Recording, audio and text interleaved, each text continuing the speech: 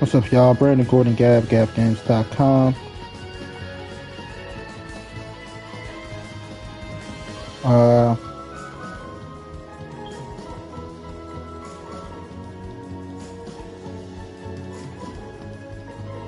Brandon Gordon, GabGabGames.com, and this is The Sims 4.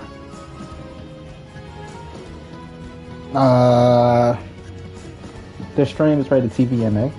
I curse. I say things like fuck, shit, damn, and bitch.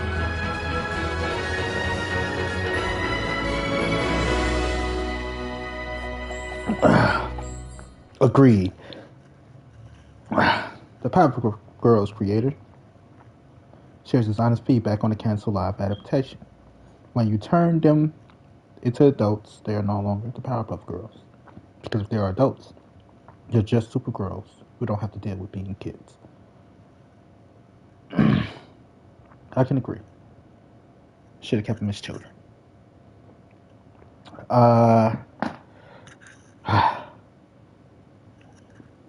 This stream of The Sim is rated TVMA. Mature audience. I curse. Say things like fuck, shit, damn, and bitch.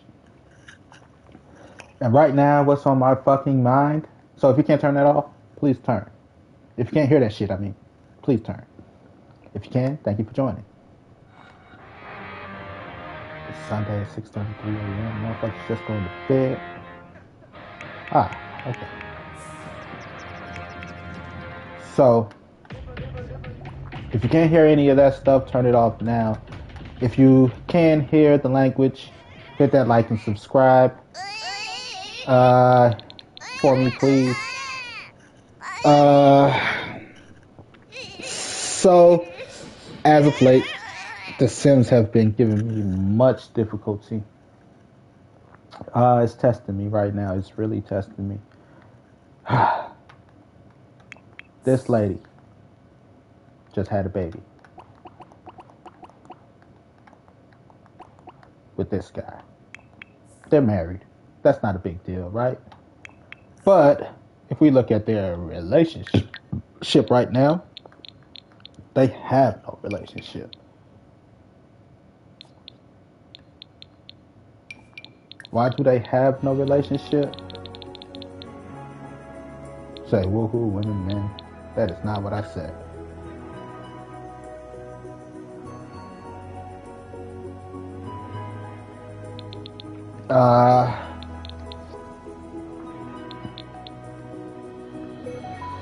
Right now they're beefing because she cheated. Allegedly. I don't know how when I was the one controlling them the whole time and everything, but The Sims need to manufacture drama. So, she cheated. Adam Wesley happens to be his son. Good thing.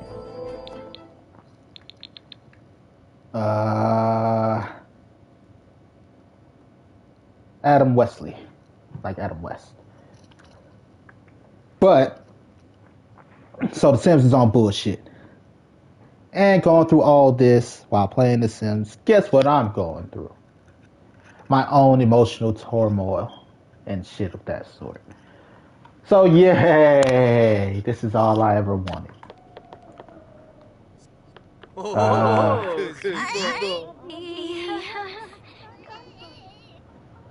Me? What am I going through now? This is my safe space, you all, so don't judge me. But this is my safe space. What a brother is going through is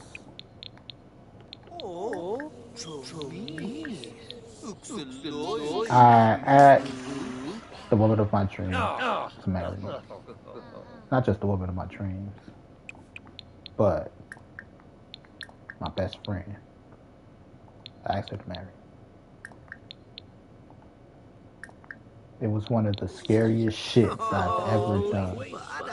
I hope she's still my best friend. It's one of the scariest shits I've ever done. I never thought about anything more than, like, when I say, like, I never thought about anything harder in my life. Like, anything. Scary. Can you say fucking scary? So I finally worked up the courage, the reasoning, and I'm like, I'm gonna do it. So the courage comes from, it was like, I'm like, shit. I just tried to give you a bottle, you little shit. Shut up. Oh,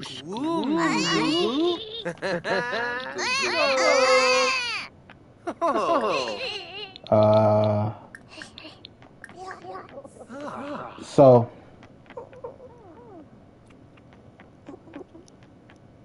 the courage comes from, she was my friend, my best friend for 15 years before our friendship turned physical. Right? I loved her before then. I didn't realize she liked me until our relationship turned physical. I know she liked me a bit, but to be like me, I didn't know that. And then I didn't know.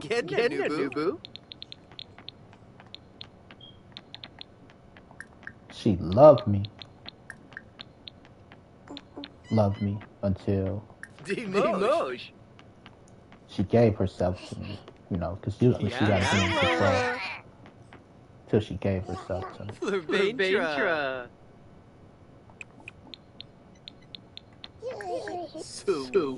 And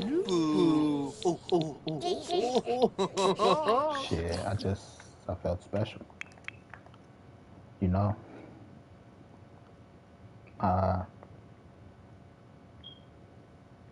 So I'm like, is it smart? Is it a smart thing? Knowing that she does not receive feelings well, to tell her. And the way I came to the answer was like this. It was like, she like, I'm dealing with shit. Here's what I'm dealing with. When we finally get to the root of it, I'm like, I see. You know, you just have issues that's not necessarily like, you're not afraid of love. You're not afraid to love. You're afraid of love lost. And because you're afraid of love lost, and because right before this tragic event, you had to deal with love loss. Like now that you're dealing with the tragic event, a lot better, the love loss kind of seep in. And it's like, I know you don't want to hear about emotions. I know you don't want to hear about feelings. But you need, as your friend who's always been there for you, I hate to tell you what you need. You never tell a woman what she needs, right? Because you tell a woman what she needs and she will go out her way to show you that she don't need it.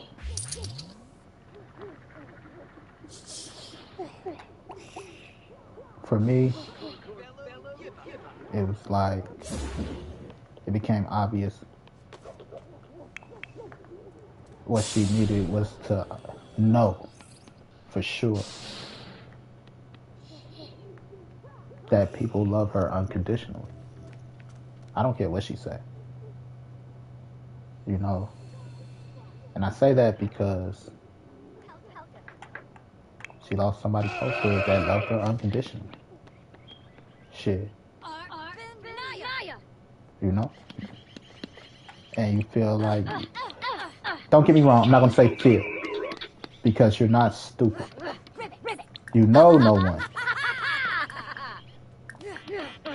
You know no one will love you the way that person did.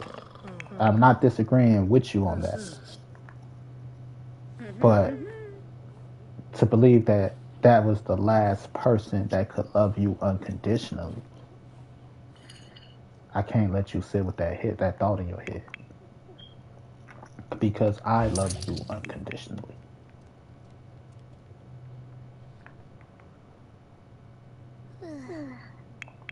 I'm not family. I don't owe you that. I don't, you know? And that's why it's like, shut up, you're lying. I don't want to hear it. It's not you're lying. It's I don't want to hear it.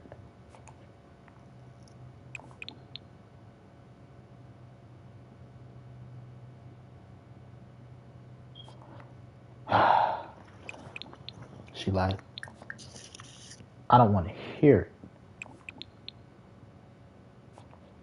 You know? Like, yeah, but you need to hear it because you need to know. You know, she don't want to hear it because motherfuckers lie. Shit. You know, women lie, men lie, numbers don't. And we all seen numerous people come in and out of our lives to not stay.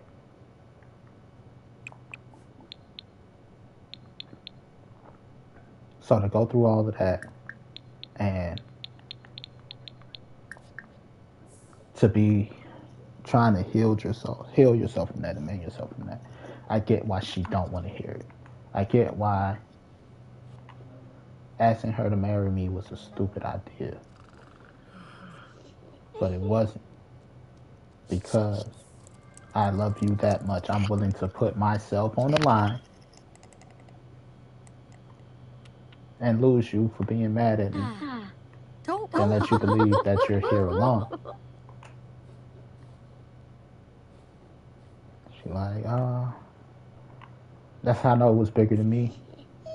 Cause she like, you're just like these assholes. Want to tell me what I want, tell me what I need. But I'm telling y'all, like, I'm not agreeing with what you're saying, disagreeing with what you're saying. But as somebody that's been there to talk with you through a lot of shit, to help you heal through a lot of shit, you know, to hug you and just give you my love and affection and attention and just wanted to be there because you're my friend. I can't let you override me on this one.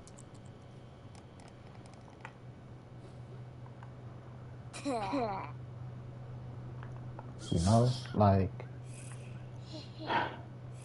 I know when a good time to shut up, and I know when a good time not to. I know when there's shit you don't want to hear, but you're like, fuck it. You're gonna tell me anyway. It's one of those things you just didn't want to hear. You want to believe it's false because it's easier to be like, I'm not dealing with that shit today. Right? Just 100.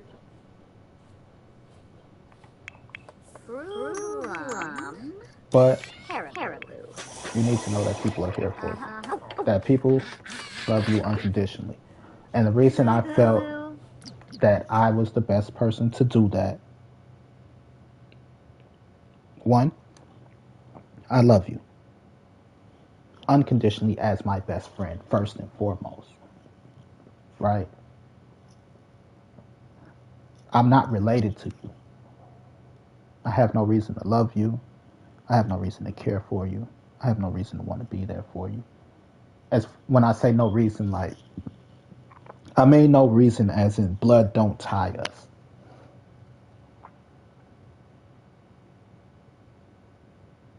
You know, not saying 15 years of friendship isn't a reason to want to be there or love you and unconditionally. I'm just saying we have no blood ties. It's not like it's been easy either for me to be like, oh, she's perfect. But you still are perfect, just, you know? So, when you get up, little lady, it's like, look, I'm perfect because I don't owe you none of that shit.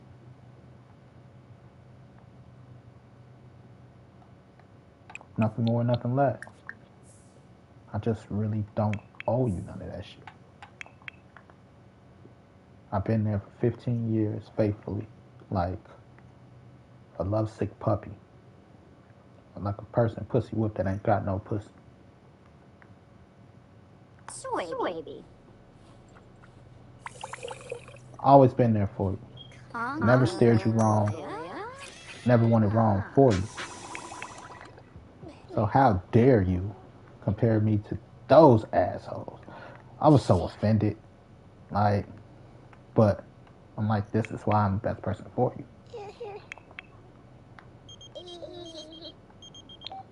Best person to show you whether you hate me or not.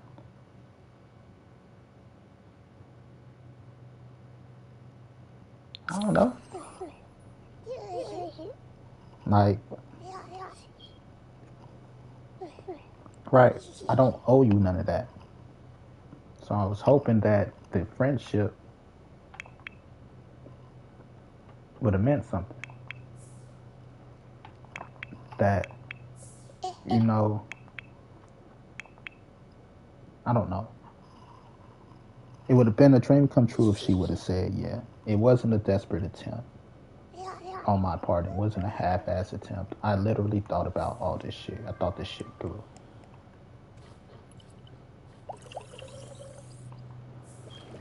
And I'm like, yep, that's what I want to do.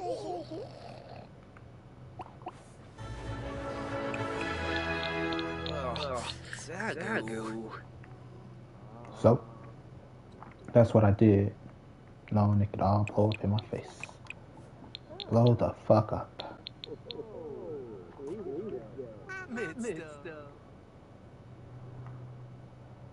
And blow up. I don't know, I wish it would be as easy as saying it blew up in my face.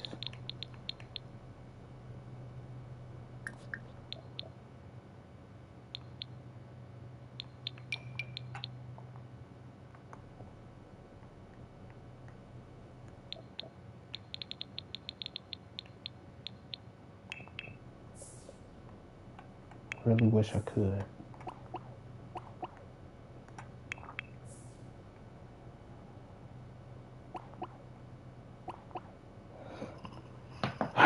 But it did blow up a bit in my face a bit. She laughed.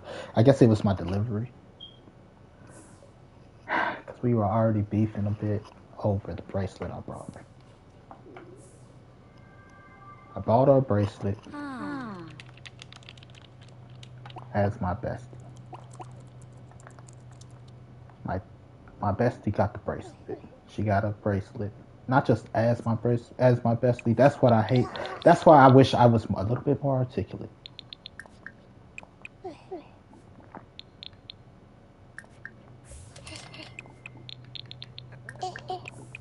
Uh, so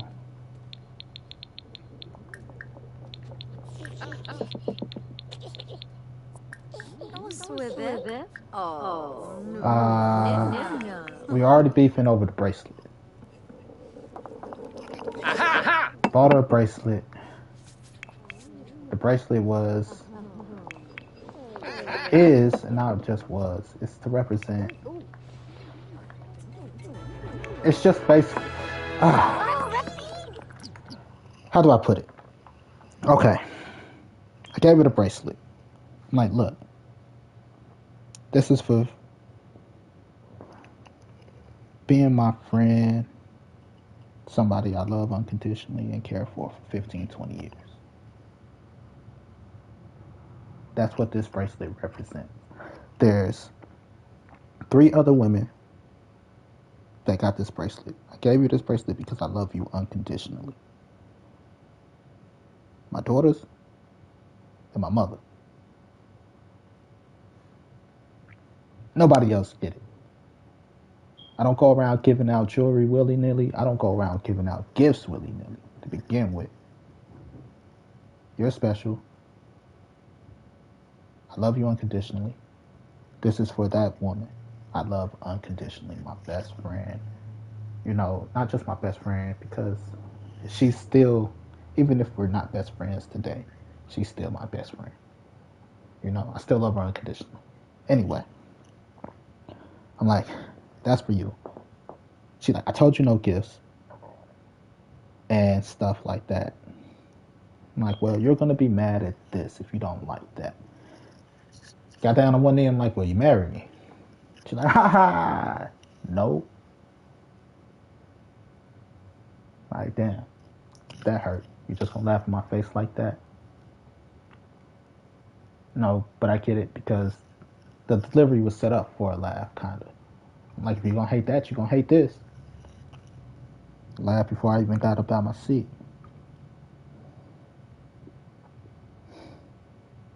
She's like, no, no, no, no, no.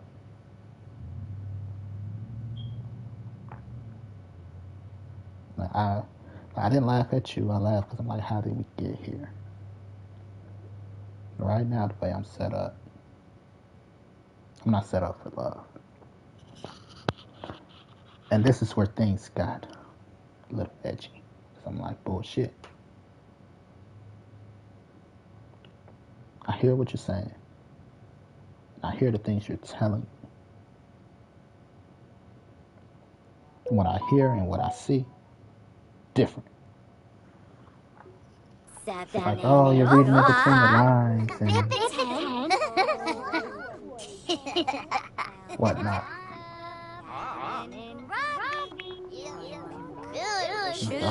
Maybe slightly. I'm not going to disrespect. But irregardless, I know what I know because I know you. Right. If I didn't feel that you loved me or you had some love within you, that's like love. I wouldn't even thought about it. Love isn't easy for me neither. Like, it's not like, you know, just going around loving people and giving my affection and putting all of this into people's life. I tried to be all nonchalant about it, which I think I did a good job. Like, it didn't hurt. That shit hurt.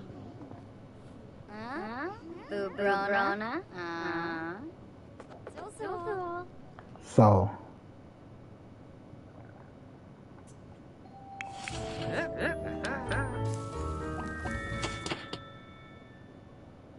like, that shit hurt.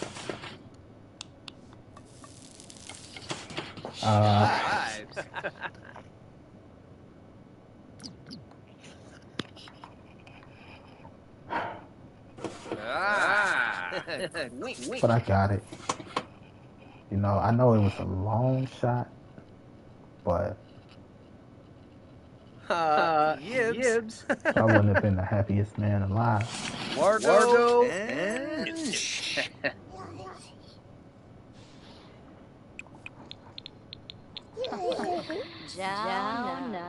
I would have been the happiest man alive.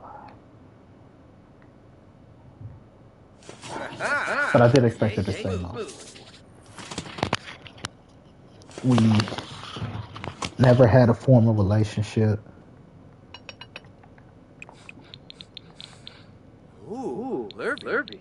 Oh. Torka. We never had an official relationship. Beyond.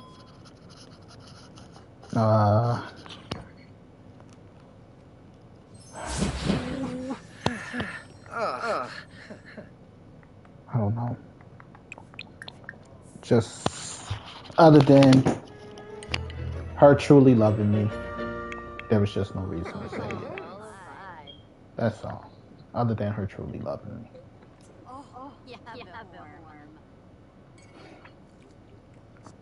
Oh, wushta.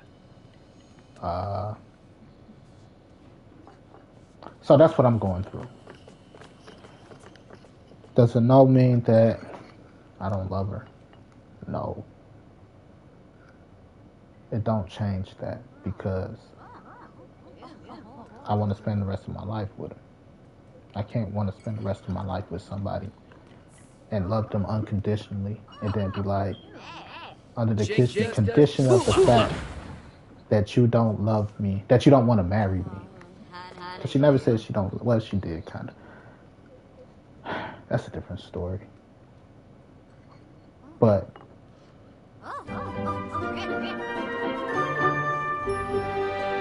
like,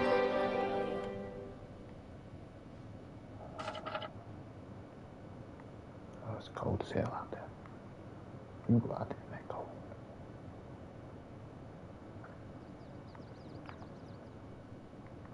Yeah, that's what I'm trying to do. Shut up.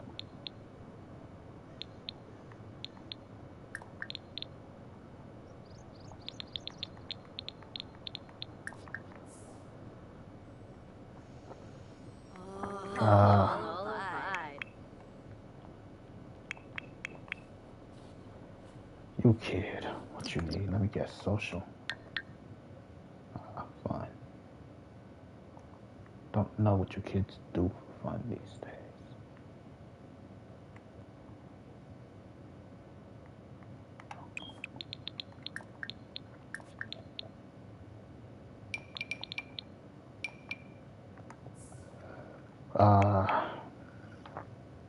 So, love.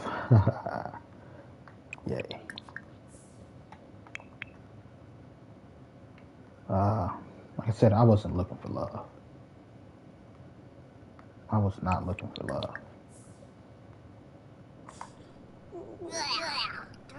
We fell out a bit. And the last time I saw her face, before the moment I'm like, yeah, she's the one. Kind of was ugly. And I just knew she was dead to me then. Like, the pain that I went through, I haven't felt that pain since me and my daughter's mother separated.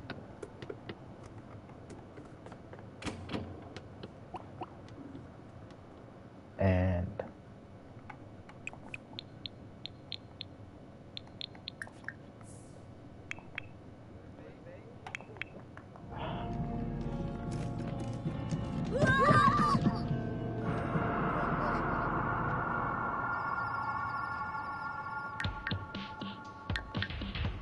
why you didn't eat, motherfucker?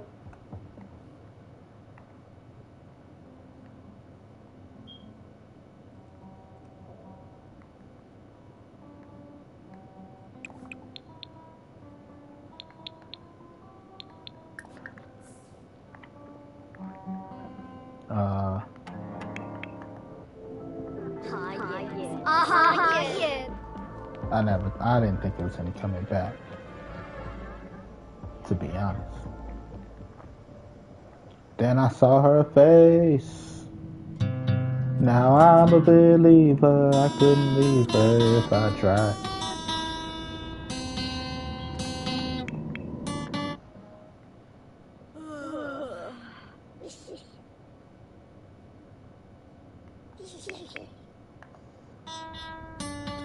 But yeah, seriously, I saw her face again and I was like, damn. Hold up, her little girl.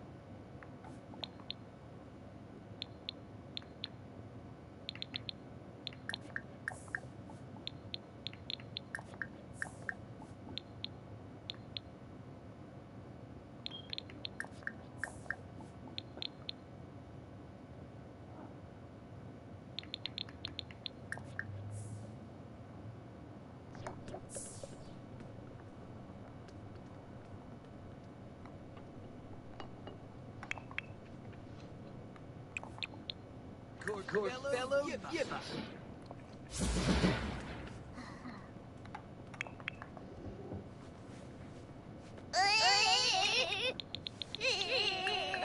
Utsol. Faridi. So.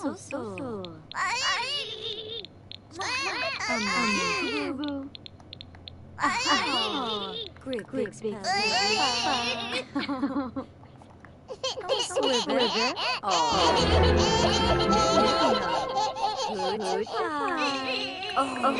Lord. So,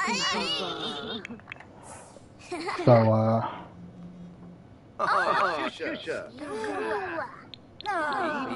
Barbara.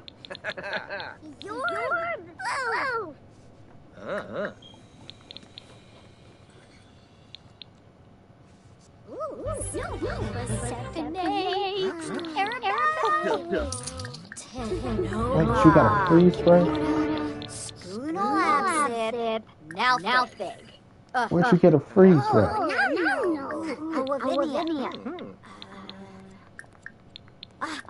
Whoa! Cheeky!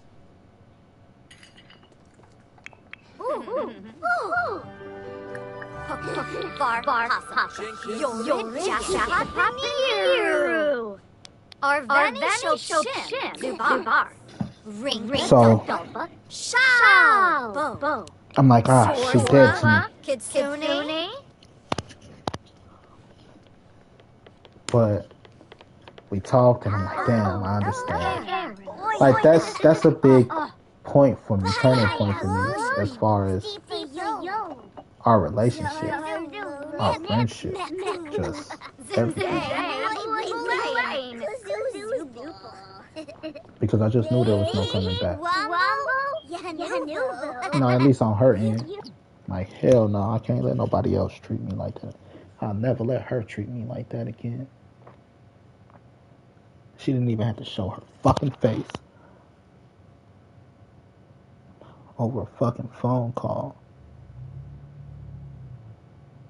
Like, I'm sorry, I had to take care of some life shit. Like, whatever. I love you. See you soon. Then life caught up with her again. Tragedy. And I fucked up. I couldn't make it. And it's not that I didn't want to make it. My life was fucked up.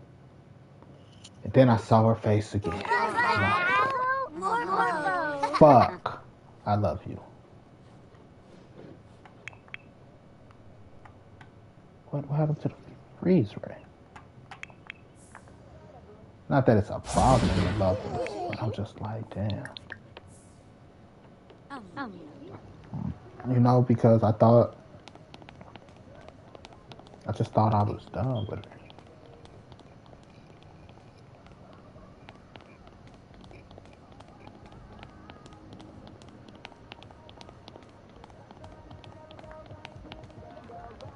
I wanted to be. Just because that hurt. Motherfuckers don't know. Boom is oi. That shit hurt. Kapuna. Kapuna. I'm like, never again. I can't. But she had a good reason. And I'm like, I can't be mad.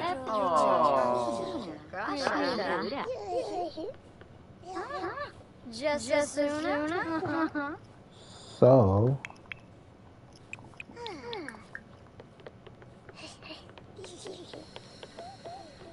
like,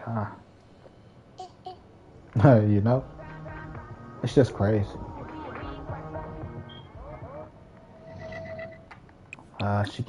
She forgave me for my fuck up.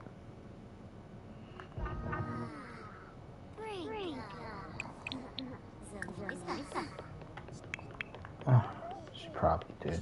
I don't think she asked me to forgive her first, but it don't matter.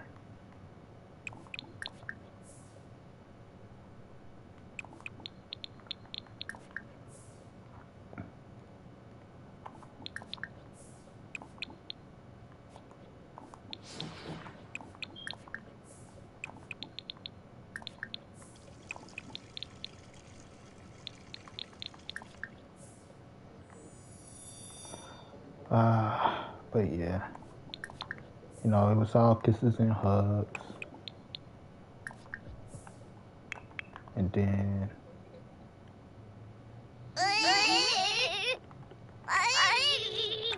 you know, I don't know. We just hung out a little bit. That's all. Not much. I just couldn't help but love her. I knew I loved her when I saw her face again after all that shit. And the first thing I thought was, that's my bestie.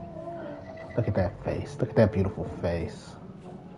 How can anybody be mad at that face? For real. It was that simple.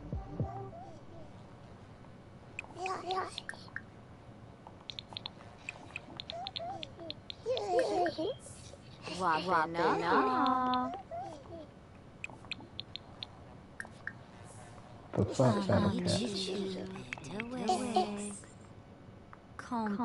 cat? It was really that simple. I knew I loved her before we fell out. Before she broke my heart.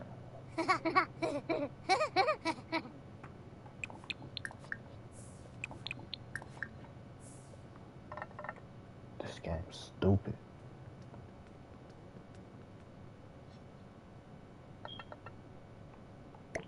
Right? I'm off of whole dishwasher. So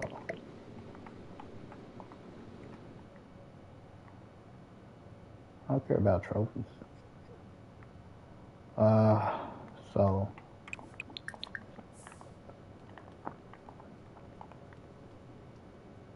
once I saw her face again, I'm like, yeah,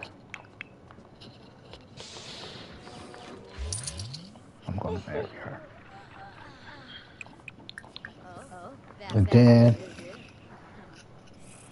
she forgave me. We hung out once or twice. Another tragedy. Hung out once or twice, talked a few.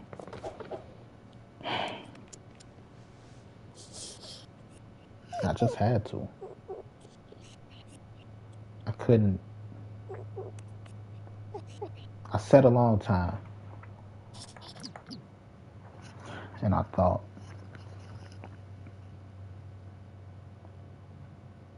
15 years of friendship was amazing. I got to know somebody on a level I never thought I'd know somebody on a level. They got to know me on a level I never thought I'd open up to. And it wasn't easy. It's not like, no, it's not like it was easy. It wasn't easy. But I'm like, because it's not easy, and I fell in love with you the way I did, I can't go back to being not seen. You know, some people don't know what it's like to be not seen.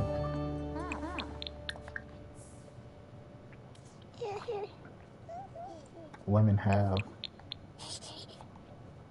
all the options.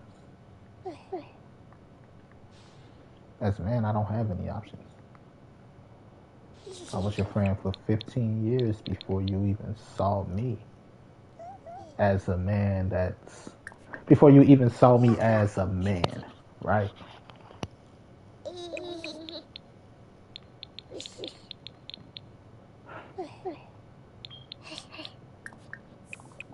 It's not easy.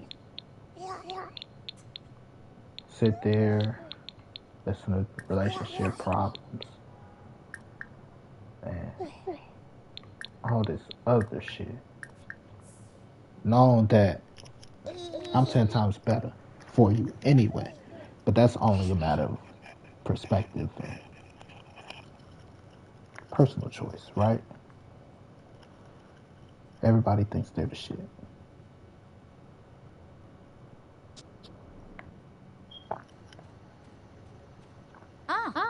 Ina. Right? So I get it. I might not be.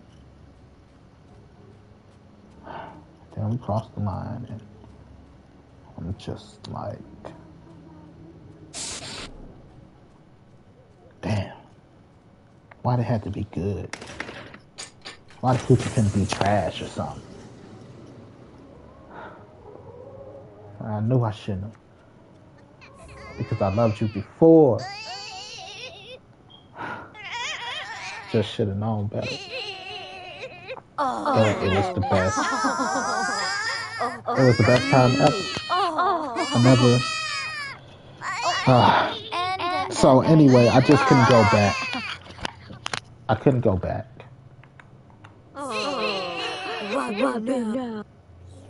Not right. I can't be you. I can't. I'm 35.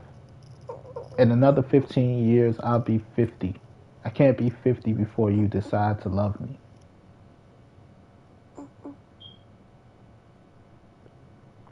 It hurt. It hurt. Pretending I don't love you. It hurt. I can't pretend that I don't. And if because I do, you can't be my friend, I will accept that because at least I got to tell you I do. I got to express my feelings. And I got to open up. This funny.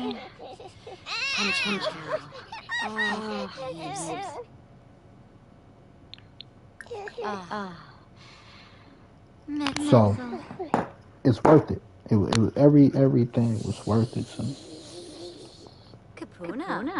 At least I got a chance to love you.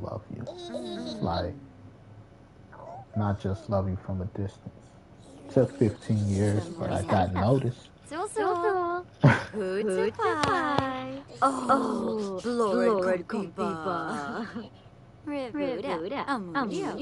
She's like, I don't want to hear none of that shit. I don't give a fuck about none of that shit.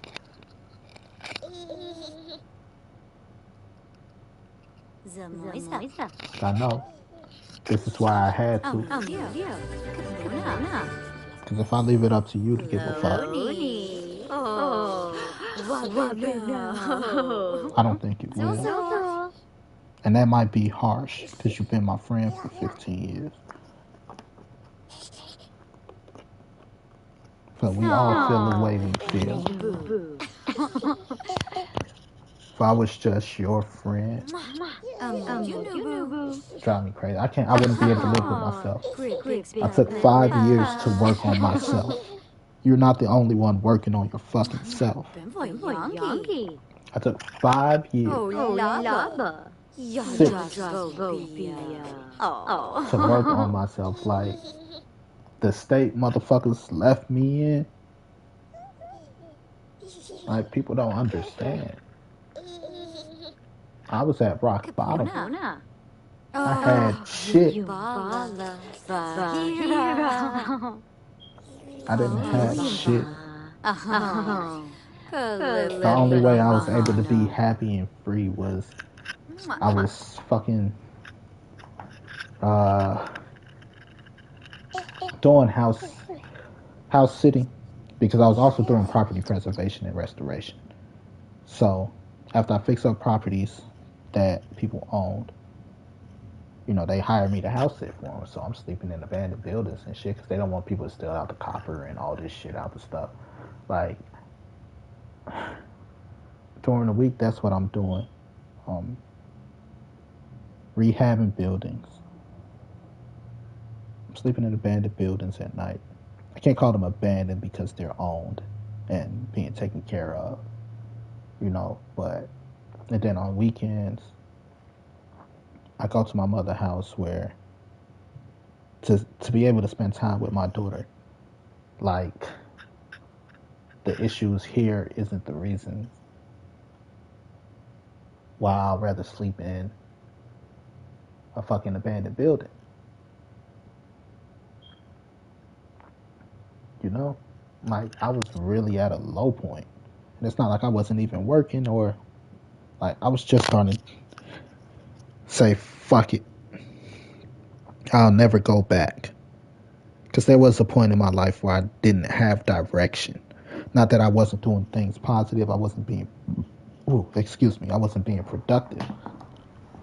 I just, I had shit to do. What time is it? 5 a.m.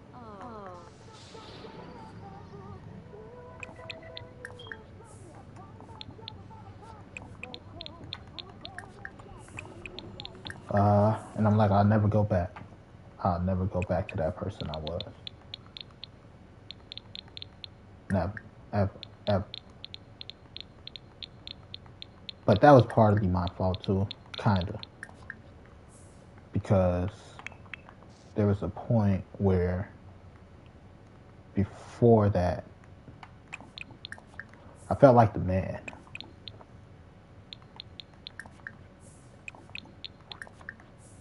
Money, friends, bitches all on my dick, numerous cars. But motherfuckers was, when you got all those things, the money, the car, all those things, everybody want to be your friend. All the bitches want to be on your dick. I'm not ugly neither. So I dealt with a lot of users.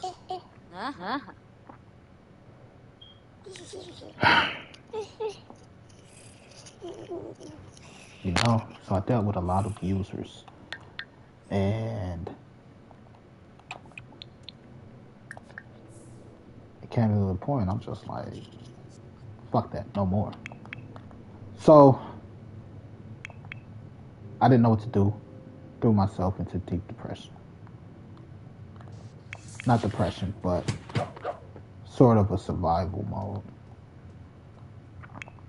I quit my job. I ended up losing my car, but that's different. Battle Cat, bring your ass here.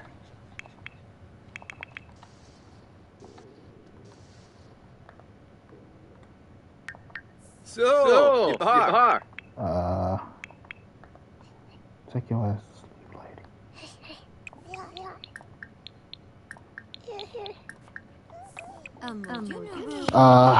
So, I ended up losing my car. That's because I got in an accident. That's what happened. I got in an accident at work. Well, on my way to work. My friend was driving. I got into an accident.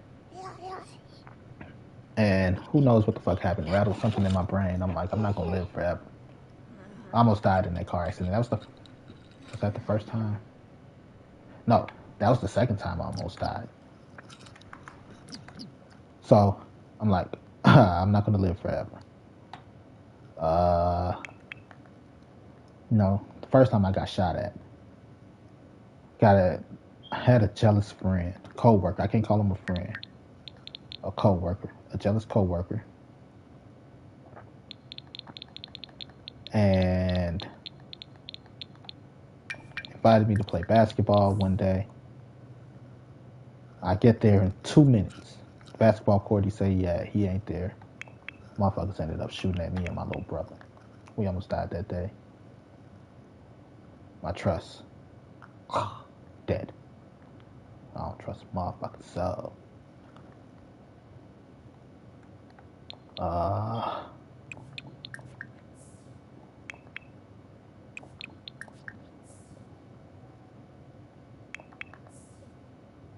So,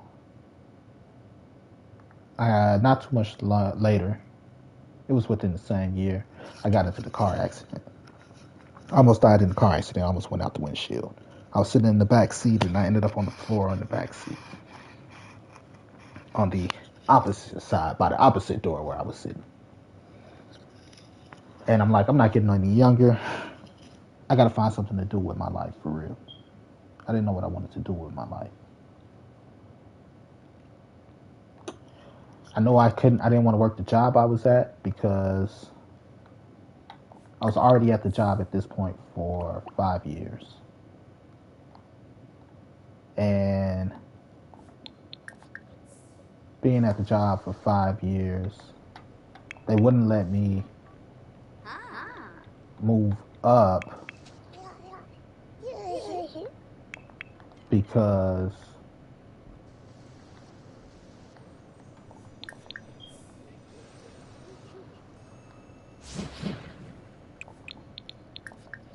they wouldn't let me move up because my mother was already in management. Like, you got family in management, we can't let you be a part of management. So I was like, fuck this job. That's when I was working at UPS. Yeah. Fuck this job, Zoo. you know. Can Kuba Koiba? Yeah. Jerome. Boy. They're like, hey boy. I have Pelka. Hinva. Yumi.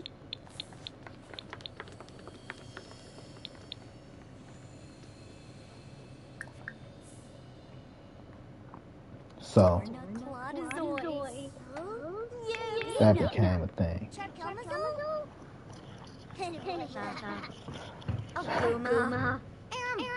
But anyway, I was only not working for 6 months, which felt like 2 years for me. It really did. Shit got bad. The friends I thought I had left my life. You know, the women left.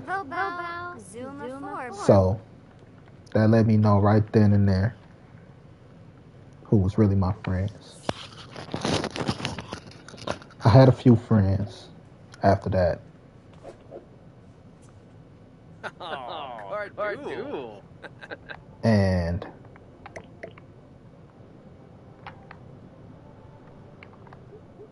it wasn't bad, but it wasn't the greatest.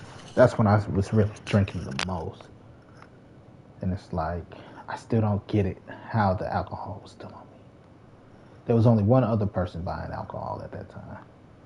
You know, DNA, drugs and alcohol.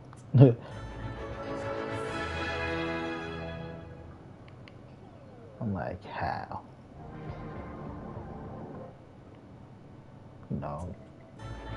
But actually, that was the time I became a rapper.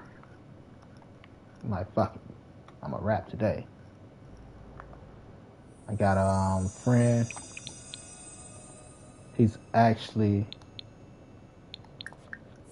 a really good rapper. Former friend, I don't know. He's actually a pretty good rapper. And for me, he was the talent. I'm like, I'm not trying to use you, buddy, but you're the talent. Here's what I do. I got showmanship. I could hold presence.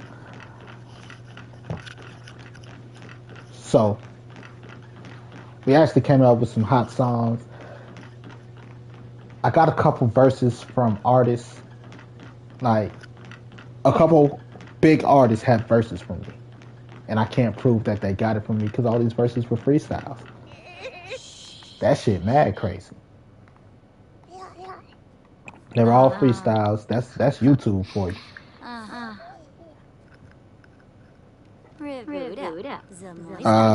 If I gave you, okay, Chance the Rapper, Lupe Fiasco, Eminem, Joyner Lucas, who else? Shit, Big Sean, J. Cole.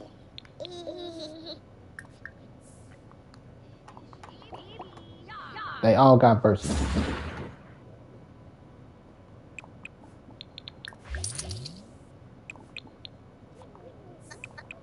And I can't prove it. That's the crazy part. But that's neither here nor there. You know, but I got a few.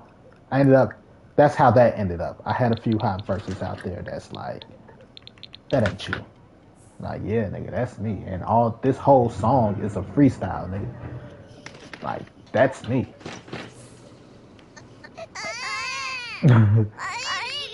But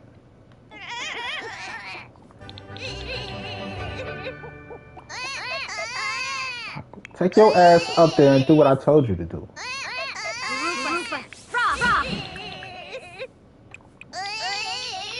You had the baby all night. It's my turn.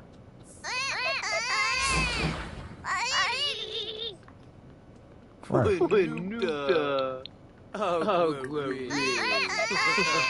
Oh, glory. You don't want attention. Do you want affection? Oh, attention isn't bad.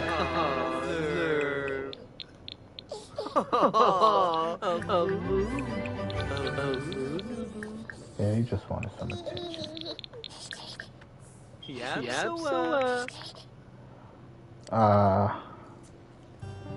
Goddamn.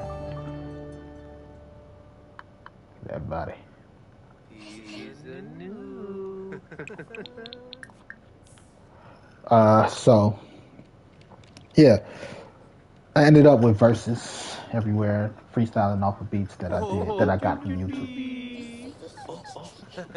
End up with some hot verses on some hot songs by some hot people. I'm like, goddamn. Thank the Lord.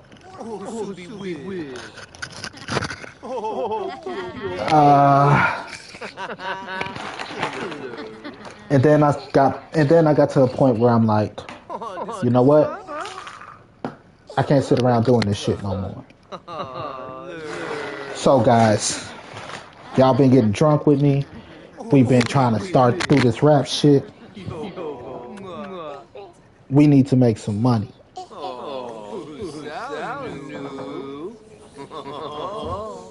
We need to make some money. And I ended up asking a family friend to do me a favor and buy me a car.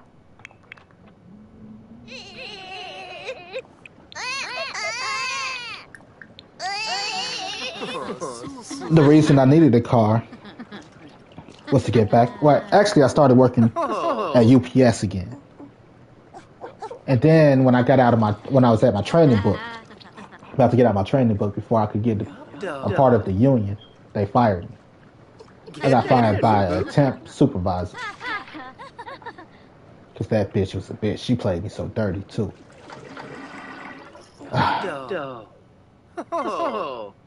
Get new boo. Chupala. Humala. Oh. Get new boo. Oh, you're not supposed to go to sleep. She's supposed to go to sleep. Her.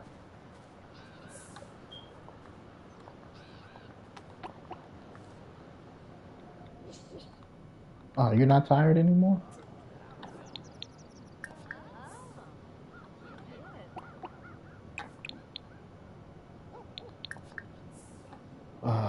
You. Yeah, brush that jackass. You got more choices back here. Get back. Then, more choices. Retreat. More choices. Retreat.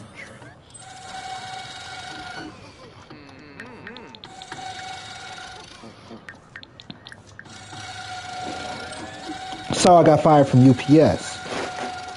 Right? I was working at UPS and I'm like, hey, I need a car to get back in to and from work. I'm like, y'all, about to ask for a car, this and that, because we need money.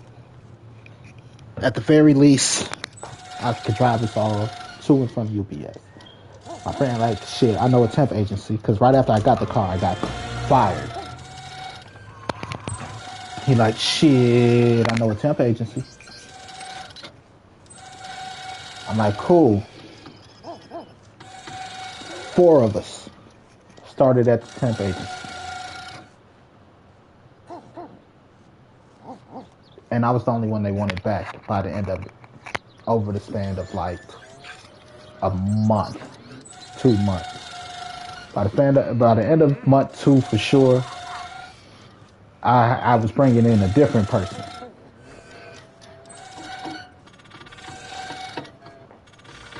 But I'm working at the temp agency. I was making good money too. I was bringing in like $800 a week. And then the reason I quit the temp agency was because student loans. I'm making $800 a week, working like 45 hours a week. You know, and that's like 3 days. So I'm working 3 days a week, 45 hours for 3 days. Like, I was doing some crazy ass time. And because I owed $4,000 on my student loan, they was garnishing my check. My check went from $800 a week to I was only bringing home $350. I'm not working 40 plus hours to bring home $350. You can suck my dick.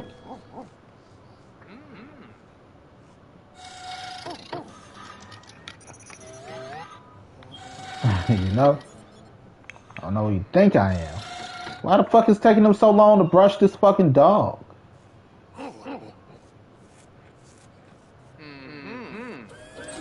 He been brushing his dog for 2 hours.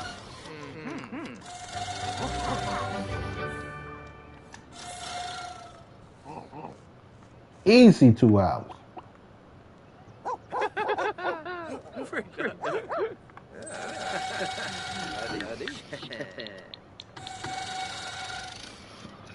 So like I said, I was working there for a few years. No, right. I got to the temp agency. The temp agency was cool, actually. I was still doing the house sitting, which means that at that point I am still sleeping in abandoned buildings. I'm working 40 hours, bringing in decent money, but I'm still sleeping in abandoned buildings and shit. And it wasn't easy, but it was getting better. Like I said, I had to put my foot down and make a decision. During this time, I found out why me and some of my friends can't be friends. Now, got a project.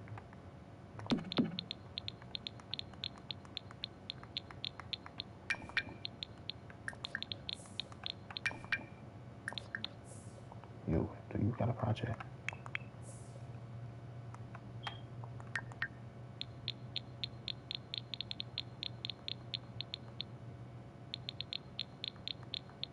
Yeah.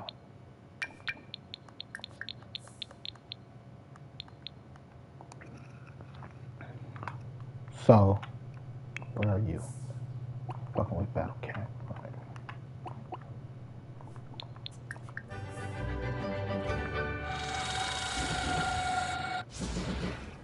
So, right.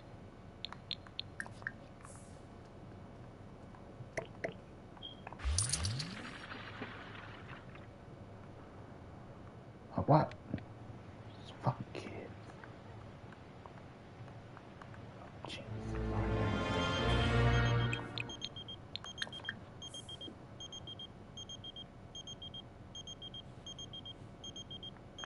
Pause. Where are you? Where is your project? That's your project, isn't it? No, it had to be your project.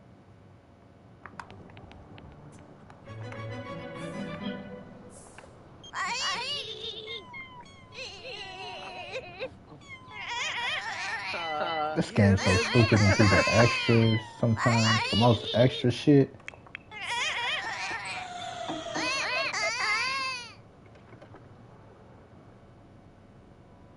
That's why I'm not buying the new one when it come out.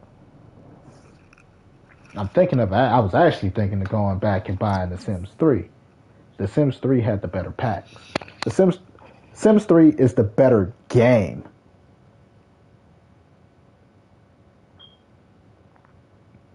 You had cars. You were able to eat out at restaurants. You still had the supernatural stuff. Like, they had some great expansion packs. This game took all those expansions, like the supernatural pack. They took the supernatural pack and broke it down to 3 expansion packs. 4 expansion packs. When you used to get vampires, werewolves, and ghosts all in one. Like, man. No.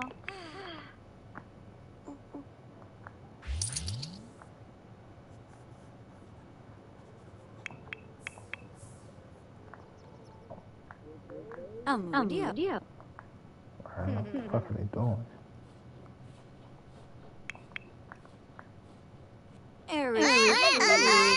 Naked, baby.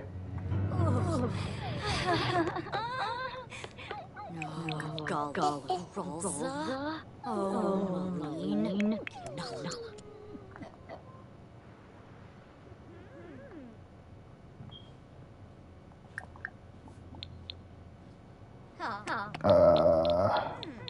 Where's help and homework? That should have been one of the first things, because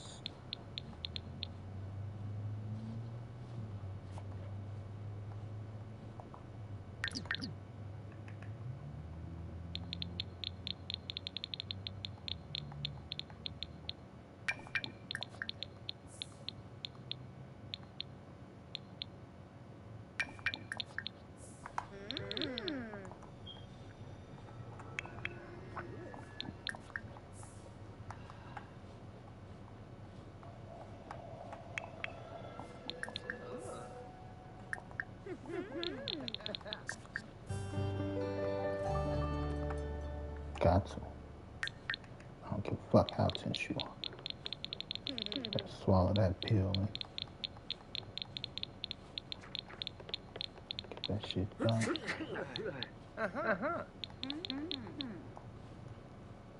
Plan no Womsy. Yes.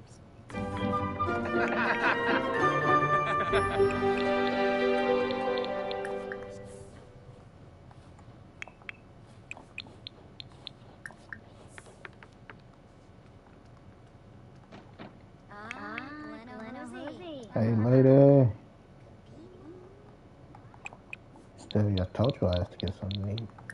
You ain't want to get something to eat.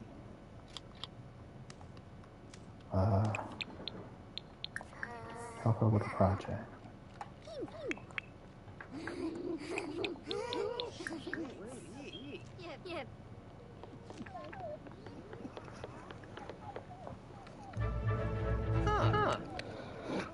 So, just my life struggle, man. It took me 5 years to build up the strength to let go of stuff. Like, I started working at the temp agency, and that's when I realized I can't hang with certain people.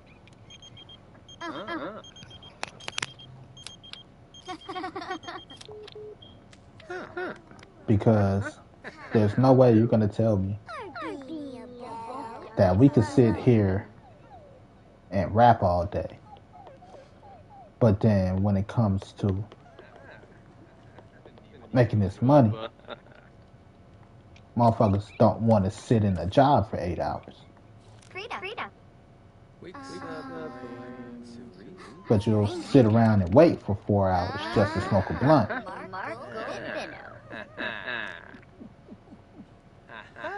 Get what I'm saying? Priorities. I can't fuck with somebody that's like, shit, I can't do it. Like, nigga, what the fuck you mean you can't do it? Nigga, you think I like this shit too?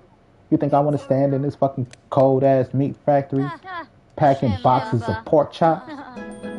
No, nigga, I don't. But you know what I like, nigga? I like money. I like bitches, nigga. Excuse my language, ladies. I like to have shit. I don't want to keep sleeping on a fucking cold-ass floor, man, because I don't have a place to stay.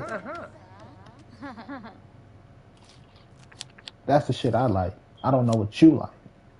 But, you know, it started off 4 of us. At one point, reached 5. And by the end of it, it was just me. You know, and getting rid of that group. Right? Because motherfuckers mad at me at this point. I got the car. I'm fixing, like, like I said, I'm at a point where I'm changing my lifestyle. I'm changing my life when I'm starting this temp agency job. And if you don't want to make money with me at this point, you know, we did all the drinking, we did all the hanging out, we did the rapping, you know, we did all this shit. But y'all want to make some money with me? Bet. Got one motherfucker, he want me to come wake him up because we got to be at the temp agency for 5 o'clock. So we got to leave out of the neighborhood no later than 4:15 because it's an hour away. We got to be at the temp agency at 5 o'clock. Motherfuckers like, oh, come wake me up. Who up, man? Nigga, you grown. Wake yourself up. You know, yeah, it took a little second to get in a rhythm. But nigga, I can't be your parent. Nigga, you older than me. Get your bitch ass up. Meet us out there. He didn't. One day he left. I left. Like, I got to the point where I started leaving niggas. Like, fuck that. You know? But motherfuckers get to the jobs, go on break, not coming back in, all this shit. So the temp agency started calling me like, will you be able to make it? I'm like, yeah, how many of us you need? Like, about that. Well, you be able to make it. And motherfuckers started getting jealous. You know, motherfuckers started hating. I'm like, work ethic. My work ethic is way different than y'all's. Like, the reason I have the work ethic I do is because my family is foreigners, man. I'm the first generation. Me and my brothers are the first generation of my family, like my mother and my father, born here in the U.S. My family is from Belize. We're the first born over here in the U.S. So, you know, when you see you hear all those foreigners like, I did not have the opportunity you had to grow, and all this shit. That was my mother. Like, this is literally what I had to go through. You know, my mother, my father. Like, you got it way better than we did where we were. So, right. And you gonna get this shit right, or we gonna beat this shit into you. And that's what gave me the work ethic I had. You know, I have no choice but to go get it. We have nobody to rely on but ourselves and each other. So niggas just, a lot of people just don't have that work ethic. You know? Belize is in Central America. It's the only American-speaking country in Central America. Awesome, baby. Congratulations.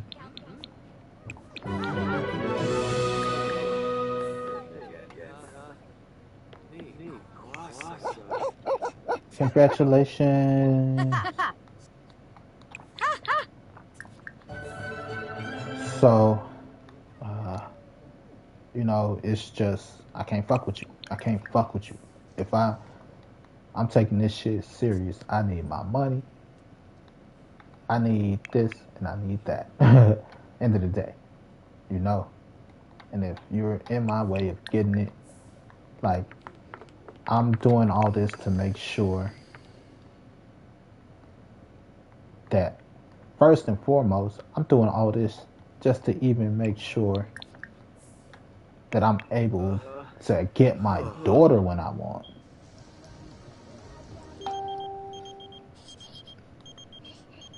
Like, I got a whole different struggle from y'all niggas.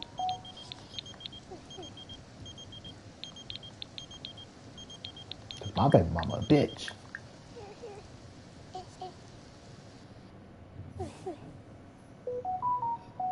Like, I got a whole different struggle.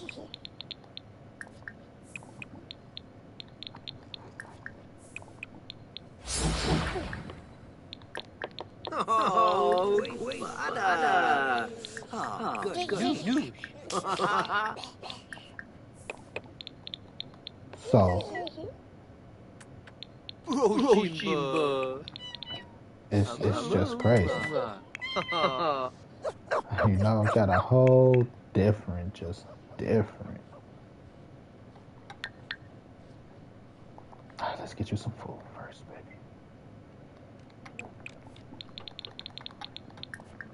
So once I realized motherfuckers didn't want this money, I'm like, I'm not fucking with you. And I stopped fucking with a lot of people.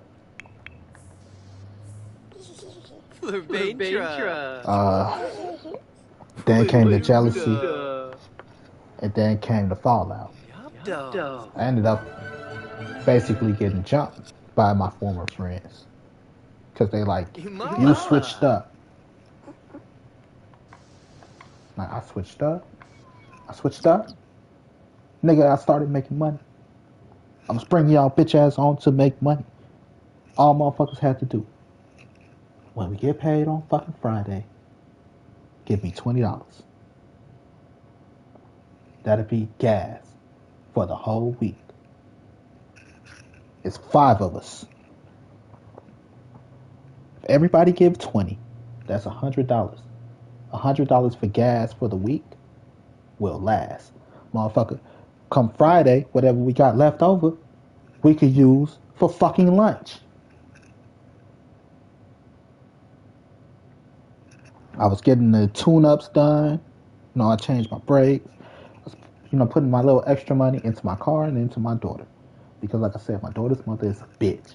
So I had to hurry up and buy this bitch off. Like, here, take this money, bitch. Throw it right in her face. I'll be back with my daughter Sunday night. Shut the fuck up. The first thing I did to solidify, I knew I was the man then. I went into Family Dollar, nothing extravagant, to buy my daughter, like, I need a Christmas tree, Dad. I want a Christmas tree. We never had a Christmas tree. Like, yeah, y'all never had a full Christmas tree, which is true. She's like, I want a Christmas tree. I'm like, cool. I go into Family Dollar to buy a Christmas tree. They have no more fucking Christmas trees. I'm like, how much for the floor model? I'm like, the floor model?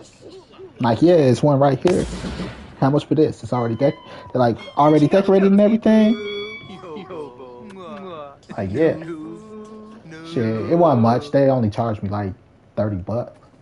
I think the tree itself, undecorated, was $20. So I bought the floor model. That's when I felt like I was the man. Let me get the floor model. Like, what? I ain't never thought I'd be able to go in there and say shit like, go in anywhere and say shit like that. Let me get the floor model, my mans. What you need, social or fun? I'll let you have a little bit of fun. You need social or fun? You need fun. Let you have a little bit of fun. I'm like, let me get the floor model, big dog. She sold me the floor model, though. Then I came out, I already had a decorated tree. I took that shit right to my daughter. Here, plug this bitch up. Like, that was the first, that was the official, this is just who I am now.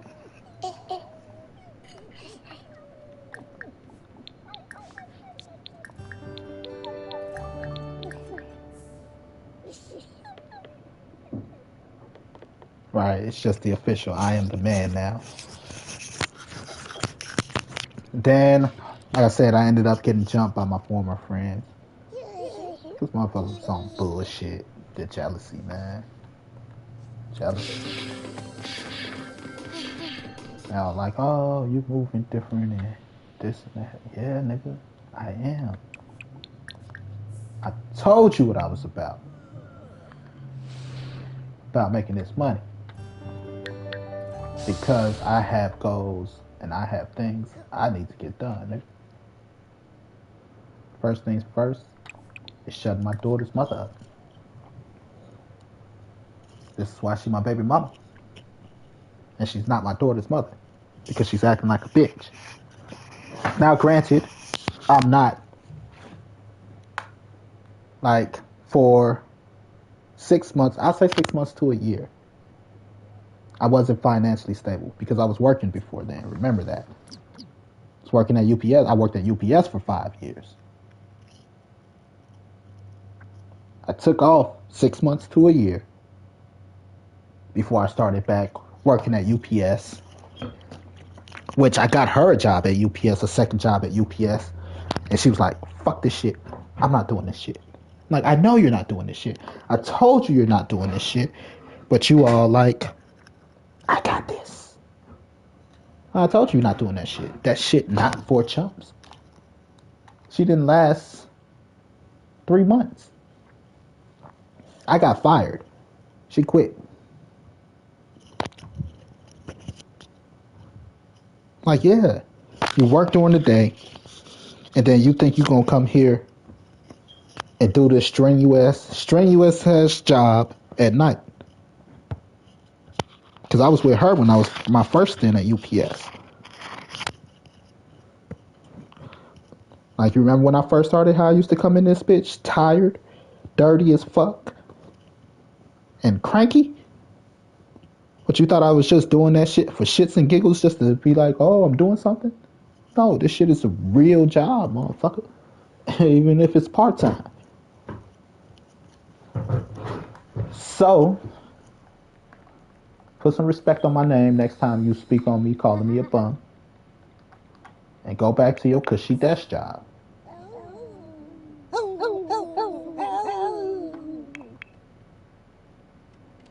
Alright, put some respect on my name.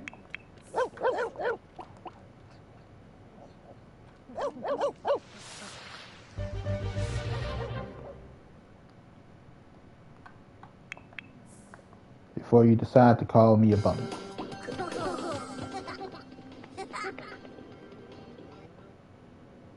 This ball ain't filled.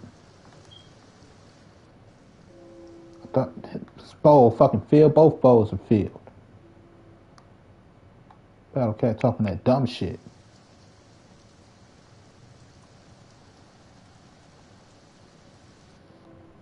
So, I worked there until I was able to get out my butt. Then they fired me.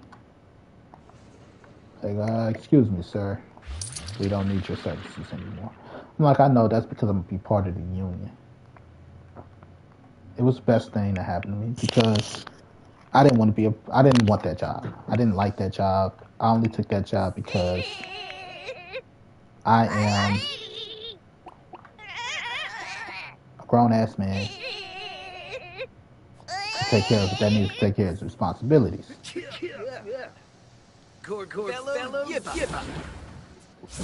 Do better. Because it's not like I wasn't taking care of my responsibilities. I'm not working. So, pick up my daughter from school. If I could, I would have took her to school. You know, she was staying with me more. I was doing a lot more as far as home shit. Homework, you know, all that shit, that's dad. Early years. Now it's mom. For the most part because she lived with mom. But it's not all mom. But it's mostly mom.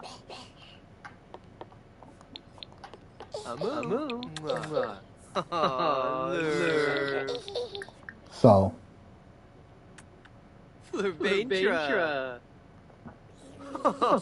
got fired from there. That's next day. I ended up going to the temp agency. Oh, Started damn. off as cool. It was the dude that put me on. He like, I know a temp agency. They would get us in there. We'll walk the band.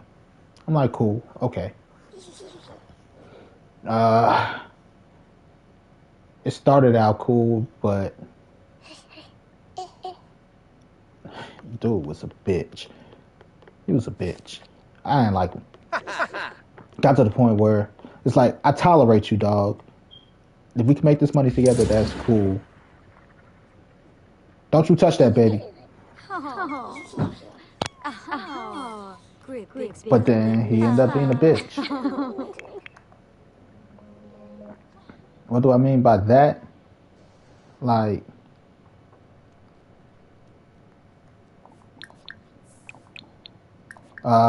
here we go.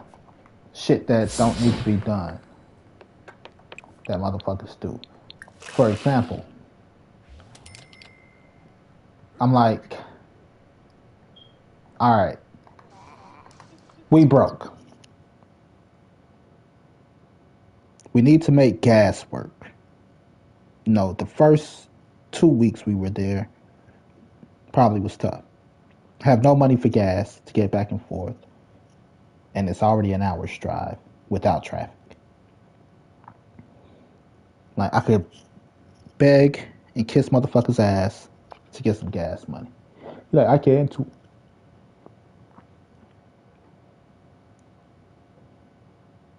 Bring no gas money. First time he bring no gas money. The second time, he waited till I put gas in the car to be like, oh, I guess you don't need the gas money, and went and bought lottery tickets. Our first paycheck, he ended up giving me gas money. And he like, now that whole first 2 weeks, he like, man, I'm gonna help you get a tune up. I'm gonna help you do all this shit when, we get our check and shit. Man, we get our check, this nigga blow half his check on fucking scratch offs. And then, like, I ain't never tell you that. I'm a grown ass man. I'm not relying on this nigga money to make shit happen. But nigga, don't talk all this shit like you gonna help a nigga. And don't help a nigga. The fuck is wrong with you? Keep your fucking mouth shut. Stay in your fucking place. Sit there, shut the fuck up, listen to the music, and take your ass to work. Don't talk all this, I'ma help a nigga, and don't help a nigga. Because I'm at the point where motherfuckers is getting the boot out my motherfucking life. As friends, girlfriends, all this shit. Family. Like, niggas is getting the boot. So, we ended up fighting. One night. One morning. Nigga get mad at me. Talking about, y'all trying to leave me, what, bam, this and that. Like, nigga, you grown. I don't got time to deal with your bullshit. You say you gonna do this, you ain't do it. Nigga, you want niggas to come wake you up. Nigga, like, I'm your bitch. Or if we fucking or something. Like, the fuck is wrong with you, nigga? You fucking up. I'm not fucking with you. Stay your ass there. Like, I got you the job. Like, nigga, I got me the job. I went down there, and I got me the job. You like, I know the place, but I went down there and I went and got the fucking job. My background in UPS got me the fucking job. You didn't get me shit, nigga. You didn't pull no strings to get me in that bitch. So, 4 o'clock in the morning, 4:30, supposed to be on my way to fucking work. I'm fighting this nigga.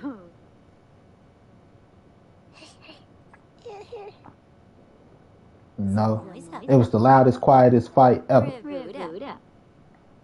Then this bitch ass nigga bust out my window. I think it was him.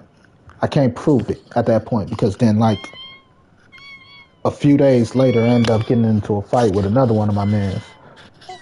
That one was kind of my fault. That's the one where they jumped me. I believe they jumped me. I can't prove it because, again, trying to stay on my feet. But Dios. I think one of them niggas snaked me. That was my fault. Because at this point, you know, niggas was getting jealous. They like, oh, he don't fuck with us no more. Man. I'm like, nigga, I done took 4 of y'all. 2 of y'all from the same house, nigga. To the job. And y'all embarrassed me out there. Like, this nigga didn't come back after break. Every time we get a job, he like, oh, I don't like this shit. Oh, nigga, you don't like working, nigga. Just admit that. You know? Like, cut all the bullshit, fam. You don't like to work. Like, it's too cold in there. Oh, they want me to lift some boxes. Like, nigga, this shit is remedial. All these tasks are fucking remedial. It's the easiest shits to do. You don't have to do any thinking. Just keep moving. And niggas couldn't do that. So boom, X off the list. You gotta go. You know. Again, homie, that he want me to wake him up and all types of shit and, you know, talk all the shit, don't want to give money. Gotta go. Other nigga, he actually was about it for a second. Just by the time he got on there, you know, the temp agency like, shit, we don't want none of them. Fuck them. Nobody comes with the qualities you come with. We don't want them. I can't do nothing about that. I gotta make my money. So, jealousy. Now niggas like, oh, you move different. You got, ever since you got that car, somebody bought you that car, you've been acting different. I'm like, I know, nigga, your jealousy turned up with the car. That was the real issue. Motherfuckers' jealousy really turned up with the car. Like, nigga, how you sitting here broke and how you sitting here bummy when you could call a motherfucker, just call him up out the blue. Like, nigga, can you buy me a car? And the nigga buy you a car cash. Like, who the fuck does that? Who has that type of pool? Like, nigga, I've been telling y'all I got this type of pool. And I've been telling y'all I don't abuse it because it's not my money. Y'all not the niggas gotta ask somebody else for some money like that, nigga. Y'all not the ones that's worried about paying this shit back off. That's me, nigga. Even though he told me I ain't gotta pay it off. That's not the point. I'm like, nigga, how are you mad at me? Because somebody likes me. I have a family friend, you know, that could do this shit for me. How are you mad at me? That don't make sense.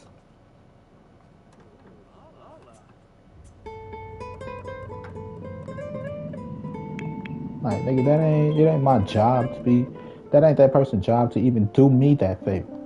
You know? Shit just pissed me off thinking about it. So like I said, jealousy was rearing its ugly head then. So then, eventually, I got into the second fight, which was sort of my fault. It was my fault. I can't say sort of. It was sort of, but not sort of, but it's sort of. I don't know how to put it. I had my part. At this point, I'm working. I'm still doing the, I'm working 8-hour shifts through the temp agency. I'm doing the property preservation and restoration. And I'm doing the house sit. So I'm bringing in different types of income from 3 different sources.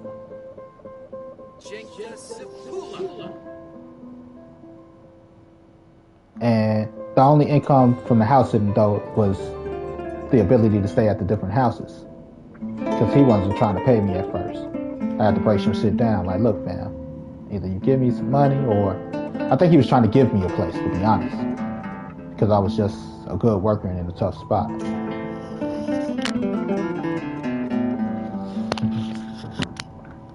So I'm like, nigga, you know.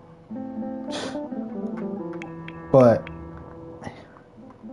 my homie girl started flirting with me. And that's how I ended up getting jumped, really.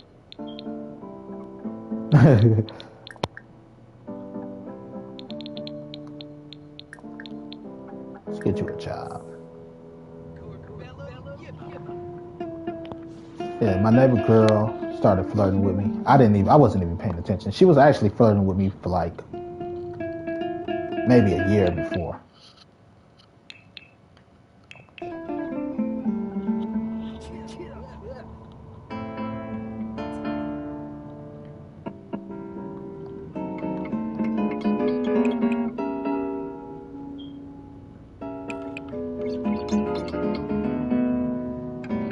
Yeah, so she was flirting with me a lot before then. Right? I thought I was tripping. But obviously I wasn't. It's your job today. No, actually not. What we're gonna do is,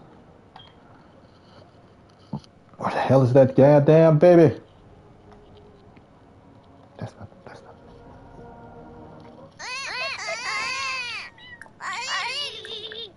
Hire an nanny service today.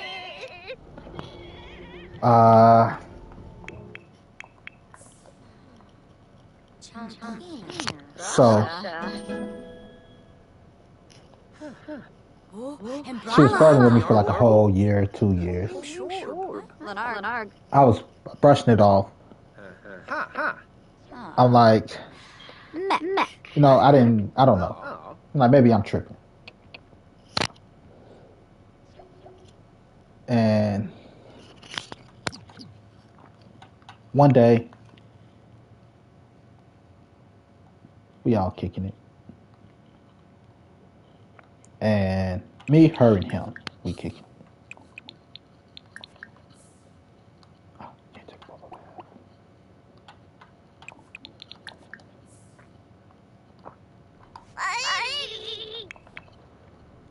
And she like, it's a song that was on. The song was talking about some freaky shit. And she asked him, she's like, you get what the song's saying, right? He like, yeah. Then she turned to me. She like, Brandon, you get what the song's saying, right? Wink, wink. I'm like, oh, yeah, I do. My bad. Let me get out of here. You know, let me give y'all space. That was the first real. Oh, see. Oh, yibs. That was the first real hint. I want to fuck you shit. Jamise. So I'm like, this chick wanna fuck me. Thought I was tripping at first. But she just made that shit the clearest.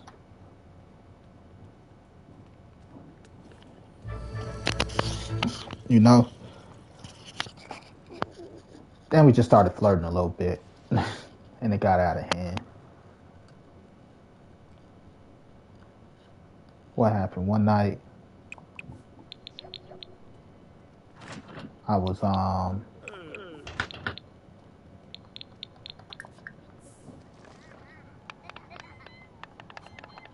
where you at, kid? Why you still at home? One night, I was just up. And I'm like, shit. I text the phone, which was supposed to be his phone, I think. Or it was her phone. They were sharing phones. It's one of those couples.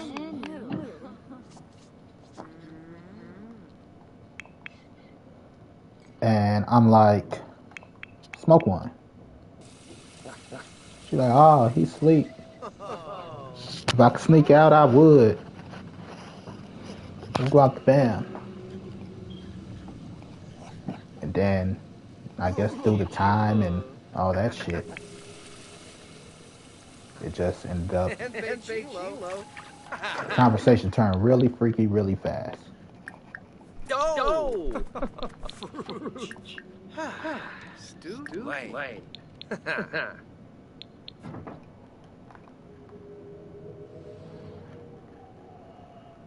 the hell you go, Battlecat? Right. It just ended up turning really freaky really fast. Some pictures were exchanged and stuff and shit.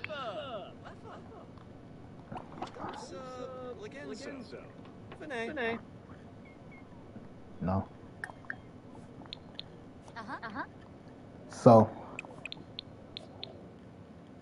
the teacher had stepped out for a second to talk to a parent. She asked Mariah to run the class for a little while. Should Mariah keep following the lesson plan the teachers laid out, or do something fun and easy with the class?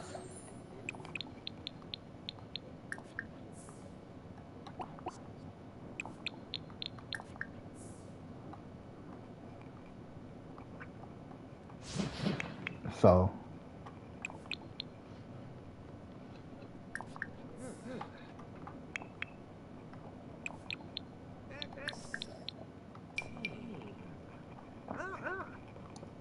that's what really happened.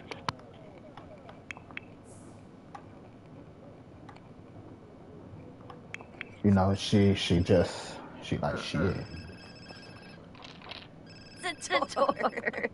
You attractive. The teacher had to break up a fight between Mariah and another student in the hall today. Yeah, you don't be a school fight. So, like I said, stuff just started.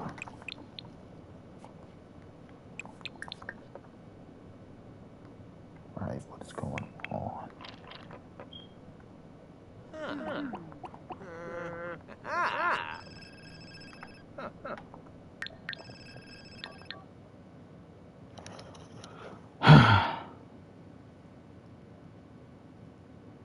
From Brittany to her teacher.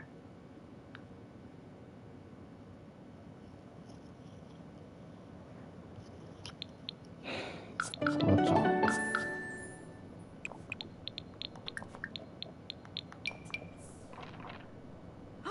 Walk swim. Ah, you cheater. What cheetah? So, you know, that's what happened. She just like, I figured she just needed attention. Because again, there comes a point where you need to make a move. You know? I'm like in the middle of the pack when it comes to age. You had, I think that was like Ray, Sleep, so me, Neil, or me, Josh, Neil, Sampson, or me, Neil, Josh, Sampson. And then there was John. He was older too. But I'm like in the middle of the pack as far as age. You know, out of everybody that got their shit together, I would have said that at the time, Sleep was the one that had his shit together the most. Followed by me. Then possibly Josh.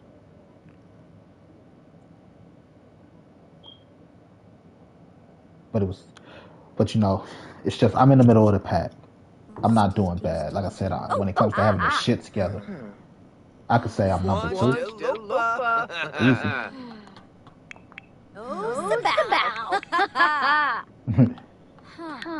And it was like, that's just because I didn't have the age or the height.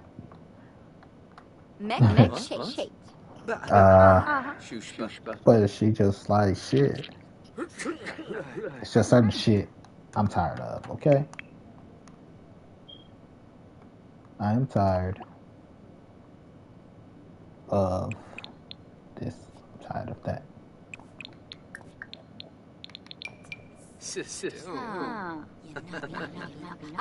And that was kind of her excuse for fucking with me. I'm like, shit.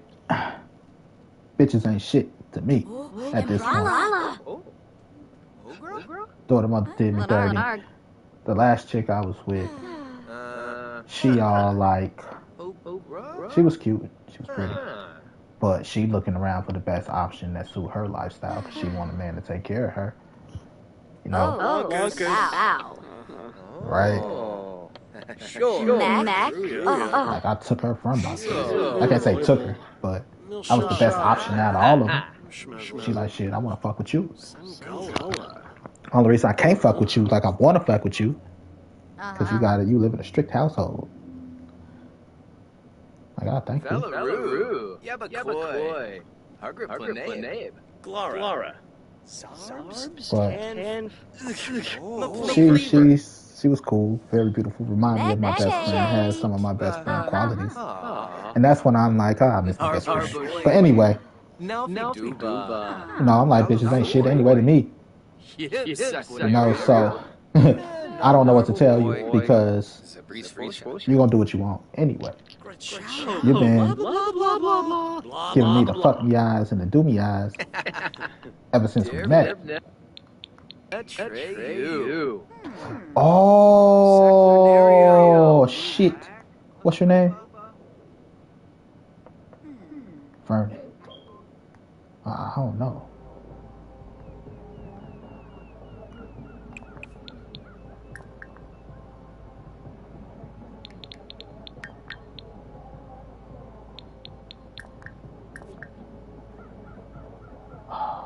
Right. That kitten has food.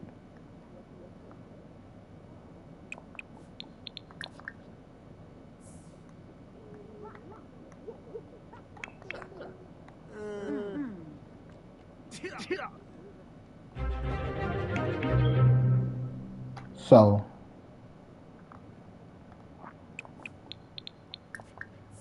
you know, she been giving me the fuck me ass since I met her. She even kind of messed with one of the homies before. You know, that's when I first came around. That was part of the problem. You know, because him and this girl,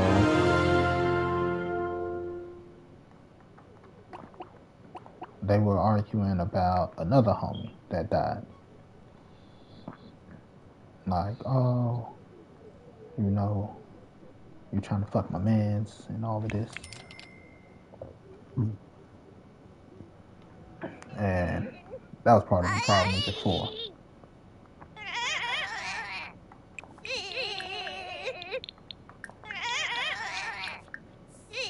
So, the fact that she's doing this again, it wasn't a problem. It was a problem, but it's like, it wasn't a surprise. So me and him, I ended up getting jumped over that though. You know, because she ended up sending me some pictures. I ended up sending her some pictures. Her ass was supposed to delete them. She ain't never delete them. I'm like, that's your problem. So I ended up getting jumped. He came to me one day and he like, yo, bro, why I'm finding dick pics in my phone? Like, shit. I lied first. I'm like, I accidentally sent it to the wrong number. Like, bullshit. Like, yeah, bullshit. See, what had happened was, your girl needs some attention. And she came to me for attention. In my self-defense, this ain't the first time she did it, though. This is your second homie. Just in my self-defense. I'm not exempting what I did. Just thought I'd throw that out there. Secondly, Shit, I've been single a while, nigga. I need that attention too. Your girl been giving me the fuck me eyes since here. And I've been like, nah, I ain't gonna fuck her. But I did cross the line. And you my homie. So, if you want to box, we could box right here in the alley. Nobody gotta know shit. And we could go on about our business, bro. He looked me in my face and was like, nah, I'm cool. Then I guess he got the festering on it. Looked me in my face like, nah, I'm cool. Then I guess he got the festering on it. And, you know, now he talking shit behind my back. They started, you know, just me mugging that petty ass shit. I'm like, nigga, I'm way past the petty shit. I'm not a fighter. Don't get me wrong. I am not fucking Muhammad Ali. I'm not Mike Tyson. I don't even like to fight, nigga. The last fight I got in before then was 6th fucking grade. Nigga, like, or with my brother.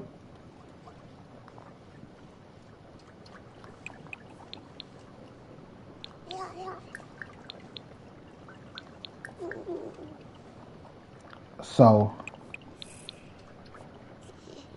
at this point, I'm a little pissed. You know, he went and told motherfuckers he beat me up because I fucked this girl. His story, not mine. He beat me up because I fucked this girl. I'm like, okay. You know, I didn't fuck her. I just flirted with her. You beat me up. But okay. But that was my catalyst. Don't go behind my back talking shit. You know? So, like, bro, you got a problem? You know, I come walking out to the front, walking down the street with the neighbor. And he like, you look like you got a problem. We about to ban because now he got the nigga that don't like me up there because I'm like, nigga, you're not giving up the money you said you was going to give. You bullshit. He got that nigga up there. He got 2 other niggas that couldn't maintain the job with me. You know, like, it's real jealousy on that porch with him. I ain't say shit. I just pointed at his bitch ass. Now, you look like you got a problem. You pointed at his bitch ass. Got off the porch and he walked across the street. Swung at his bitch ass. He leaned back. Then somebody snaked me. Because I'm waiting for him to swing back. Because I missed my punch. I'm waiting for him to swing back. I'm like, he could have been that fast. But I know he ain't that fast. Somebody snaked me. And I can't tell you who snaked me. That's why that's why it's called being snaked. I can't tell you who snaked me. Which gave him the advantage. So now I got him hemmed up on the wall. You know, I got him by the collar. Got him hemmed up on the gate. We about the same height. But he nowhere near as strong as me because he's nowhere near as athletic as me. He don't do the type of work I do. So I got his bitch ass hemmed up. And I got my fucking chin tucked into my chest because I'm getting hit from all fucking sides. So I got to put my head down, getting hit from all fucking sides. You know? And the only way they were able to get me off him, like, I was losing steam, but I had him hemmed up, so I'm not worried about it. The hits he doing really superficial. He got one good hit, and that was when I looked up to see who the fuck was hitting me. Got hit right in my left eye. I'm like, damn. So I looked up to see who the fuck else was hitting me. I couldn't, you know, it was hard for me to make shit out. And then I was losing steam though, and his girlfriend tried to pull me off of him. And when she pulled me, I threw his ass on the ground. And then that's when Miss Watson came outside. And, you know, gotta respect Miss Watson. We in front of her house. She came outside. She's like, y'all calm this shit out. Thought y'all were friends. Who I've been. And fuck them bitch ass niggas. Suck my dick. And I meant that shit. No homo.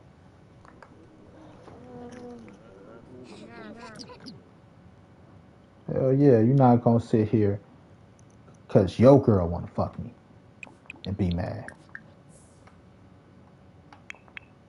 You're not gonna sit here and be mad at me cause your girl wanna fuck me because you not doing your job and be mad. Like, nigga, I'd have been cheated on too.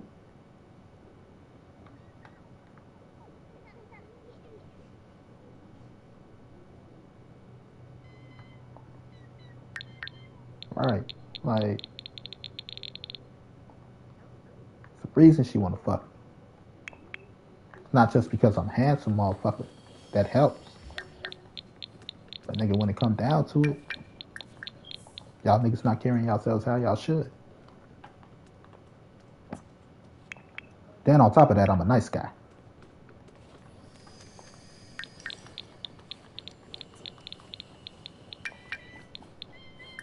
Like, don't get the shit twisted. You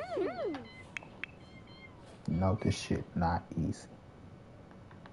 I'm not out here trying to fuck nobody, girl. I want my own lady. I want nobody trying to fuck my girl. I done, like I said, the whole reason I'm damaged and scarred is because my daughter's mother got me in a position where it's like, for a long time, was mine. It took me 12 years to build up the strength after that devastating news.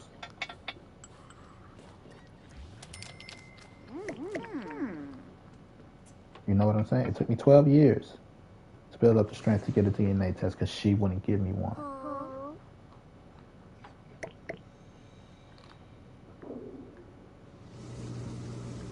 So, nothing about this shit easy. I get it. You know? Like, is my kid mine? She's like, shit, I don't know. Not that, she didn't say that, but basically. So, man.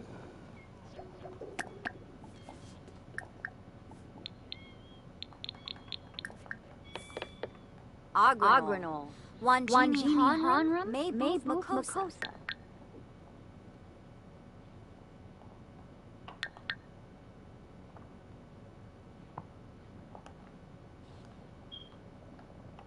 So, after that happened, I was in a dark spot. It was a spot where it's like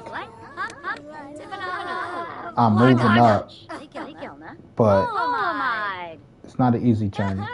I'm losing friends left and right. Then during that time, I had one of the best times ever. That's when I fell in love with my best friend. And whatever we had that we never gave a title, that we never acknowledged during that time,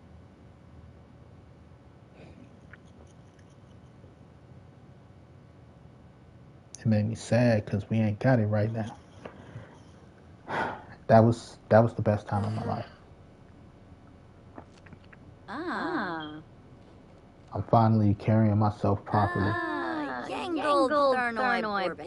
The woman of my dreams seemed to care for me. And, you know, I get to see my daughter more. Agranol. Wanjini Hanram. Maybooth Makosa. And then she broke my heart and left. Cool.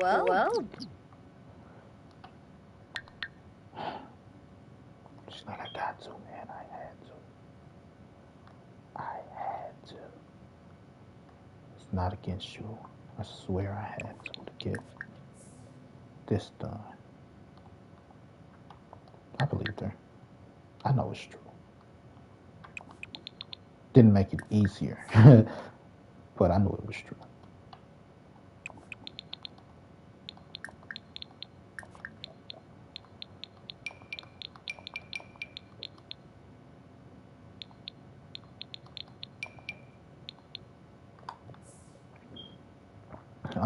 So what you got going, kid? You need some fun, don't you? Kinda, sorta.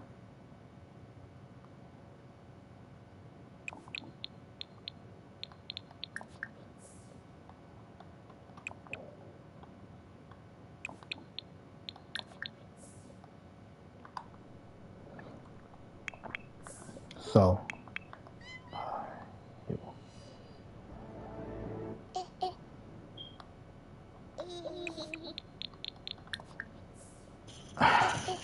oh man, that was the best time of my life ever. Then she left and shit went downhill.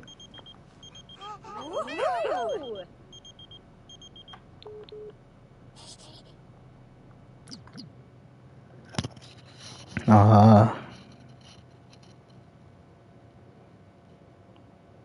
I don't know. Maybe I stopped giving a fuck. No, I cared. Still working at the temp agency. Still doing the house sitting, I think.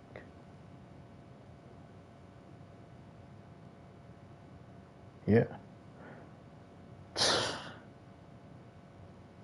That shit.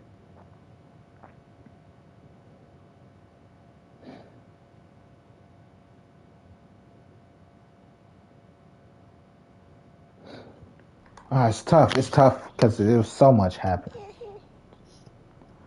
Right? She left.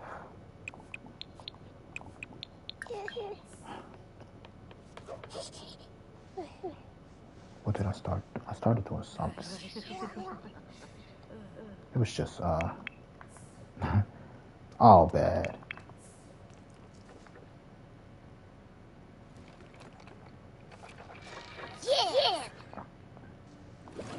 What?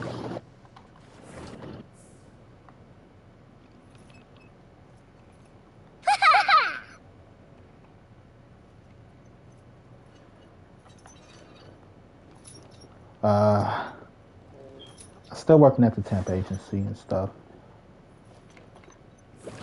I'm trying to remember.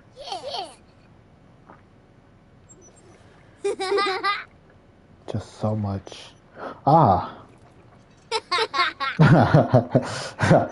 Right? So she left, and my way to deal with that heartbreak was just to throw myself into the arms of someone else. I ended up fucking this chick for like a year. And life took some good change and twists. But for the most part, it was shitty. Like, it was so...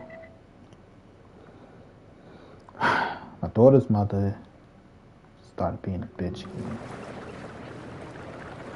Right? Because... I don't know. Probably because she found out I had a boo thing or something. She started acting like a bitch again.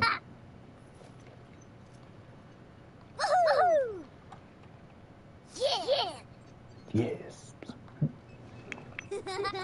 And then, say I'm sleeping with that chick. And my life just wasn't going great.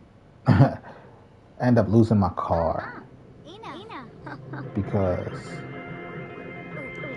I had my car for a span of 6 months. All this happened within like 6 months. 6 to 8 months, because I lost my car like 6 months later.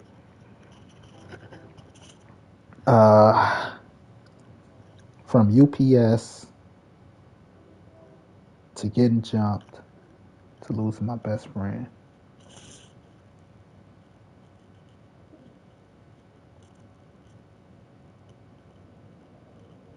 Like, I'm trying to think. Did I have right? Because right. I had the card in, I believe. I remember staying late that night, and then I had to drive home because I didn't stay the night. Yeah. So I ended up losing my car. The way I lost my car is I kept getting city sticker tickets when I'm like, I got 3 months to get my city sticker, right? And then I kept getting pulled over. Every 2 minutes, I'm getting pulled the fuck over. DWB. Driving while black. Stay getting pulled over. Like, what the fuck did I do? You know? And then I officially really stopped fucking with them niggas when I went to go get my city sticker. Because I'm like, shit happens, you know. That was my fault for even flirting with Shorty. Shit happens. But I stopped fucking with them when niggas stole my link card out of my car and they stole my car title. That's how come I wasn't able to get my city sticker. They didn't steal the title, they stole the registration or some shit. I couldn't get my city sticker because I couldn't find it. You know, they like, we need something else. And whatever I brought, which was the registration, I believe, or the title, I believe it was the registration, disappeared.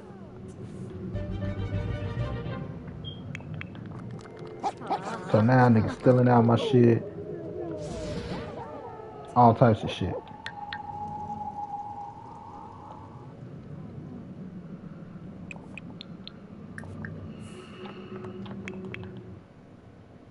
Like, okay.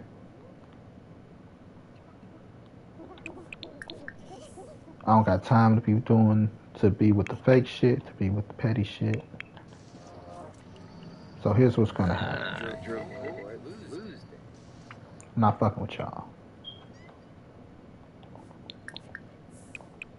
Y'all find a different way to get around. I'll find somebody else to hang with.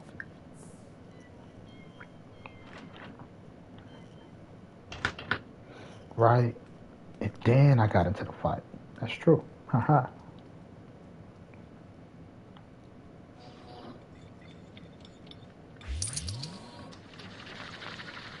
Right? Because that span of time was so fucking crazy. It was such a small span of time.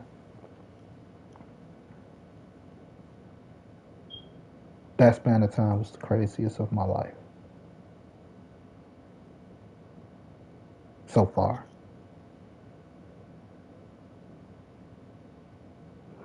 Like, me and my daughter's mother, we're not together, but we're at least cordial. We not fucking or nothing. I haven't fucked my daughter's mother since my daughter was 5. By this time, she like 8. So we haven't fucked each other for like 3-4 years. The only reason we're around each other is because of holidays. And then just like timing. You know? Because one thing I want to do is just be a dad. Nothing makes me happier than being a good dad. When I say good dad, available dad. Like, oh, where's my dad? I need to talk to my dad. I need to reach my dad. So when I started working the temp agency, after I left UPS, because we were still cool at UPS. After I left UPS, I started working the temp agency. After working the temp agency, while I was working at the temp agency, I used to stop by there after work. Was it the temp agency? Yeah, it was the temp agency. I used to stop by there after work because I'll be done by 2. Pick up my daughter from school, be there in time to get my daughter from school, take her home, and help her with her homework. Because her grandmother and her mother was staying at home. So I help her with her homework and stuff because I got the time. It's on my way home from work. Then one day, her mother came in, and I was asleep on the couch. I fell asleep on the couch because again, I had to be up. I had to be at the temp agency by 5, so I got to be at my house by 5, 4:15. So by 3:30, 4 o'clock, I need a nap. I need a power nap. I was taking a power nap. She came home. Homework's done and everything. She came home and she was pissed. And why are you sleeping on my couch? Well, man, matter of fact, don't ever come here again. Cool. That's fine. I'm hurt because it's not like me and you fucking. I get it because we're not fucking and nothing, and you don't want to come home to seeing you're not family there like we're a family. I could get that. You know? So fine. And then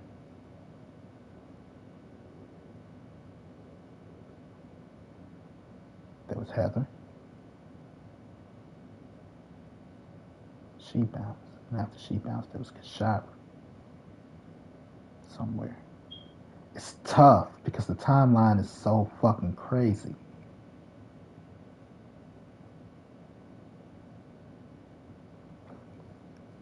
Right? Because that was like 2016, maybe. I'm trying to think. Oh, time flies, man. But, right, I was fucking with this bitch. Then I lost my car. And then she ended up breaking my heart. And then I ended up breaking up with my booty call because I can't keep fucking her like I love her when there's somebody that might actually love her. No, and I don't want to be with her. So I had to give her up just to make sure I don't want to create a villain, basically. And all that shit was just crazy. You know? So I ended up, when I lost the car, I lost the job at the temp agency because the temp agency was an hour away. So I found a closer temp agency and they started busing us out there. So I started working with them. Then I ended up stopped fucking with my homie sister because I liked her. And she ended up fucking with the stud down the street. Like, I'm not fucking with you then. I don't know. It's all crazy. It's just all crazy. Ah, shit. I'll be right back, y'all.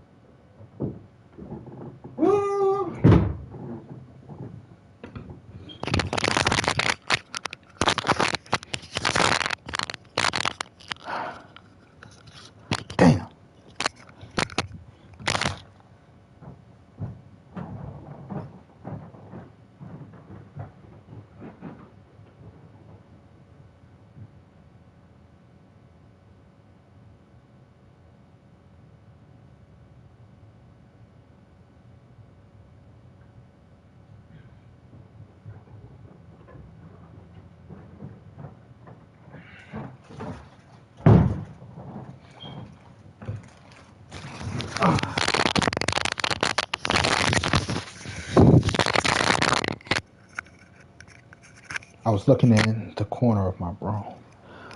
Like, why is that corner of my room so damn empty?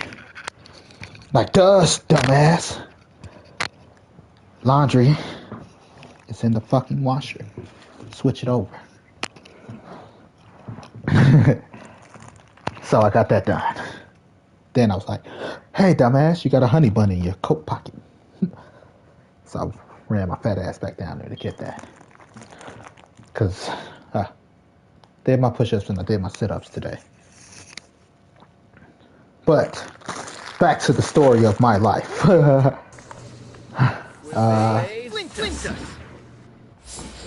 It just got real crazy.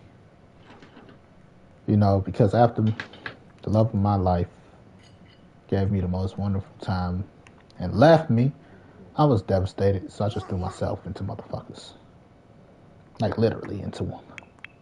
Like, here, you get the D. You get the D. Actually, it was only one person for a long time. Because I'm not a whore. I don't sleep around.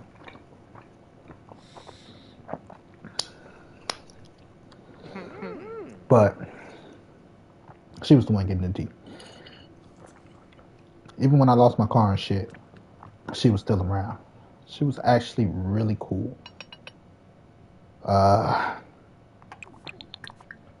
The only reason it didn't work, she had... Okay, here are the reasons it didn't work. I can't say the only reason. She had 8 kids. And she was overweight.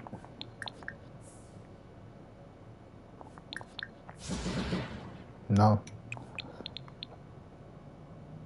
And like, I just didn't like her like that. Because weight, kids,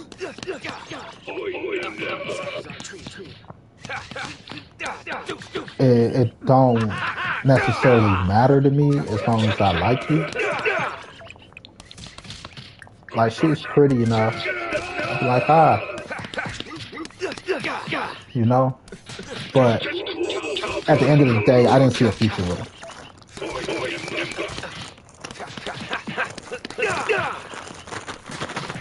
But she was very, very, very cool. Good enough for the D. She was a good enough woman. She spoke a lot of life into me. I'll never put her down. I can tell you that. She was a very good woman, just not the woman for me. That's why I had to let her go.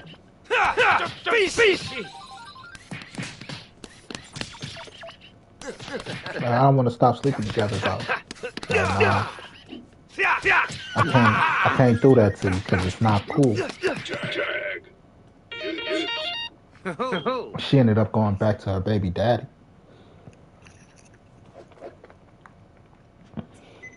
But I'm like, I can't do you like that. You know? You got too many kids. Your kids bad as fuck. It's not like they're even, like, if they're not horrible kids. It's just too many of them for her. And you know, shit, after a while, me and her, I was fucking on her for easily a year. Like, nobody else but her, she got the D. Religiously.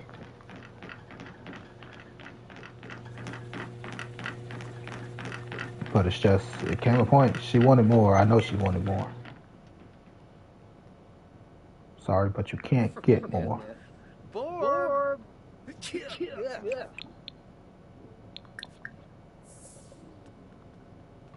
Stevie?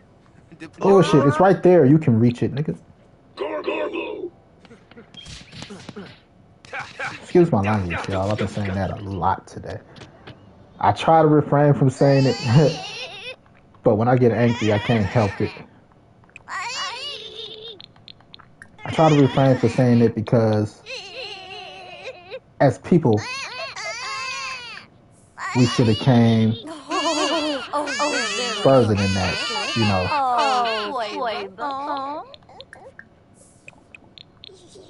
But as a nigga with an attitude,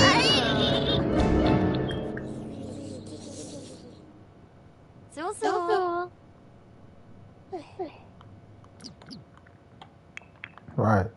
Nigga with an attitude can't help it. Go all NWA.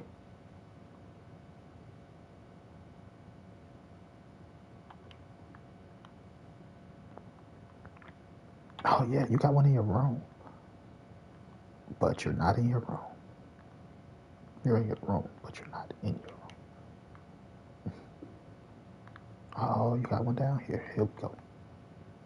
You gotta tell me twice. You up too? About to be.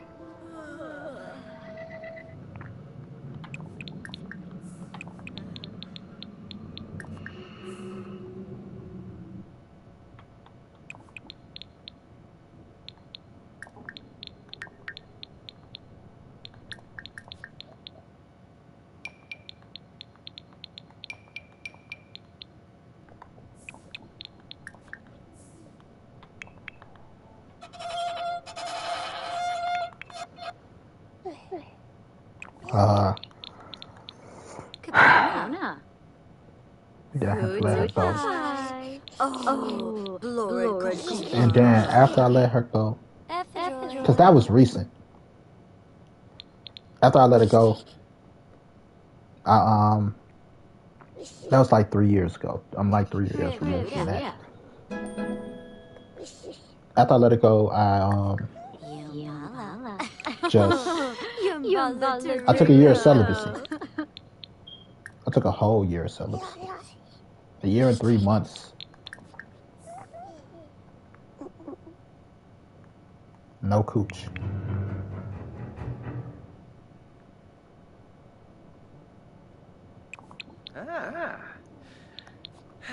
Sweat. By choice. That's when I decided to let her go.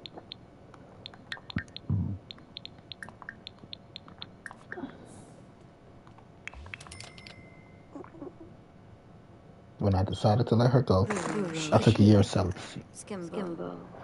Because energies.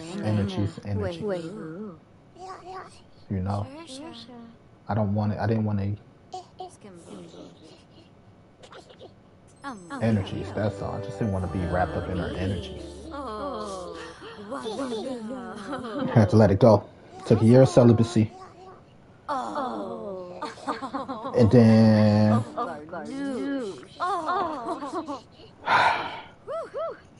last December, January, I got into a relationship.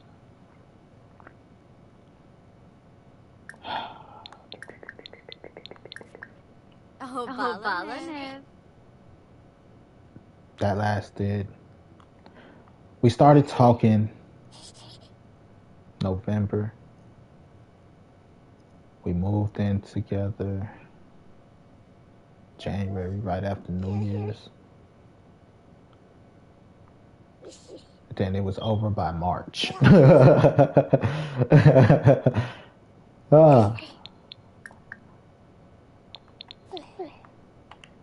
was over by March. And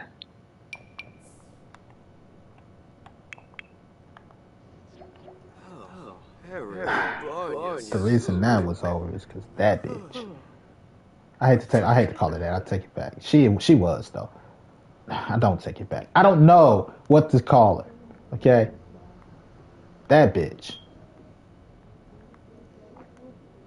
Here's what had happened.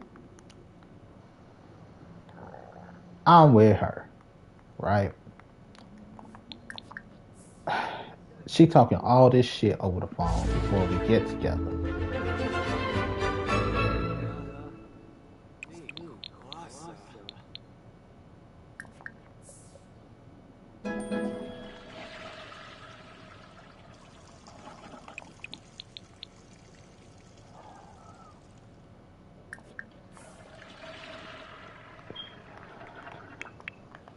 You still practicing, kid?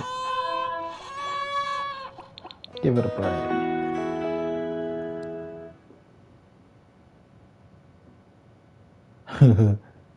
Yeah. Give it a break, kid. What's your energy level and your needs?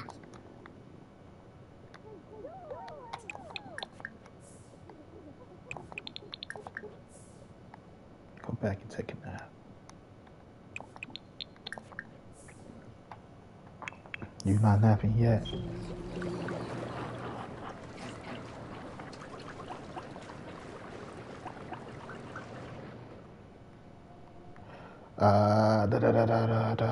So much going on.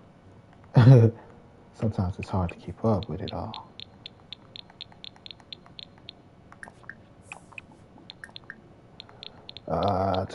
Have a quick meal. Eat your ass some peanut butter jelly sandwiches. You lady, back to listening in on. Pause. You. What time do you gotta be at work?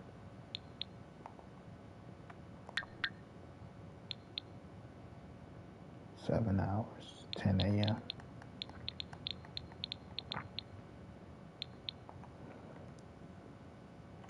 Play. Then you take your ass to bed, bro.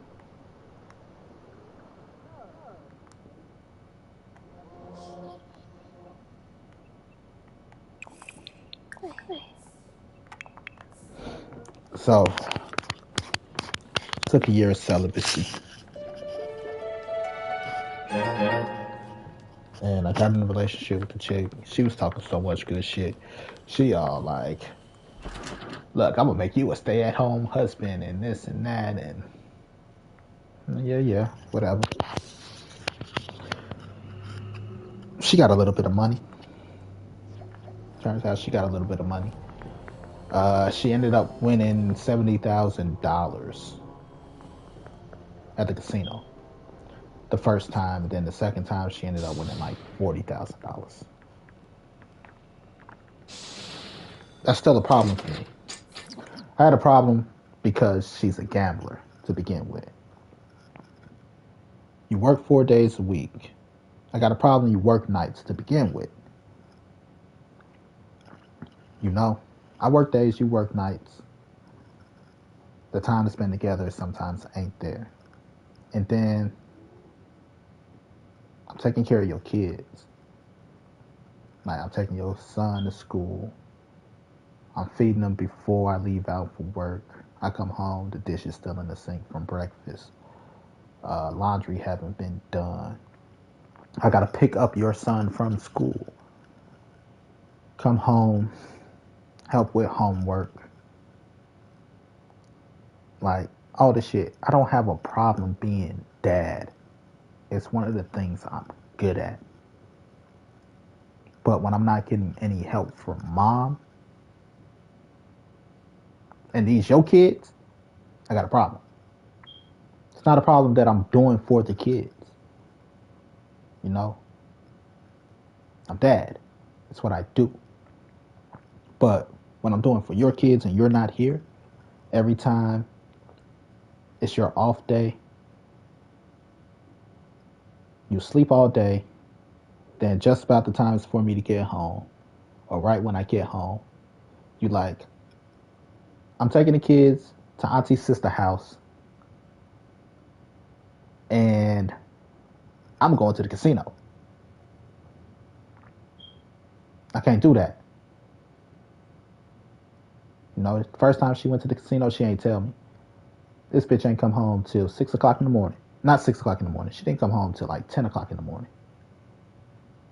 If she didn't come home, it's like, hey, baby, look at this $70,000 check I won. I cashed out this much, and then this is how much left. I wouldn't trust her. I wouldn't even believe her. But she brought home the money and the check. Gotta believe that. I'm like, cool, don't let it happen again, though. I don't give a fuck. because you're not giving me some money to be like, here, baby, I won $70,000. Here's 10. You ain't even give me $100, and I'm not gonna ask you for your money because it's your money. You should want to do it. So there's no way I should be up stressing all night because you're not coming home. I think I almost smoked a pack of cigarettes that night. Like really stressing. She's like, okay. No, her response was, I'm a grown woman. I'm gonna do what I want. You can't tell me shit. I'm like, that's how you feel? She, yeah. Okay. She do it again. I was ready to pack up my shit and leave then. I'm like, give it a second. Calm down. Third time, because I get it. It's what she do. You know, if it wasn't cold, like, I enjoy riding my bike. So, to get home from work, like on her off days, I will ride my bike. I will ride the lake back. That's easily an hour ride back, hour and a half, if not a little bit longer. So, like, I get it. When it get warm, I'm gonna need my bike rides. So, enjoy your time to yourself. You know, I like to ride my bike, stop, see the sights, smoke a blunt. I'm not doing anything that I shouldn't be doing. So I get it. I'm like, okay, look, it's 6 o'clock now, right? If you leave at 7, you'll be there for 7:30. Be back by 2. See, okay. This bitch ain't come home till 10. You fucked up because I expressed how I feel. You told me you don't give a shit. You proceeded to show me the second time that you don't give a shit. Now I'm trying to work with you the third time. And you're showing me again you don't give a shit. I'm like, okay, because she keep a gun in the house, she like, it's for my protection. Because she keep a gun in the house, when she went to work the next day, I packed all my shit because she worked nights. I got all my shit out the house. Called my people's like, look, let me put this in your car until tomorrow when I get off work.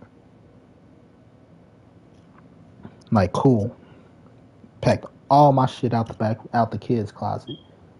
And, you know,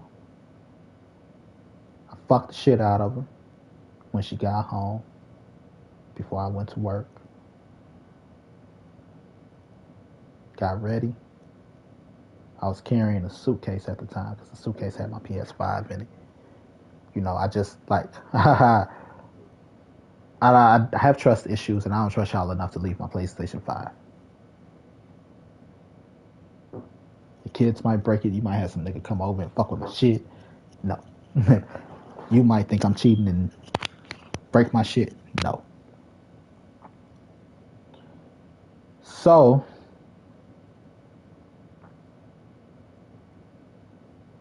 I packed all my shit. I fucked shit out of her. Took my normal bag to work. I left a note and her keys on the stand. Basically saying, fuck you, bitch. You had your chance. You played me like a sucker. You gotta go. I gotta go. I would have told you to your face, but you got a gun. I'm okay. And you're unstable. Gotta be unstable if you think I'm gonna deal with that bullshit. And I bounced. That was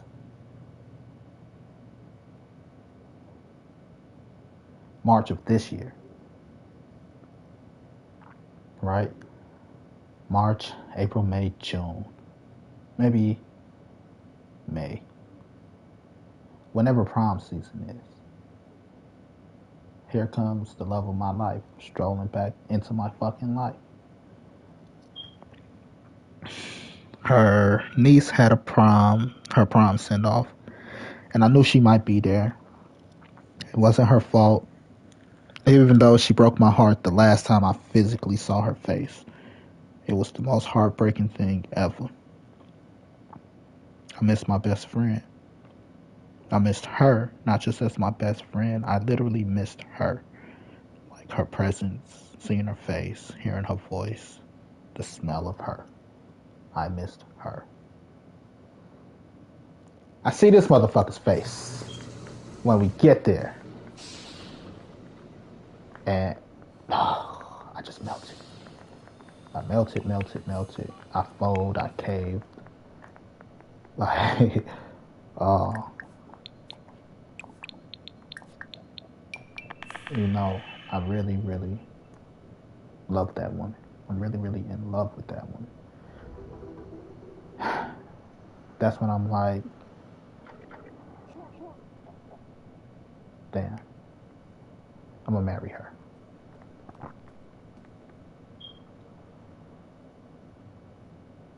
And I've been kind of plotting ever since. Like, and then funeral came. We had to meet up at the funeral because we talked a little bit. It's not like we were where we used to be.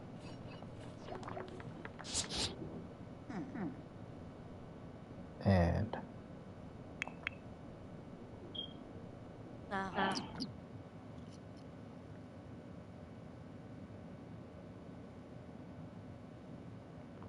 that's when I realized, like, oh, man,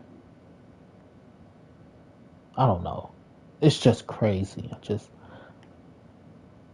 didn't want her to go anywhere after that. Like, I can't let her go out of my life.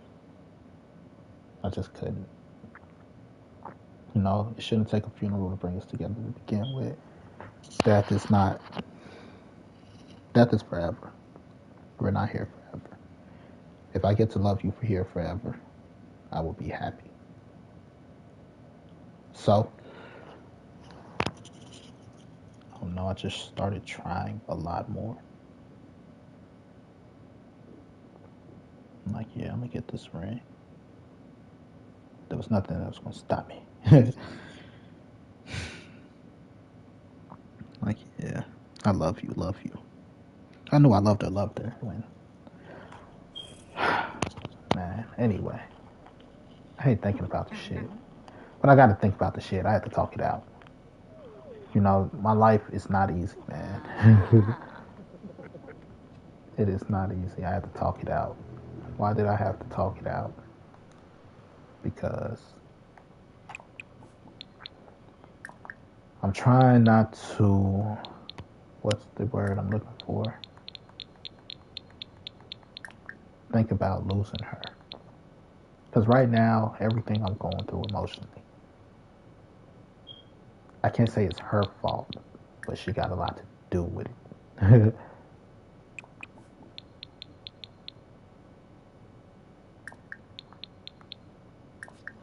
But she has a lot to do with it. The reason she has a lot to do with it is just because when it comes to emotions, she got them all for me. Take your ass in that. She got all my emotions. I thought all my emotions were dead until she came back into my life. I'm like, oh, those emotions are alive. They're alive. Because I thought they died when she left. The last woman, like, pretty enough, nice body. She went through a lot, so she a little masculine herself. No, she like, I run this shit.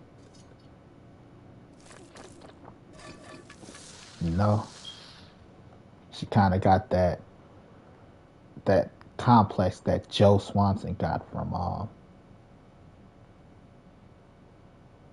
Family Guy. Like, for some reason, everything he do gotta be extreme. You know, you gotta be super strong with it.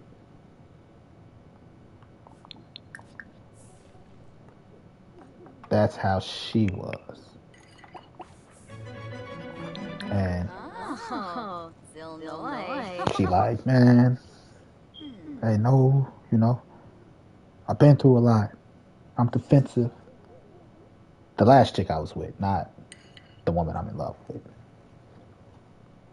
She liked that a little bit, but not to that extreme. Like, Shorty was tripping. That chick had roid rage. Like, for real. So, right, she was too much in the masculine energy.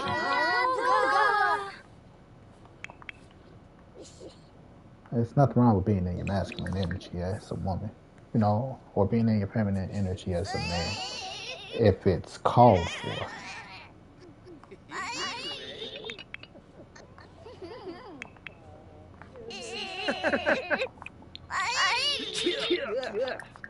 If it's called for, it's not a problem.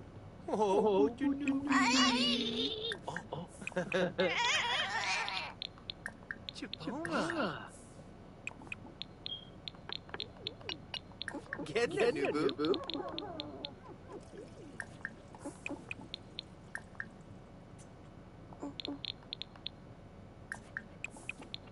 Oh.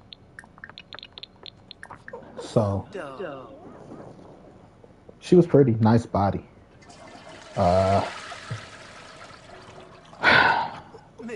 She just like, I couldn't deal with that shit. Shorty, I don't know who the fuck you think you is. Even if you were taking care of me, like, I wasn't contributing to this household. I'm not paying rent. I'm not taking care of your kids. I'm not keeping this bitch together. Later. I still wouldn't let you treat me like, you know, even if I wasn't doing those things, I wouldn't let you treat me the way you were treating me. Surely, You know? So I'm like, you gotta go.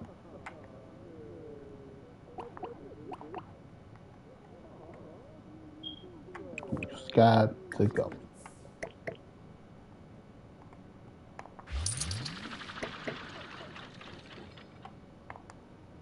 I'm not dealing with this shit. You know who the fuck you think I am?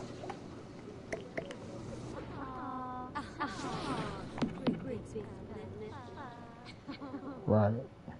Like, she thought that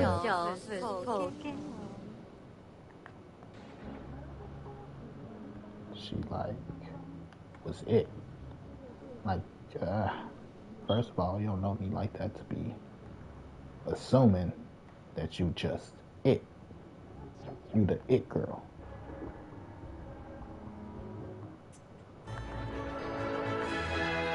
Not that you don't know me, we worked together for a while, stuff like that. You know, but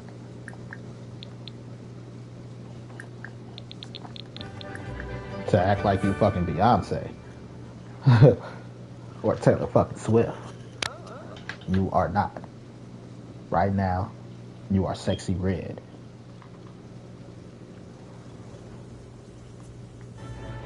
You know. So that's what she kind of looked like. She kind of looked like sexy red.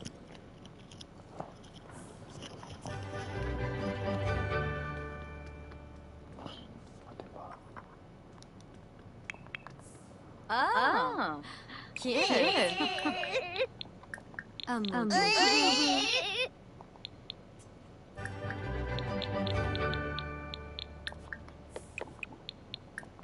Lumba.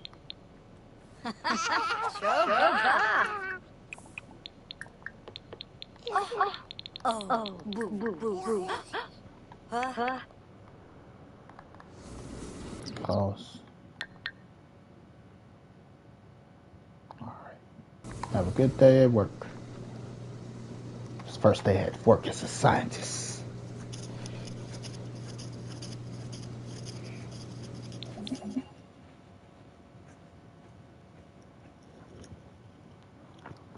Trusty notepad in hand. It's time for Brandon to go work at the lab. Maybe today is the day for a major breakthrough. Care to join them, or should they go to work alone? Wait, who's joining who? Oh, okay. I'm like, wait, what?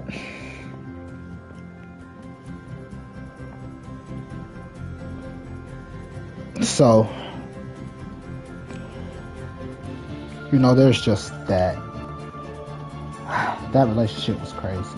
The sex was great, to be honest. It's been a long time since I touched a body like that. Man.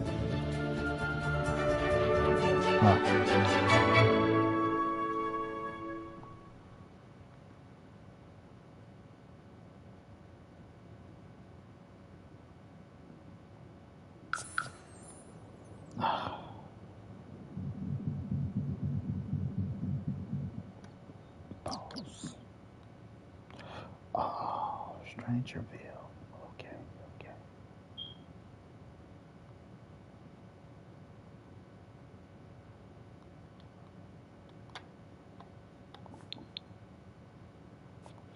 Examine water.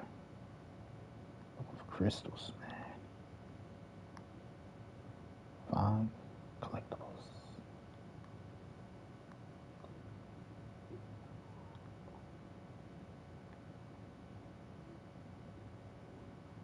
Some battle cat ass. Okay, where am I?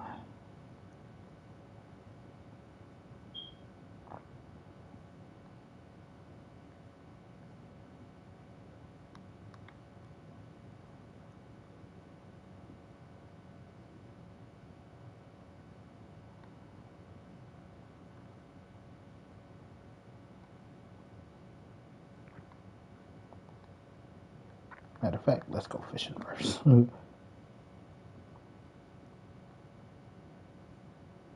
never mind. I think we found something.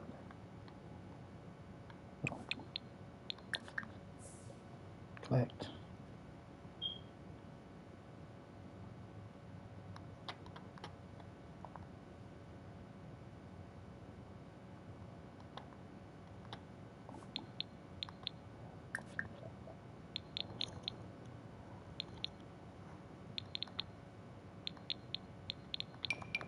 Fish with some cat.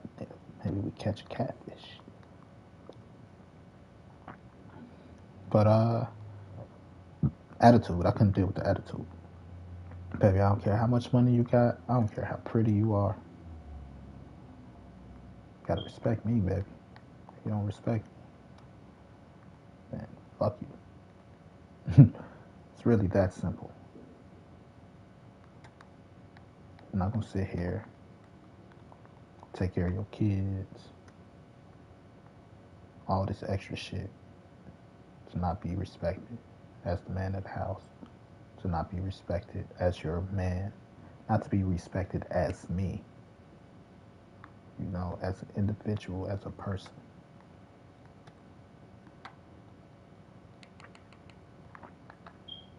So, had to go.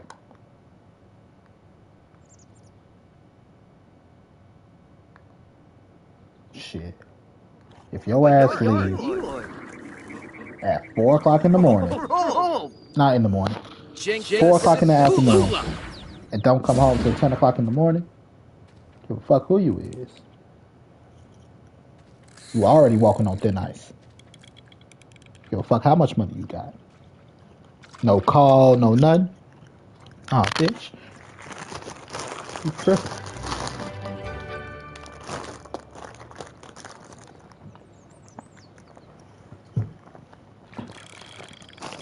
Then she tried to hit me with the old.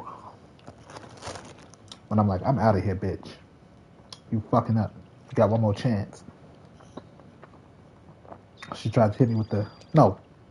The night before when we were arguing about her going out and shit. Right, the last time she went out. Well, alright. Think it's a joke. I'm gonna leave your ass. She hit me with the, I'm pregnant.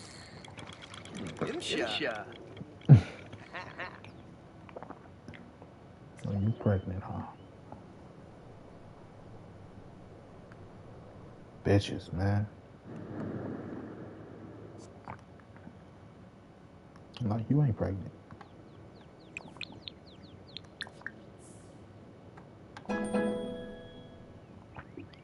You'd be amazed at how many people say, I'm pregnant when I'm like, I'm about to go.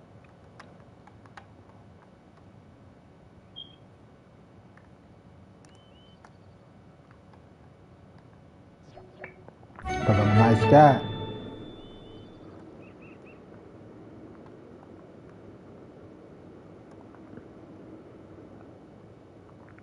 So it's easy to try to take advantage, thinking it's sweet because I game all day like I'm a nerd.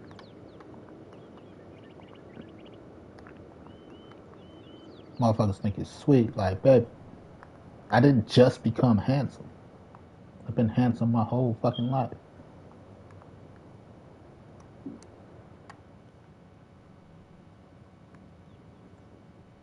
Respect it.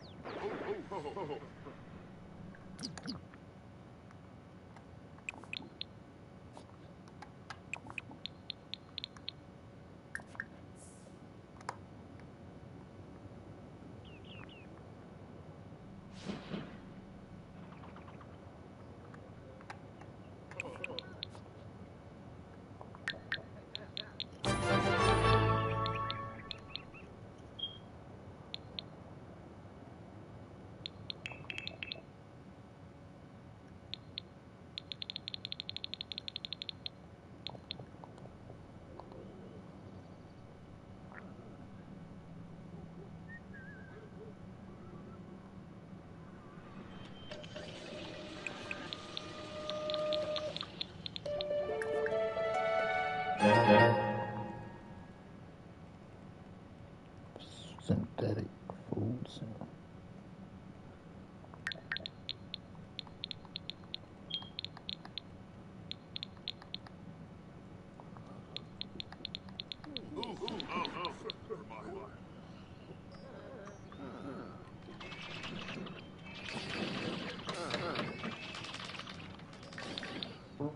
There's a notebook.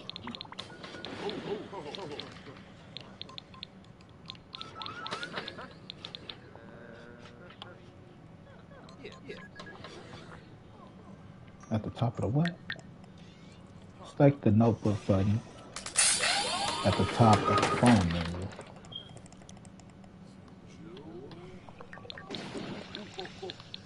See no goddamn notebook.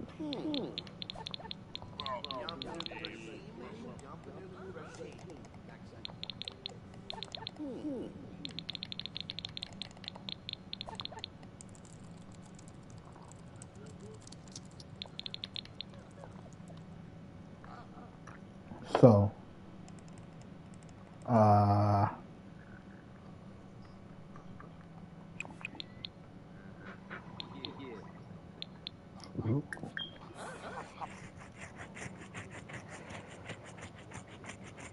yeah, I had to go. I have my own issues when it comes to relationships, but I know that's my issues.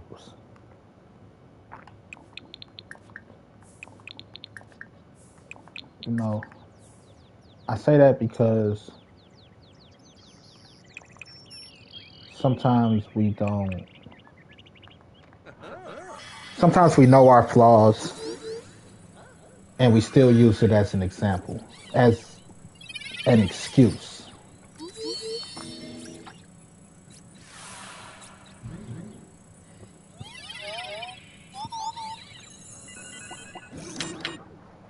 We still use it as an excuse. Like, oh, I'm sorry, I just have trust issues. Well, I know I have trust issues, but just because I have trust issues don't mean that I have a pass to accuse my spouse of cheating all the time. Like, that's something I had to deal with in relationships too. You know, that don't give me a pass to that. Knowing that I have trust issues mean that When intrusive thoughts pop in my head, I have to fight off those intrusive thoughts. That's what that means. You know, because as a person who lives life, I'm pretty sure women and men alike say the same shit. I know we say the same shit because I listen to motherfuckers say the same shit.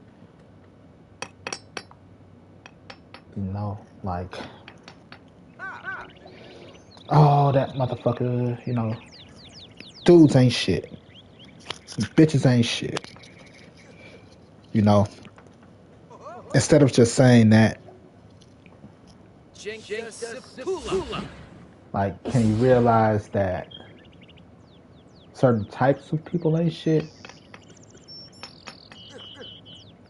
You know, like, you can't just generalize all men and all women.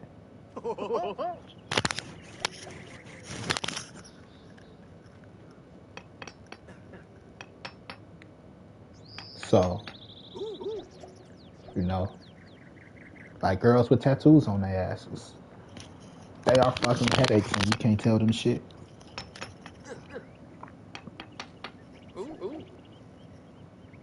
Girls with tattoos on their asses, they know what they want, and nothing's gonna stop them to get it.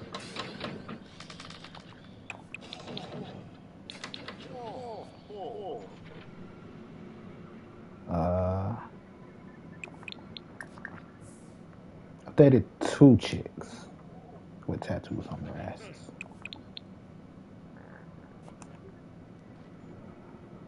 Actually, the first one wasn't bad. I actually like a few of them.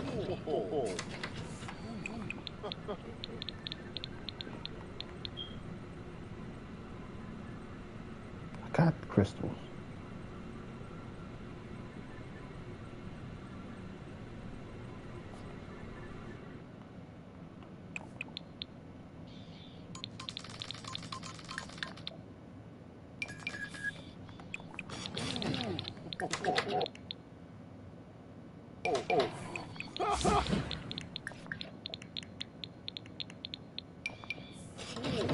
So it's like stress, motherfuckers. Like, I know I have trust issues. I've cheated before. Like, motherfuckers aren't perfect. I don't go around cheating. Don't get me wrong. That's not me. I'm not a man whore. But everybody's not perfect. Nobody's perfect. Uh,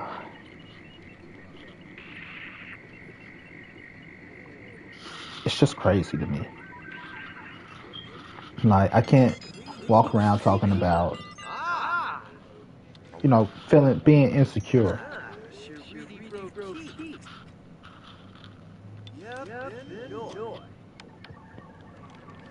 You know,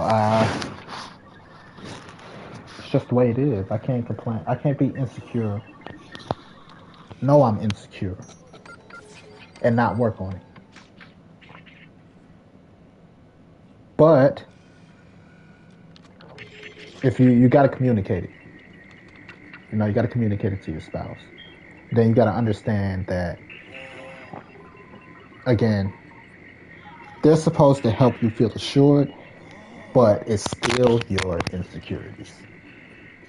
Spouse, girlfriend, boyfriend, whoever the fuck. However you want to describe it.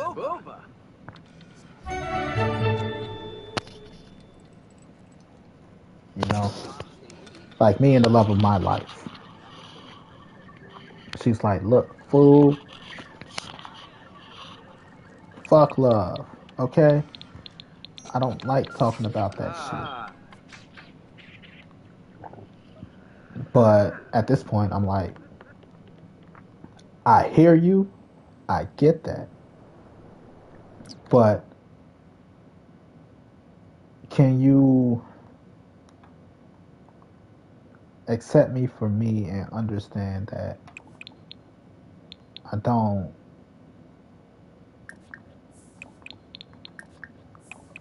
At this point, I need to be able to express myself. No, even if it don't go anywhere, I need to be able to express myself. If I'm not able to express myself right now, I'm gonna go fucking crazy. You know? I know it's not what you want to hear,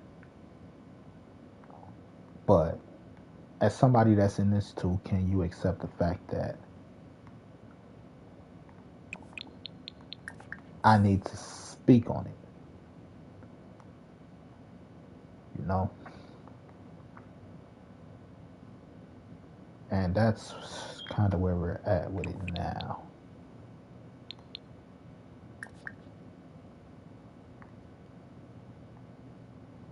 Because she like, I told you I didn't like that shit. I know, I told you I couldn't help it. And you were like, I know.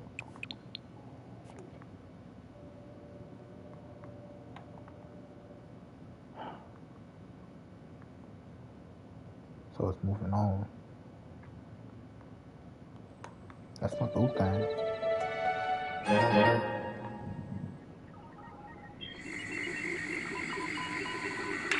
Love her forever. I just wish she'd accept that. She's like, nothing's forever. Stop telling me those lies. That's really the issue. Nothing is forever. Stop telling me those lies.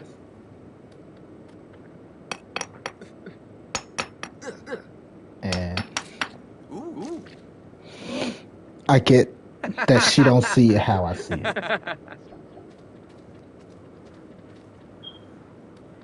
But shit, I'm gonna love you forever. Right now, I can't stand your ass.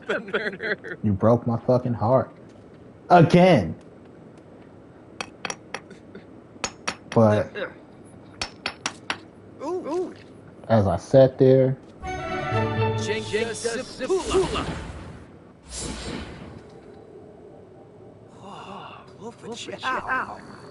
once I sat there and I proposed to you, and you laughed at me and you said no, and I'm sitting there and I'm looking at the damn ring, all the negative thoughts that popped in my head. Negative thoughts popped in my head.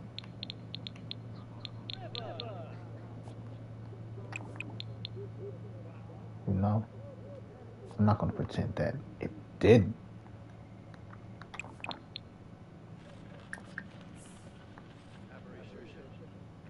But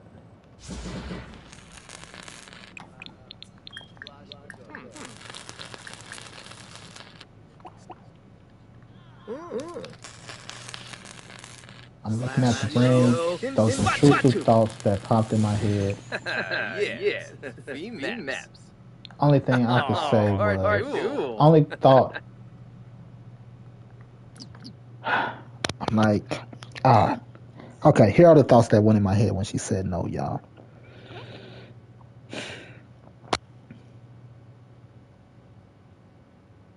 The first thought in my head was, seriously, damn, that hurt. She just laughed in my face.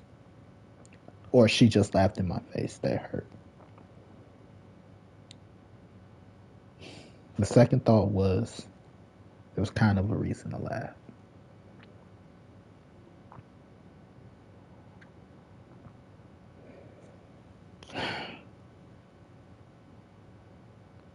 So as I let it sit there and let it sink in,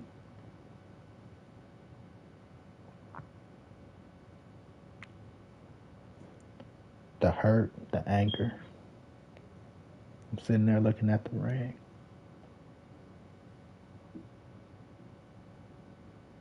I'm like, my inner monologue. Like, this stupid bitch. She don't know how much I love her. Why would my dumb ass put myself through this knowing she damaged a bit? Knowing that I'm not going to get the results I want. because you love her and you know that there's a possibility she feel the same way. Why did you give her this ring? Or attempt to give her this ring? Because you love her. Do you love her unconditionally? Yeah. Do you know what unconditionally means? Yeah. So the condition, even under the condition that she don't want to accept the ring and she don't want to marry you,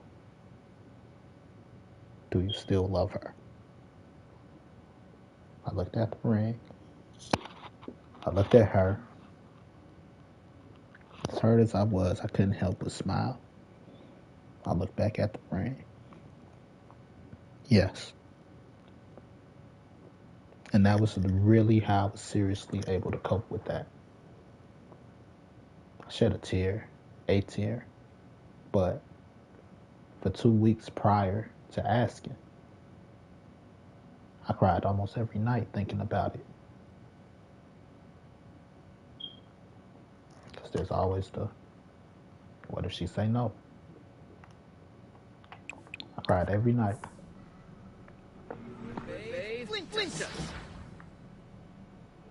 The thoughts of I'm not good enough,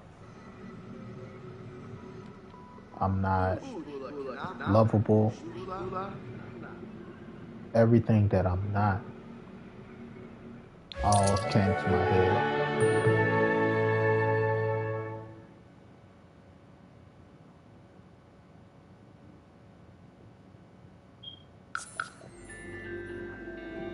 You know,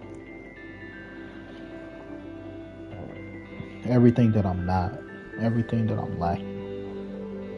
But then I thought about all I had to offer.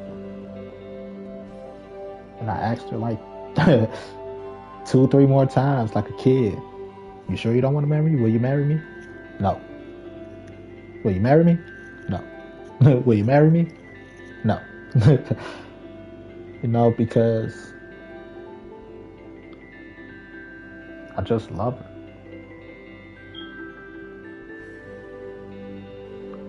There's only 2 things she can do for me not to love her. And I'm not going to mention those because I don't want to speak that into the world. Slaboom!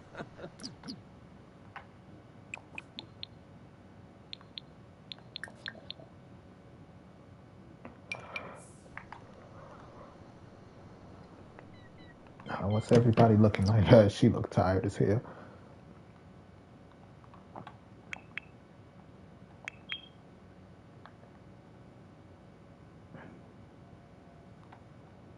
Bet I done your goddamn homework. Don't let me have to come in here and kick some kid ass.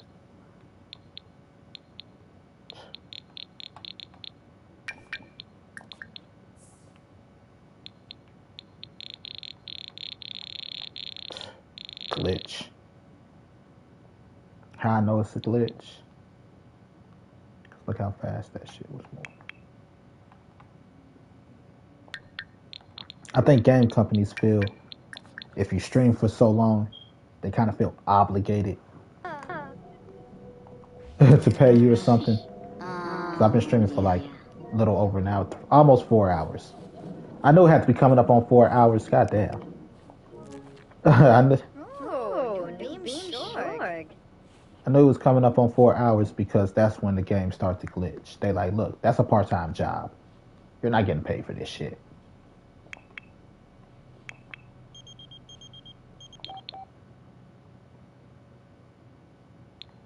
Do what you want.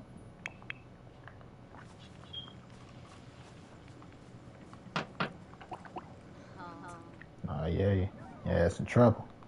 Have to wait till dad come home. Tell your ass do some goddamn homework.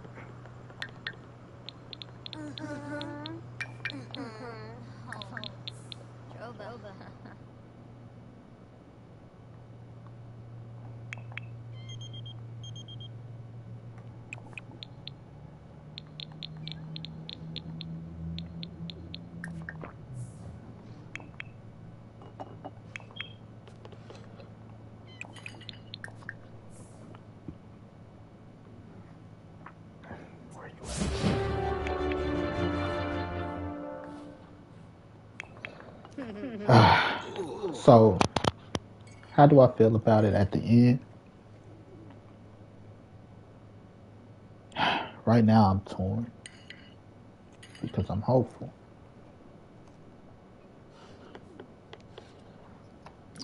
Even with the no, I'm still hopeful, even though it may never happen. The reason I'm hopeful is because I know she's damaged. I'm hoping that when she really think about it, 15 years of friendship, of strictly friendship, 20 years of being in each other's lives, 21 years is old enough. Our friendship is old enough to drink. 21 years of being in each other's lives would be good enough to be like, I see why you can't live without me.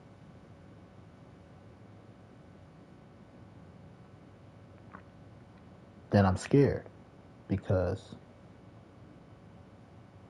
at the end of it, she like, this is how I feel because I told you this and you still went ahead and did it.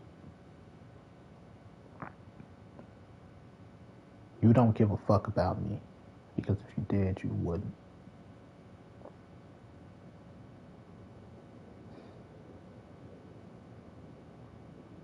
Like, do you know how that feel to have somebody you always loved tell you you don't give a fuck about them? I thought the whole point of me was proposing was because I give a fuck. Like, I forever give a fuck.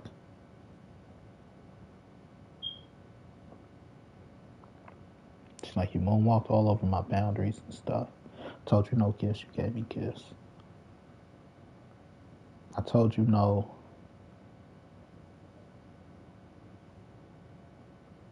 When she say no touch on me. Like, bullshit, I just give you a hug. I haven't even kissed you.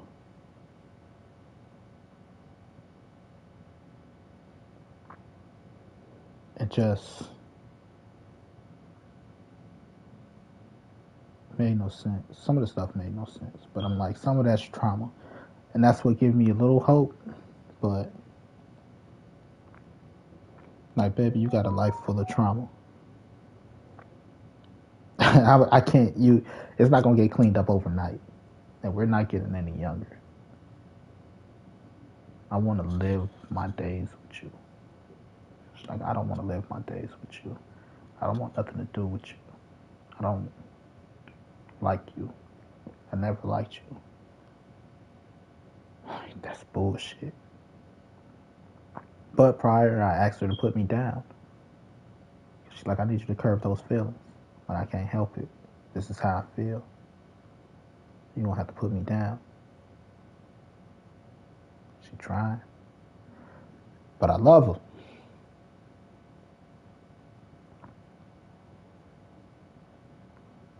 She told me no. She laughed in my face and told me no. And the only thing I could think about was, damn, I want to kiss her.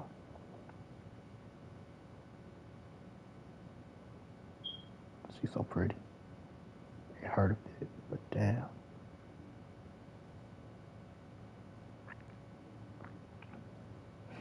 Just the thought of losing my friend.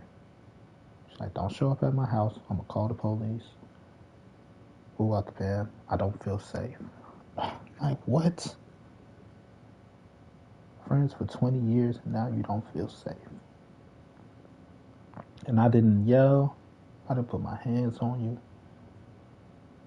I didn't even get upset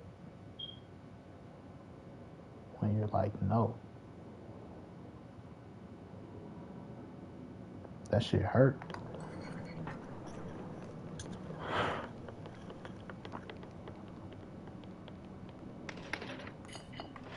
But it don't change the fact that I love her. love her unconditionally at that.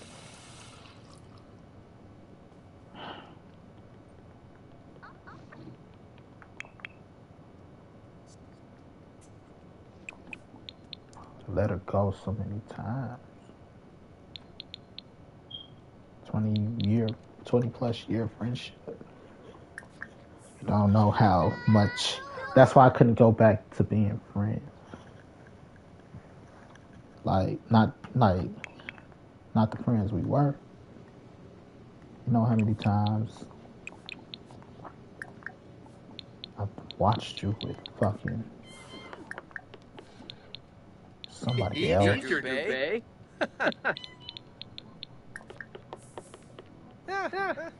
Like, oh no, that don't hurt me at all.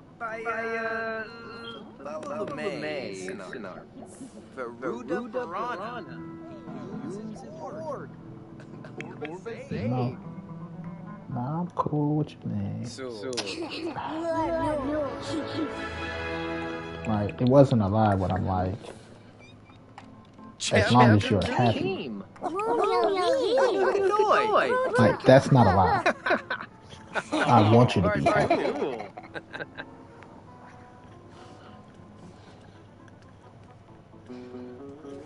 Just wish you were happy with me. No, I want you to be happy if it works. You need me to not be around for your relationship to fuck this shit out.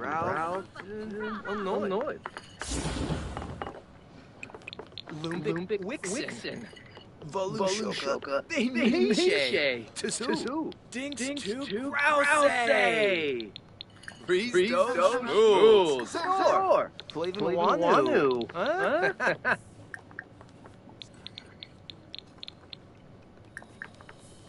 Groba Frida. Lumtum Borsto. Chuma? Korsna. Yibel. Cherry Snowfish.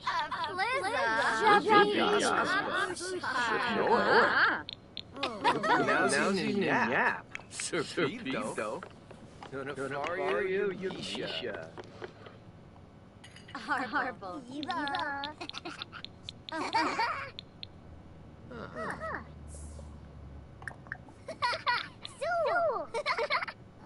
Two. Vim Blush. Yeah. Aw.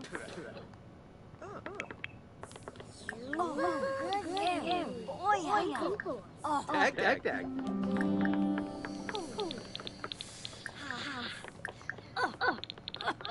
Flu baby. Seneca. Jesse Scuba. I really love her. I still do. I swear I could have think nothing more than she's so damn beautiful.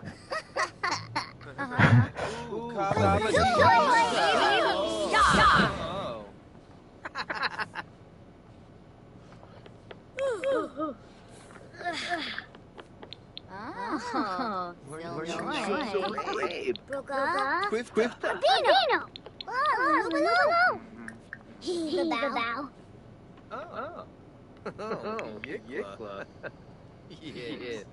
Did you eat or not, kid? Because you look like you put that plate away. You did. Take your ass to bed. Everybody's in the house tonight.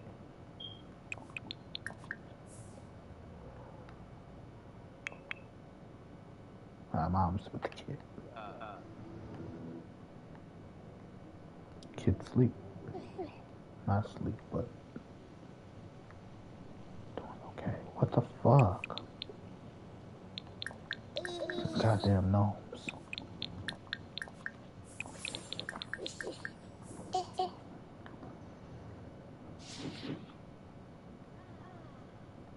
You two.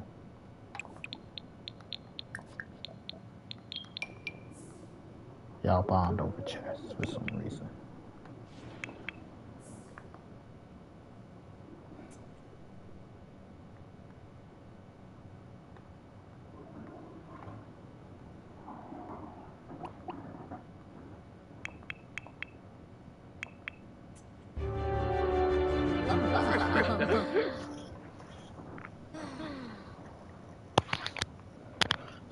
So, for a while we had a conversation and then I pissed her off. Then she pissed me off. Oh, Fanaza. Still trying to make it work though. Mabish? Oh. I texted her a few times this morning, but gotta Gotta give her her space. Aw.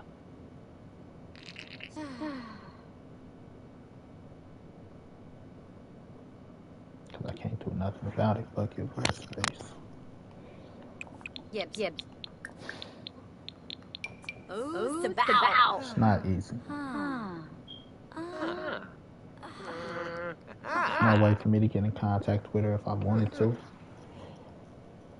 Her auntie invited me over for Christmas. I don't think I'm gonna make it because I miss Thanksgiving. Well, I miss Thanksgiving with my daughter, my mother and stuff. Because my daughter didn't want to go. So usually my daughter spends Thanksgiving with her mother. And then she spends Christmas with me. For some reason, my mother ended up doing Thanksgiving.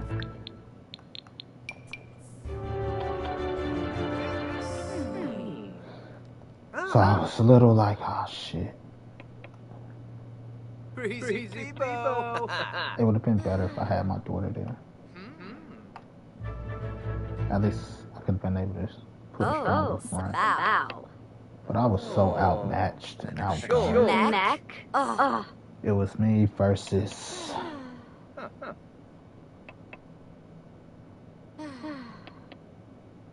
11 people in the house. She had to murder the whole house.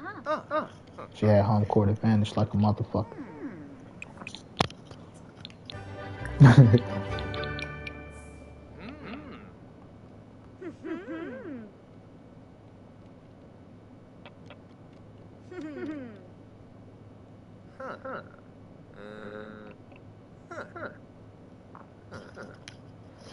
It wasn't easy. It took a lot. Like I already went in there with the intentions of I'm gonna do it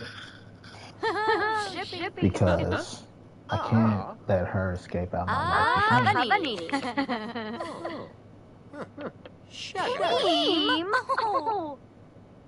We baza.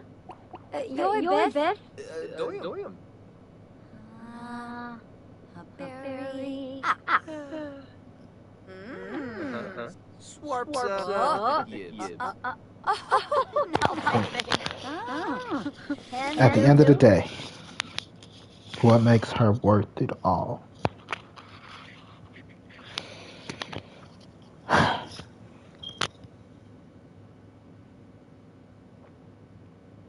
Life is short. In my life right now, there's my mother, there's my daughter, there's my little cousin, Maya. I have two brothers. Our relationship is I've been trying to work on it, but it takes two. At one point, they just got too grown for themselves. Like, okay, it's not really on me to fix, but I'm big brother. I have to be mature. No, but my mother, my daughters. Because I call my little cousin my daughter. If they were to die today, I throw my brothers in there because I love my brothers. If they were to die today, I'd be crushed. I'd be devastated. I felt like I'd lose a piece of myself. Outside of them,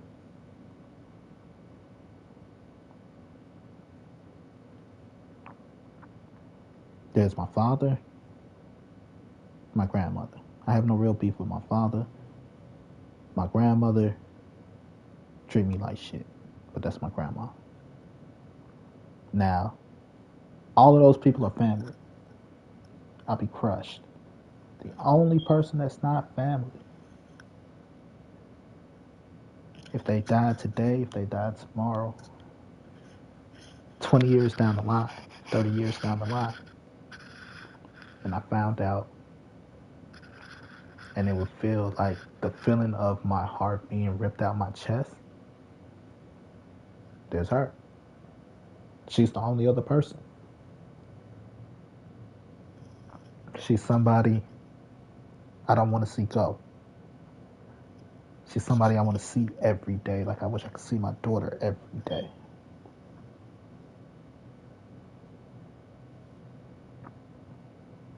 And that's how I know she the one. There's nobody else. I went through this whole list like 16 million times. Just ain't nobody else.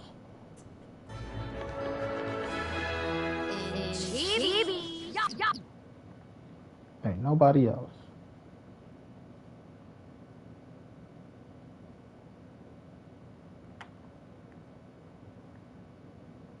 Like, I'd be sad, right? Like, my daughter's mother died. I'd be sad. Like, even if my grandmother died, to be 100% honest, I'd be sad. But if she died, now I keep saying if. See, this is how much I care because I know death is the only thing in this world guaranteed. And I still don't want to accept the fact that it's going to happen one day. When it happens, my chest, my heart will be missing a piece of itself.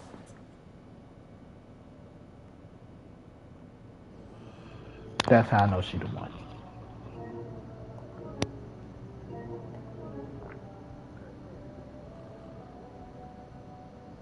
I told her that. She's like, tough luck for you, nigga. Only people I care about that much right now are my kids. I don't got time to think about nobody else. I don't want to think about nobody else. I don't want to care for nobody else.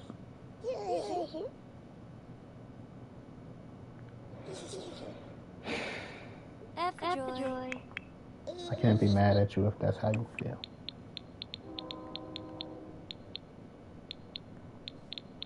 It don't change the fact that I love you.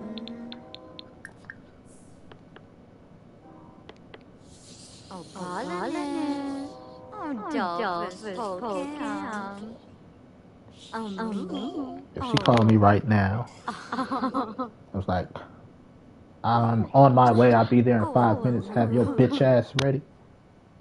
I will have my bitch ass ready. Like, for real. She called, man. She's like, have your bitch ass ready. I'll have my bitch ass ready.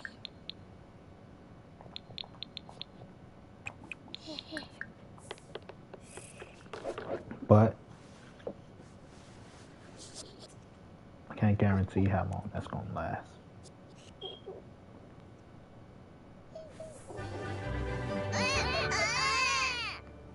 Because life's got a life.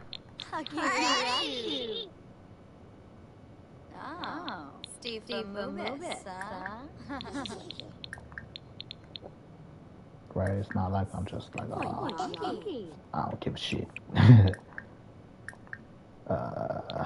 It's just at the moment.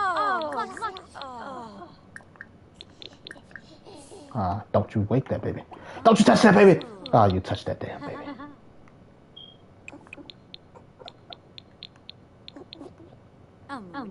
Baby wants titty. Baby wants titty.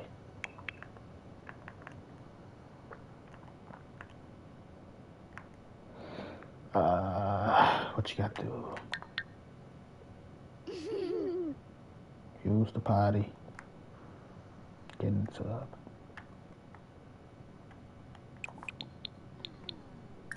Whoops. Use the potty. Get in the tub. Then you play with the violin to wake everybody up.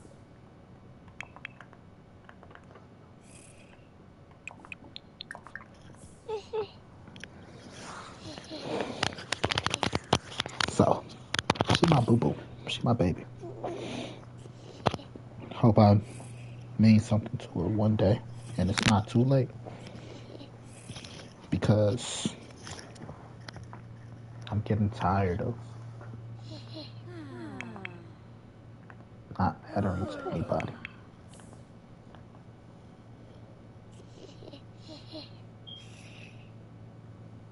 Just like not mattering.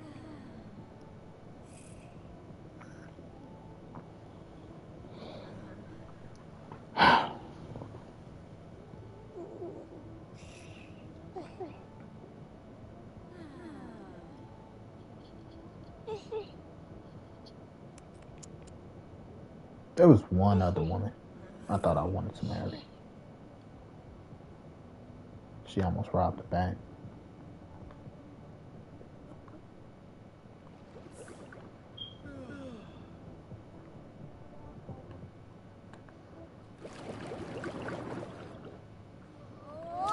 But what had happened was she tried to play me for a chump. I told her my fears. I'm like, my fear is that they're gonna take everything I ever wanted from under me. Dave Chappelle me like, here you go, nigga. And then be like, ha, gotcha. Gotcha, bitch. And that's exactly what she did to me.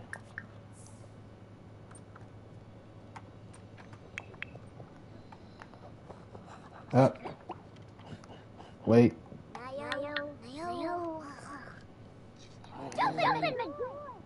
Shut up, you gotta get something to eat. Before you go to school.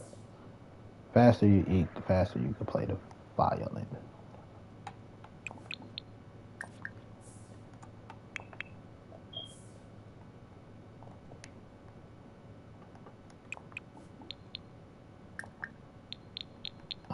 I might not eat before I go to work. Or I might not eat in the morning. But it's a difference. That's what people don't understand at the moment. Like, I currently live with me madre.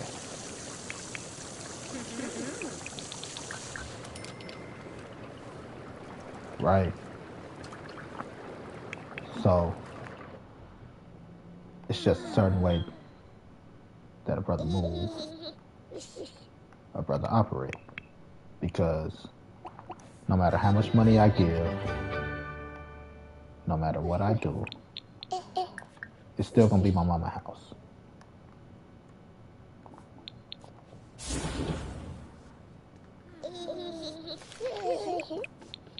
So, certain things that's just always out my hand.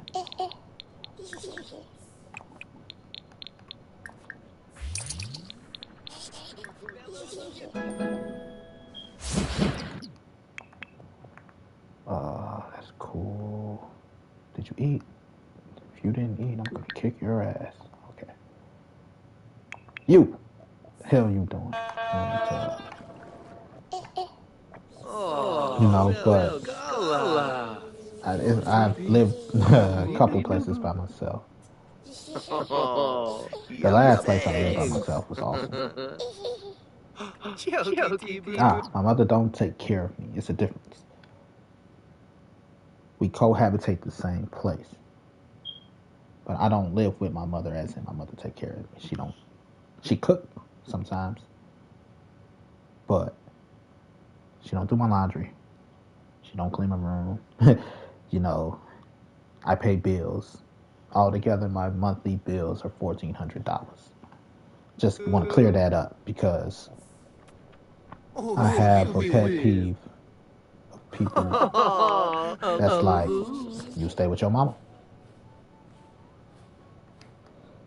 Told your ass to go get that cereal. You're not gonna go to school hungry.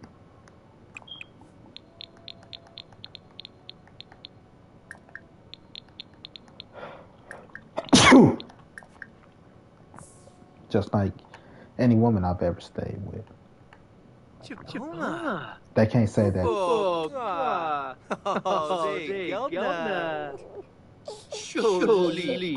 They can't say that they took care of me. They can't say that I can't maintain the house. Cooking, cleaning, taking care of the kids, all that shit too. I do that shit along with work. Because that's just the shit that I like. You know, I like being the man of the house. End of the day.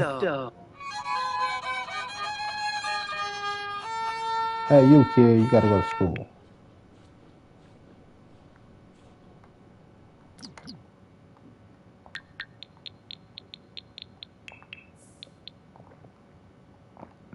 Right, I enjoy being the man of the house. Just here because this is always going to be my mama's house. I can't be the man of the house.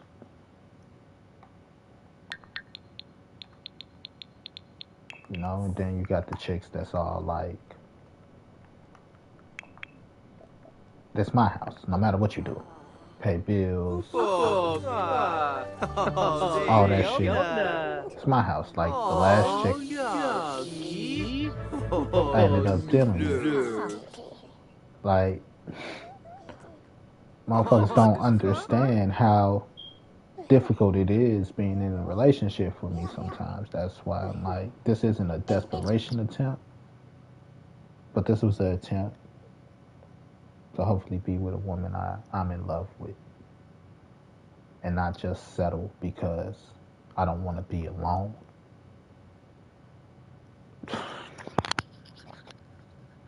Don't matter how much you pay in bills, don't matter what you do. Sometimes there's just the women that's like, it's mine. What type of, you know, sometimes people don't want you to have any say in shit. Basically.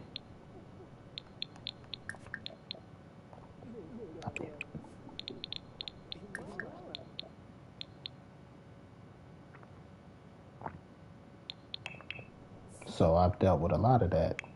Dating is not fucking easy for me. Not you.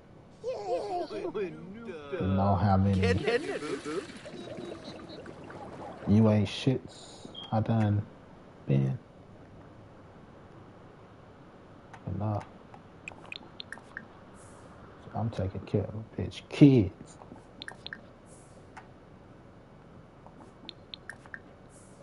And she still can't even stay in the fucking house. Like, I cook, I clean, I take care of the kids, I handle the bills. You know, I pay my fair share of bills, I should say. So I'm not living with no woman in her house that's quick to tell you it's my house and pay all the bills. And then she still put you out. Like, I'm sorry. That's just stuff I've dealt with. And that's why men are 50-50 these days. Women abuse them.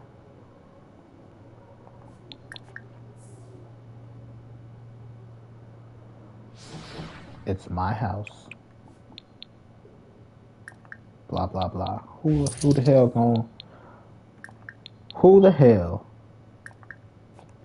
gonna pay your bills? All your bills for you.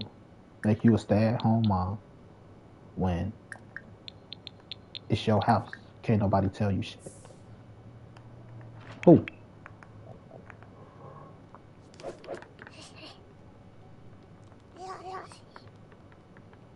Who? No man. Nobody. That's who. And enough of them done it. So, I'm like, any woman that want me to pay her bills, fuck up. I'll contribute to the household. Don't get me wrong. But if you need me to pay your bills, and then my name not on that damn lease, And half the time, I don't even want my name on the lease Oh, cause because motherfuckers just funny acting. Get out, it's mine. Like, I don't want to be on a lease with a motherfucker that's fickle. You get what I'm saying? Why am I on a 2-year lease with you? Now I'm stuck with you for 2 years, or I gotta fuck up my credit because we thought something was gonna work out.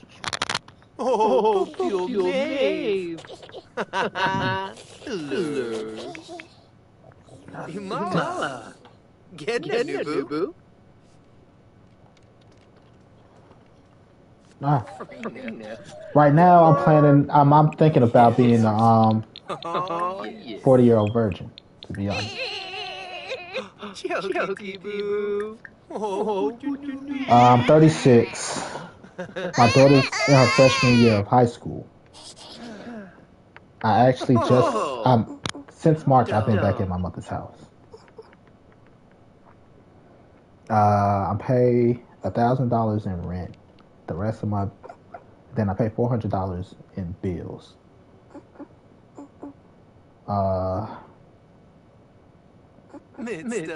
I'm like, for 4 years, I can manage that. That's $1,300 a year, $1,200 a year. Not $1,200, $12,000 a year. $1,000 for the rent. Like, that's manageable. If I stay here for 4 years, I ain't gonna get as much play as I should because they're like, oh, you still stay with your mama. But I'll be 40. My daughter will be on her first year of college. And I'll basically be single again, free to the world. I was thinking about moving out the city and never looking back.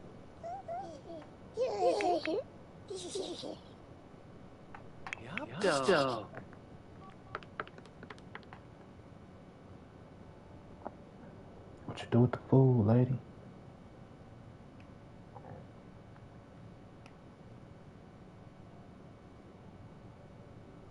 Like, I could do that. And because I'm still getting in shape, especially if I quit smoking now, like, I'll be set up pretty nice.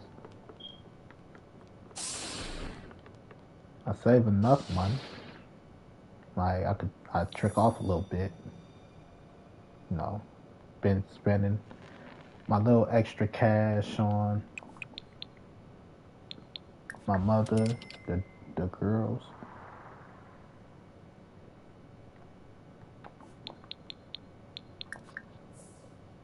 So that's why buying her, like, I don't know, it was just worth it to me. Like, look, woman, I'm running out of,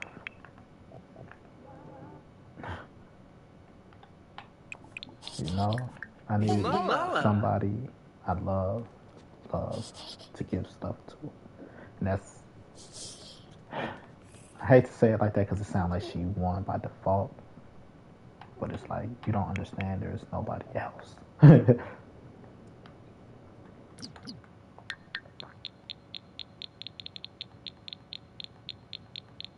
Because of how I feel about you. Just, like, I could have easily just said, fuck it, right? And did all this for the last chick I was with.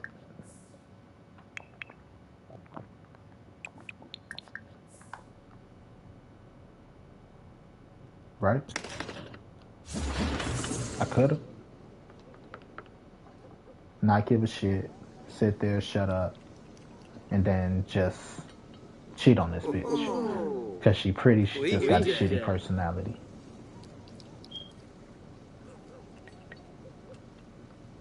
I could have did that.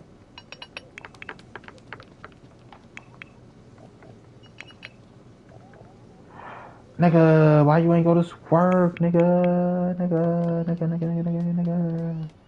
Why you always saying work?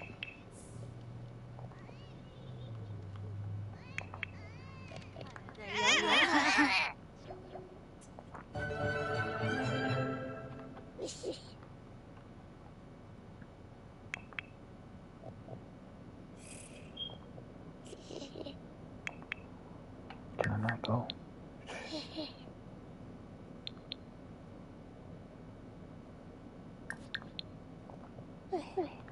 Right, he went there all smelly and shit too.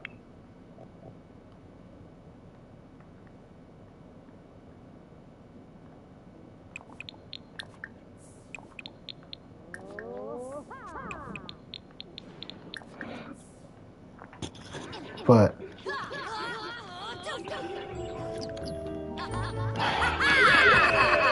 no, it's just why she can't just accept the love? Damn. I never thought I would have to sit here and explain to somebody like, damn, I just love you. Accept the love.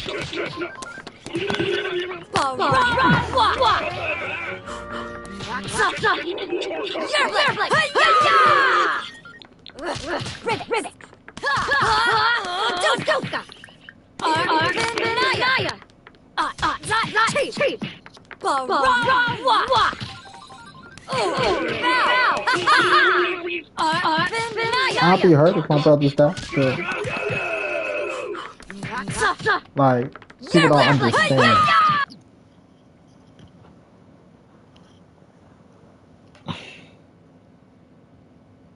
And I'll be devastated. I hate to say it like that.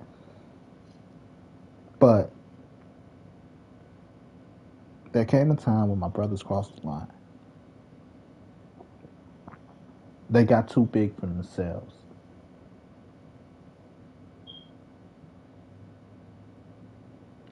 Got too big for themselves. For my youngest brother, it was one night we were hanging out. You know, we doing a double date thing or something. And I'm like, I need you to drive. This nigga looked at me and was like, fuck no. The type of disrespect. Like, oh, I gotta stop hanging with you. Because now you're becoming a little too familiar. We're gonna have to fight. And me and him never had to fight. You know, and I know he feel like he missed out on that a bit, but he don't understand how me and my other brother used to fight. Because he wanted to be big brother too. He told me, fuck no. Getting too big for yourself. Stop hanging with him. I haven't hung with him like that since that day. My other brother, he was going through some legal troubles and shit. And because he's stressed out, he like, you know, I was going through my own shit, my own stress. Like I said, I was trying to figure out where to go with my life.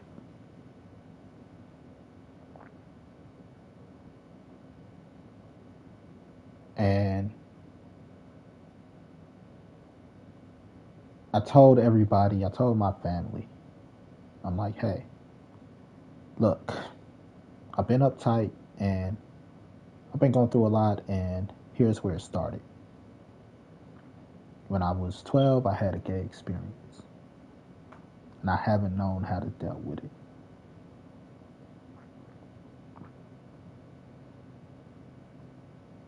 And my brother like, I don't give a fuck. This ain't got shit to do with that. You're dead to me.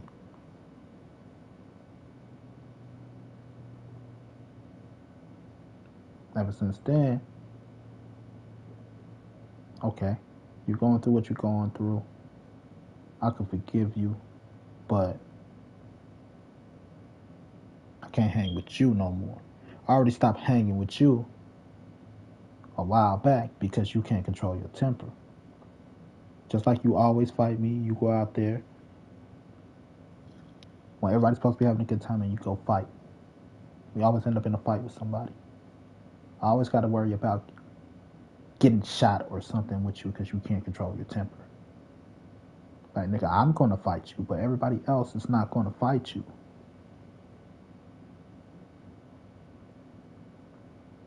Can't fuck with you. I stopped hanging with you from then. Now I'm dead to you. Ain't nothing I could do about that. Motherfuckers don't understand how much shit like that really affects shit.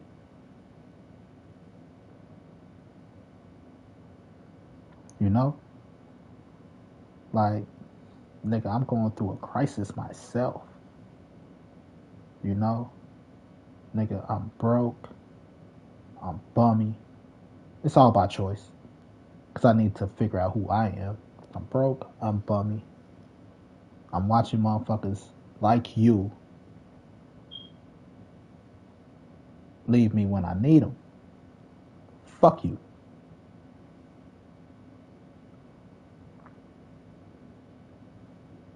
So it's by choice. I quit my job. But I was going through a psychological thing where I'm like, I'm 25 and my life is already at a dead end because I have no real focus. I have no real goals. I have, not that I don't, I didn't know what I wanted to do with my life other than be somebody's husband and be the man of a house. Had no idea what I wanted to do. Like for real. That's my life goal, to be somebody's husband and be the man of the house. Thick and thin, good and bad. That's my life goals. That's my sim aspirations. Life aspirations. So, like, that's why motherfuckers don't understand where they don't like where they stand when it comes to me. But this is why you stand where you stand. Ever since then, I've been the one trying to make, trying to heal our relationship. I text him every blue moon, like,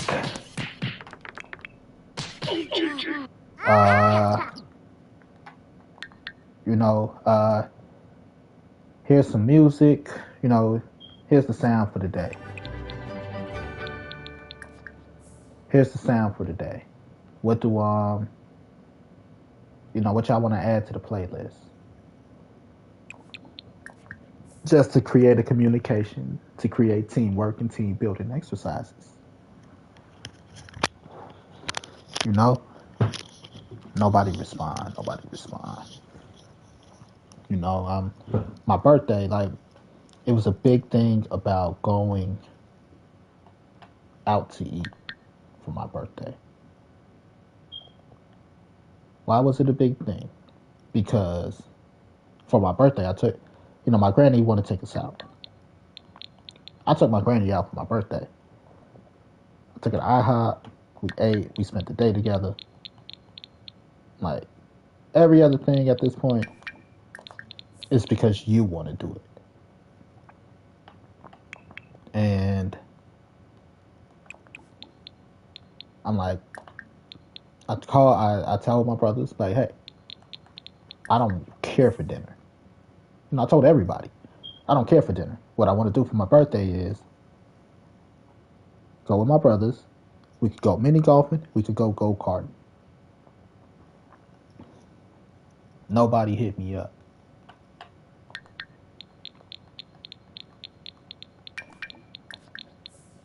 Like, shit like that matters to me. Like, motherfucker, I'm trying out here to, actually work on our friendship.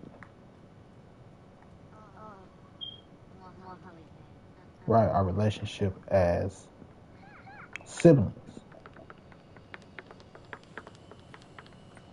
So, the fact that you don't want to, or nobody's making an effort, sucks. I'm the only one trying.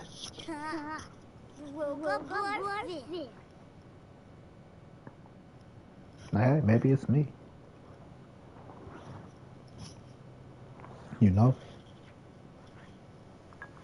But again, it was motherfuckers wanted me to do. Motherfuckers always just want to do what they want to do, which is a problem for me.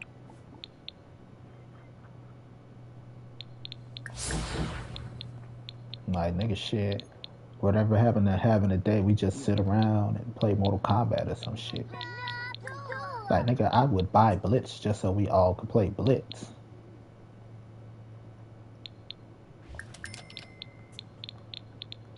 You know what I mean? Like, this is what I do. We could have went go-kart, you know, do the go-karts and mini golf. Oh, yeah. Doyen Olava.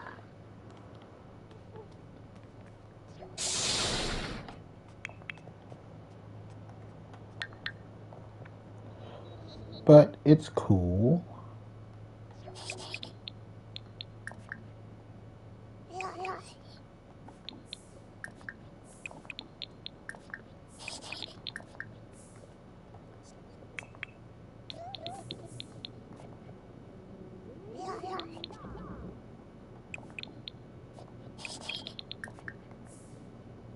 Like, it's cool, though. It's cool.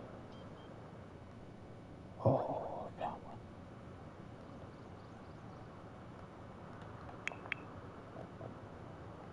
Oh, that's trash.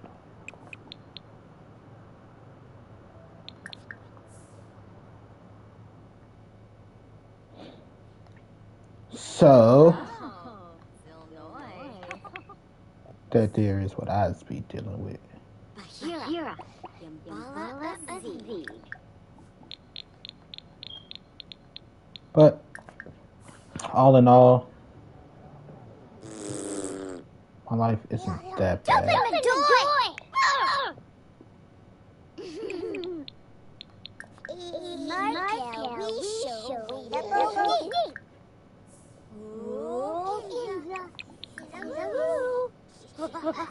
I'm trying.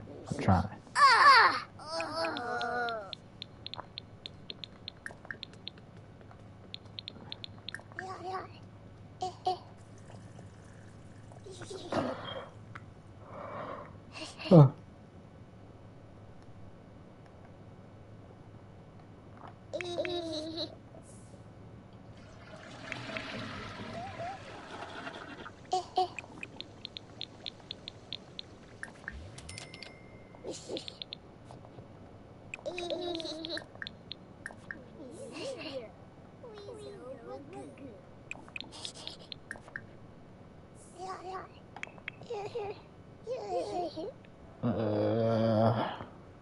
Two choices, kid.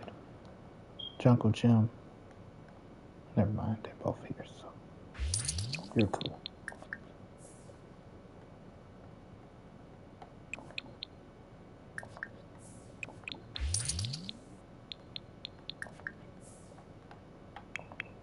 You kid, what you got going? Hungry, fun, and hungry. Get your ass on.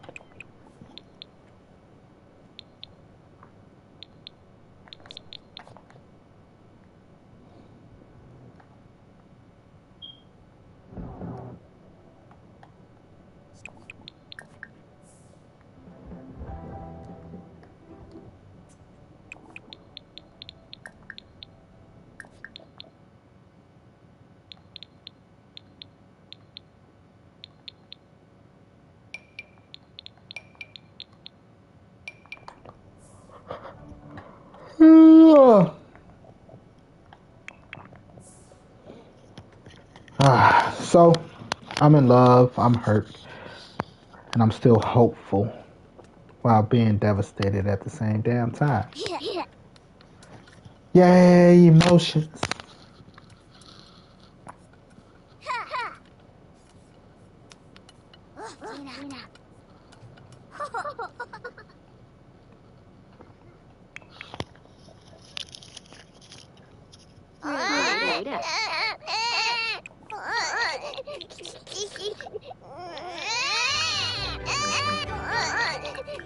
Baby won't titty. It's natural, you all grow up. Amudio. F joy.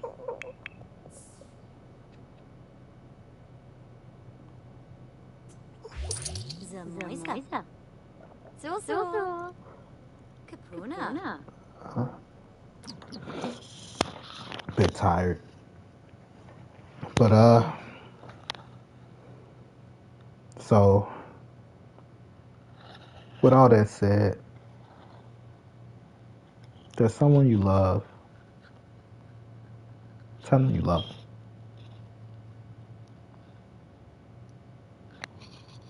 Don't let them go. Love sucks. Love is awesome. Heather, if you're out there, I love you. Just because I've been talking about you this whole time. It's been everything in me not to text you. I got this thing where when I think of somebody, like think of them, I try to text them. At the very least, text, call, because life is fucking short. I could go downstairs right now, get those clothes out the dryer, and as I walk past the furnace, it blow up. Boom! And I'm dead.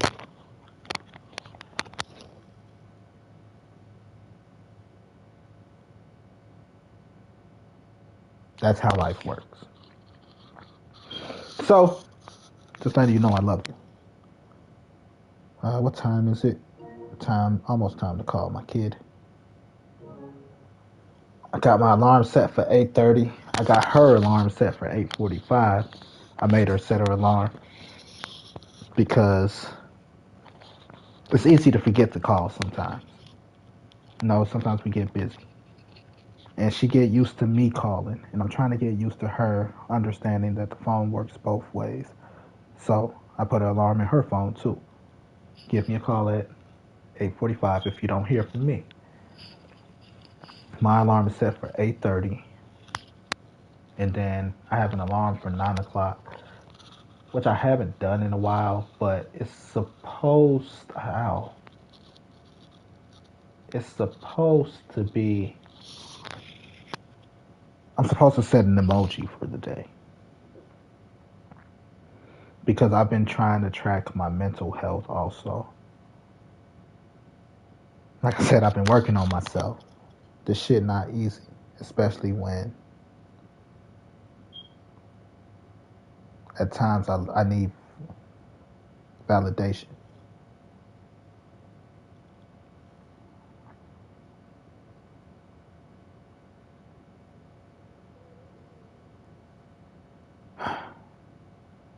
$36. Yeah, about 30. 28.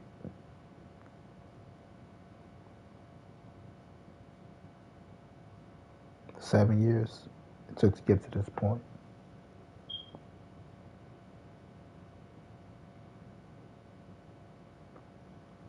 Just to become a remnant of the person people used to see me as. I worked 7 years to become a remnant of the person people used to see me as, knowing that I'll never live up to that person. For the people like, there is a little bit of you still left.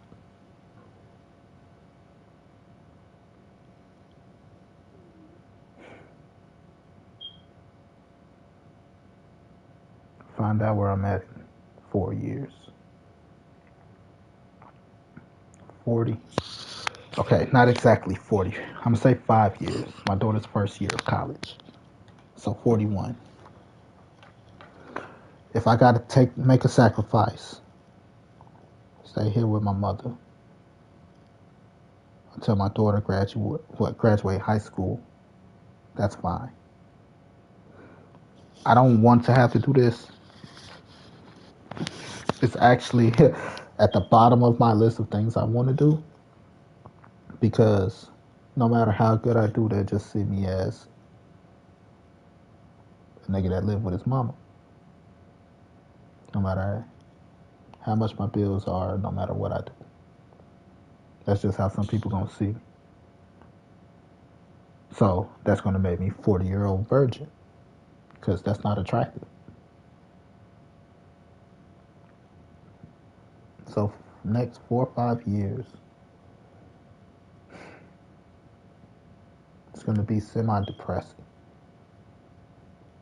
And on top of that, fighting heartbreak, right? Because the woman I'm in love with, the woman of my dreams,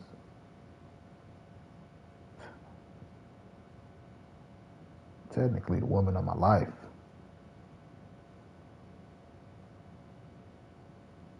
I say technically because you know how it is. Don't you got a mother? Oh. But technically the woman of my life, you know, rejected me.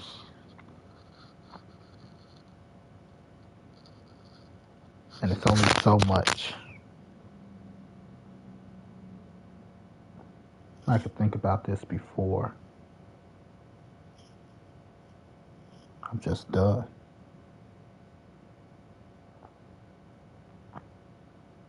It's only so much I could hold on hope to. You know, because sooner or later I'm going to have to admit that I'm just not the one instead of holding on hope. So I'll be dealing with that from the day I give up hope. It'll take a year just to stand.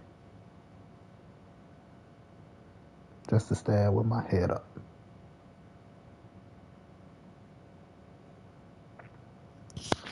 Like I said, this wasn't an easy thing. It wasn't an easy decision.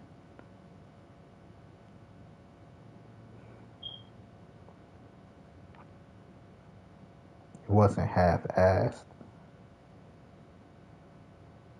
I gave all I could.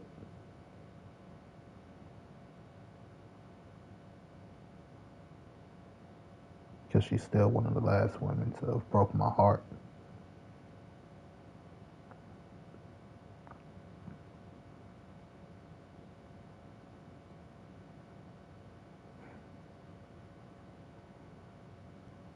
Yay! Healing and being a responsible adult. Yay! And that's just like I said, that's just to become 40-year-old virgin. Then when I'm 40, 41, and I move to who the fuck knows where, all by myself, I gotta build all over again.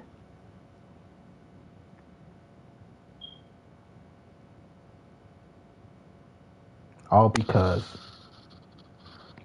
I couldn't contain the fact that I love my best friend. All because I couldn't contain the fact that I'm in love with my best friend. All because I couldn't contain the fact I wanted to marry my best friend. I may end up with nothing.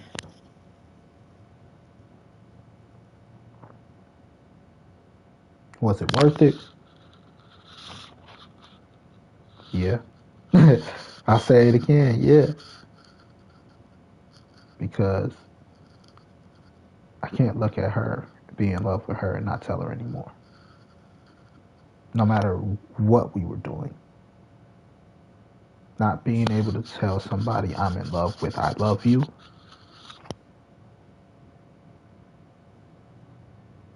That shit hurt.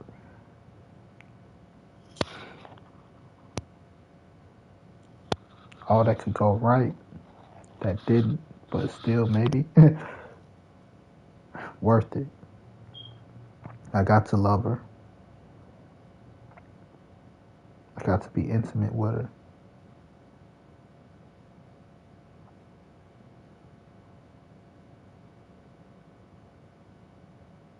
The sigh of relief. Like, just thinking about every time I see her face. It's not even just, it's just every time I see her face.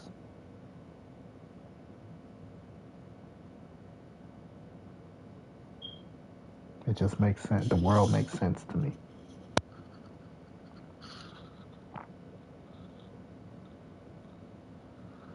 But I'd rather have told her than to live like a coward and not tell her than watch her love somebody else in front of my face and lie to myself and lie to her again. Like, yeah, I'm okay. No, no, no. I'm not jealous at all. You guys look cute together. I can't live with that. I can't live like that. Not anymore. I found some self-love somewhere, y'all. And I love myself too much to go back to that.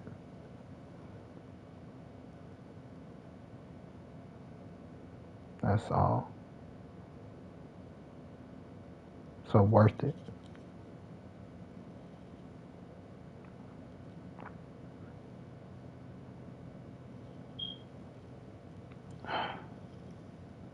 At least I'll be able to say, if you don't, I stood on my own. I stood up, got down on one knee and proposed. Because that's how I feel. That's what I want. As a man, I could sit here and tell that story. And tell this story. Because I manned up and did it. Like, people don't understand. Like, this is why I hate and love this woman. Every big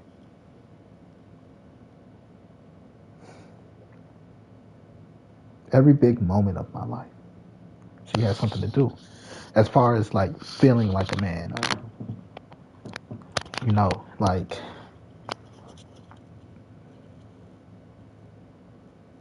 she gave me my first hickey. That's the first time I felt like a girl wanted me sexually. You know? And then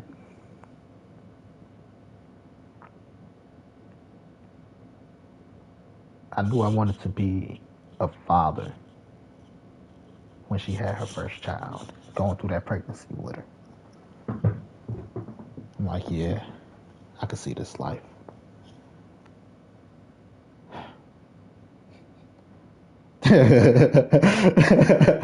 Listen to her complain about needing to pee so much. Oh my lord. She used to be so pissed. She's like, oh my lord, if I gotta pee again, I just fucking piss. Like, oh.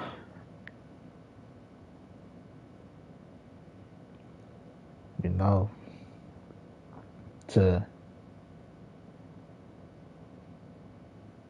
go from like to like love.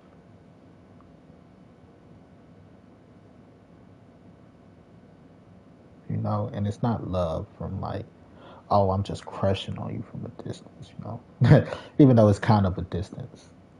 Because we were on the no touchy rule. Our parents were on our ass. Every time the phone fucking go off, I hope it's her. So I'm like, yeah, I like you. So I love you. To actually being like in love. I never was in love. I didn't even know I could be in love until her.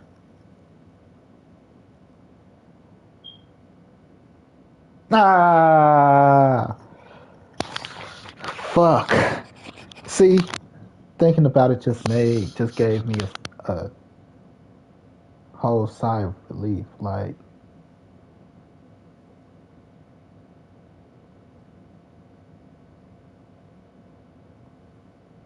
there's probably only been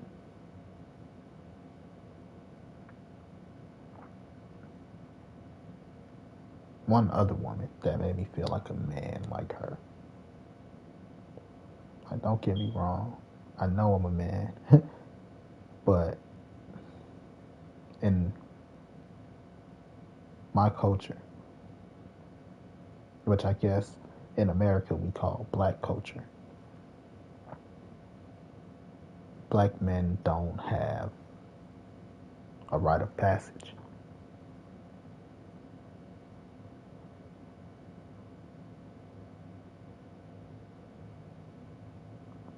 So that's why you see, I believe that's why you see so many black men that's like confused and lost. You know, there's no rite of passage like a bar mitzvah or, you know, how girls have quinceañeras and shit. Like, we don't have those. That's like, this is a defining moment of your life. Our defining moment of our life is when we turn 18. And it disgusts me. Because then motherfuckers like, get out the house.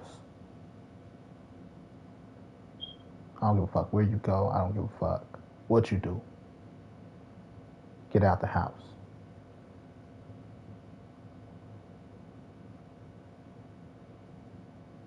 Then we wonder why we lose so much. We wonder why. And like, oh, men and, you know, black men ain't stable.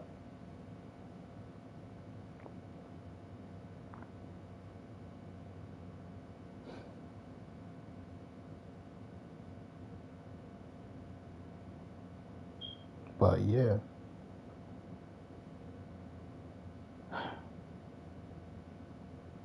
When I first decided to take control of my life, it's when I started to question my manhood. Am I a man? Like, I know my age says I'm a man. I know my gender says I'm a man. I could whip my dick out right now and wave it around. Like, I just don't care. Prove I'm a man as far as gender. But what's the difference between the boy and the man?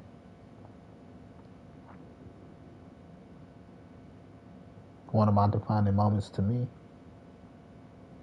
happened about 8 years ago. Maybe a little bit more. Came to my mama one day. My mama, you want to keep your house? She's like, yeah. And I'm like, I got to do whatever I got to do to help my mama keep her house. The only way she sell is if she wants to.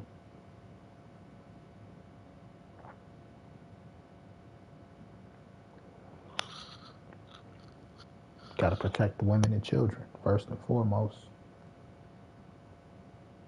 I got to be a better dad. I was already a good dad.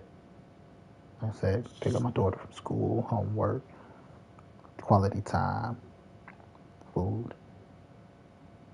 Just financially, I wasn't able to provide like I wanted to for a while. So that changed. My daughter's 14, first year of high school. Ah!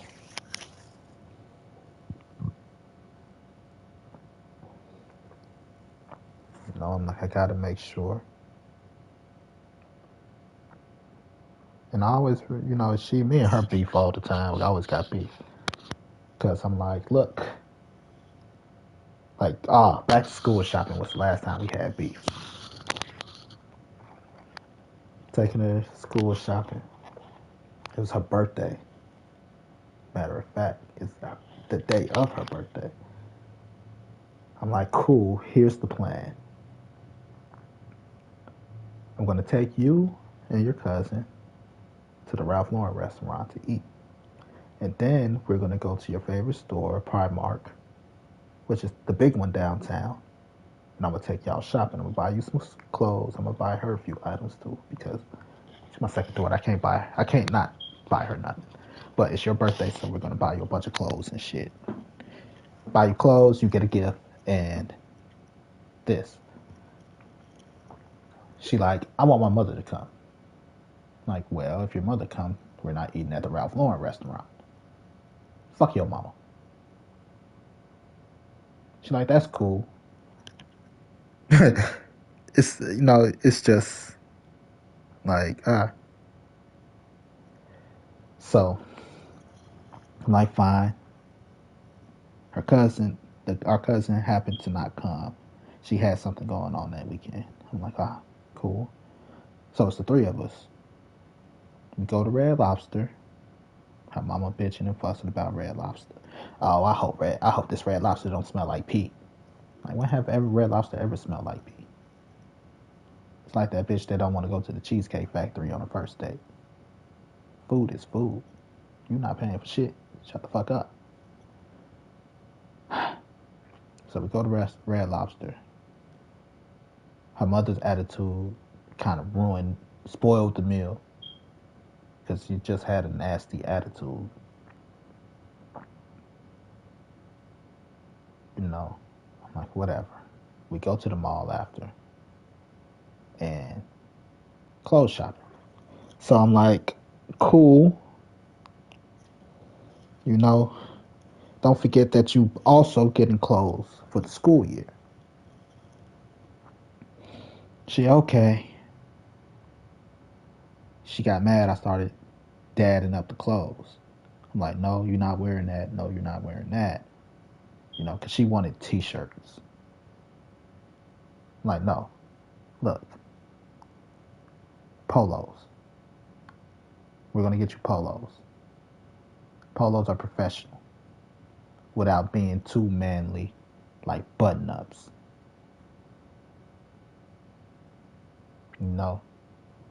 Everywhere you go, they wear polos.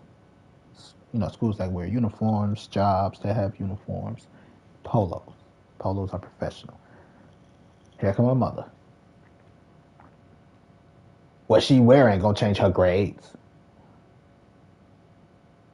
I know, but if she has good grades, and this student and student B have good grades, and they need to have somebody escorted around the building to show off the school, they're gonna choose the one that dressed better.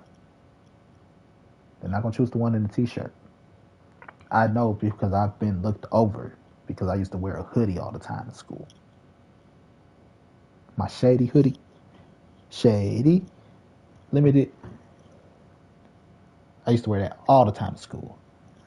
They're like, look, if you take off the damn hoodie, we'd be able to send you places. That's why I wear the hoodie. I don't want you to send me no goddamn where. I ain't no goddamn errand boy.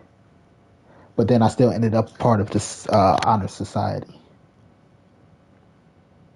Crazy.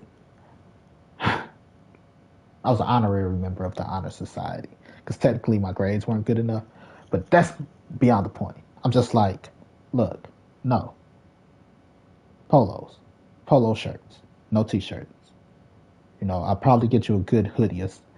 You could get a good hoodie, but no polo. You're not going to school in t-shirts. She got mad. She got pissed. Then her mama backing her up. Like, this is the shit I have to battle. So guess what the fuck she got? Not shit. I'm not gonna play these games. You're not gonna dress like you're not gonna dress like nobody care. I'm not dressing you like I try not to when it comes to style of clothes. Whatever style suits you, suits you. It's not the style, it's how you wear it. Skinny jeans are skinny jeans. But you don't have to wear skinny jeans off your ass.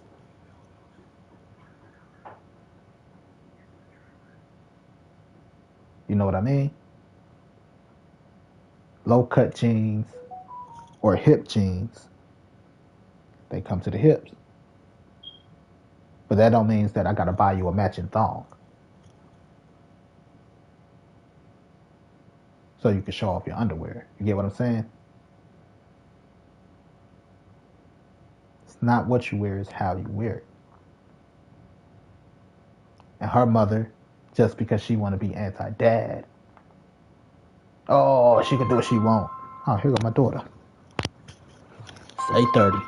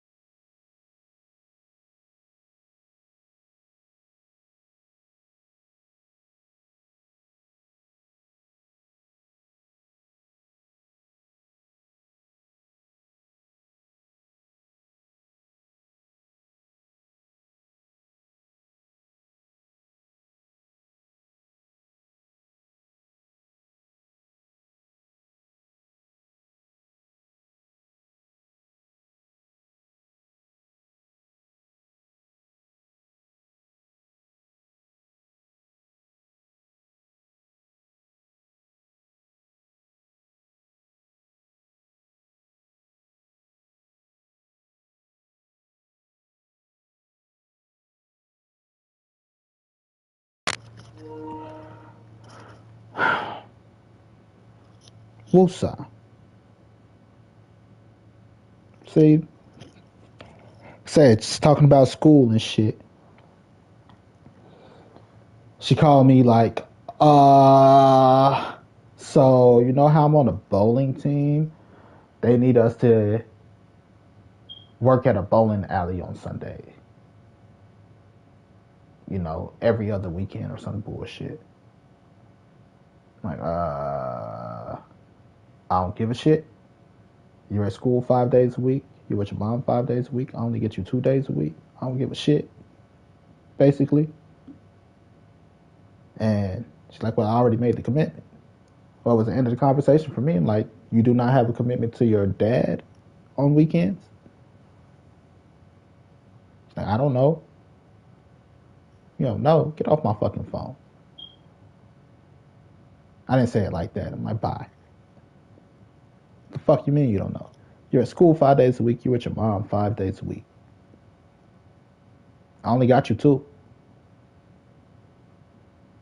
They want you to go. This white ass school wants you to give free labor to a job for 3 hours. They don't pay you for a discount? Fuck out of here. I know slave labor when I hear slave fucking labor. Got the money to buy this shit. That's slave labor. We're going to give you a discount. We're not going to pay you for being here 3 hours. We're going to give you a discount. Man, fuck no. Y'all just want free labor. Hell no. I ain't gonna say hell no, but I'm gonna need a number to call somebody tomorrow.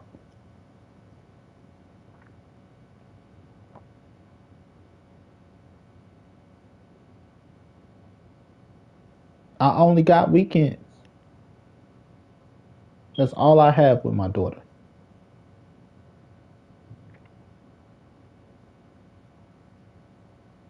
They not paying you for that. That's not a job. I can't go up to school and tell your teacher, wrap this shit up early. I got places to go. Who the fuck are they to try to extend their hands into the house? Got me fucked up. I can't go up there and like, hey, wrap this shit up all early, bowling coach.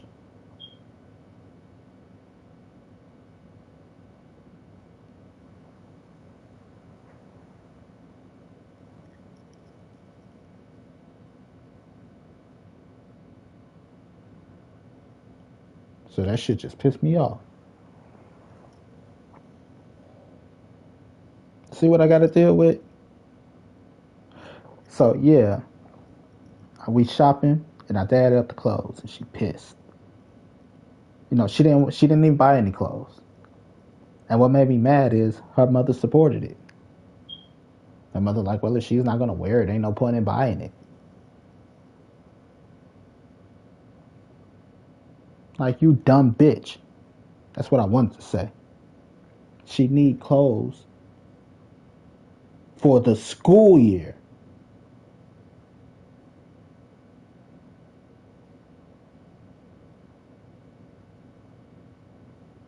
We're school shopping.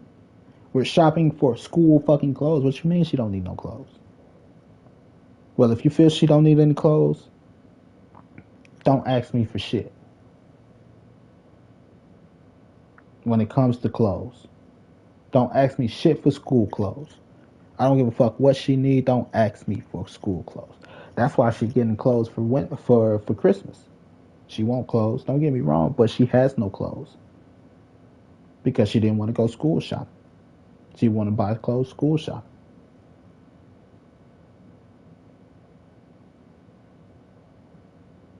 So now she got to get clothes for Christmas. And I said that's what's going to happen. I was like, more than likely, by the time Christmas come around, you're going to need clothes and you're going to want clothes for Christmas.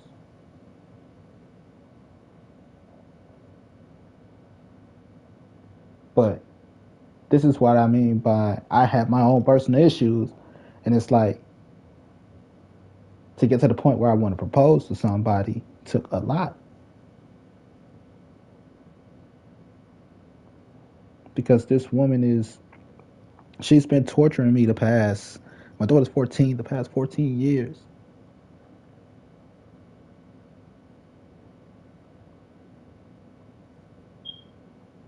Like, how the fuck? And this the second time. Last school year before it started, I spent $200 on school supplies, and I couldn't get the calculator because Target ran out of the calculators. I spent $200 on school supplies, notebooks, rulers, everything you need. And her mother like, if you can't get the calculator, I don't want that shit.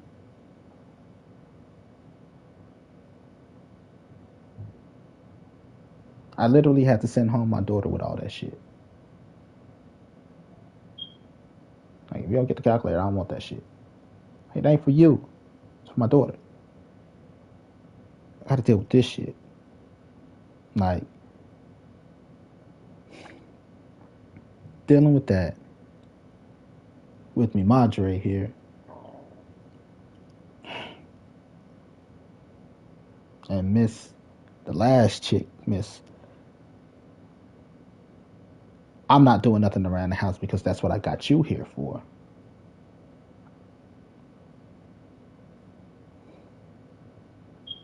It's a miracle that this woman opened up my heart the way she did.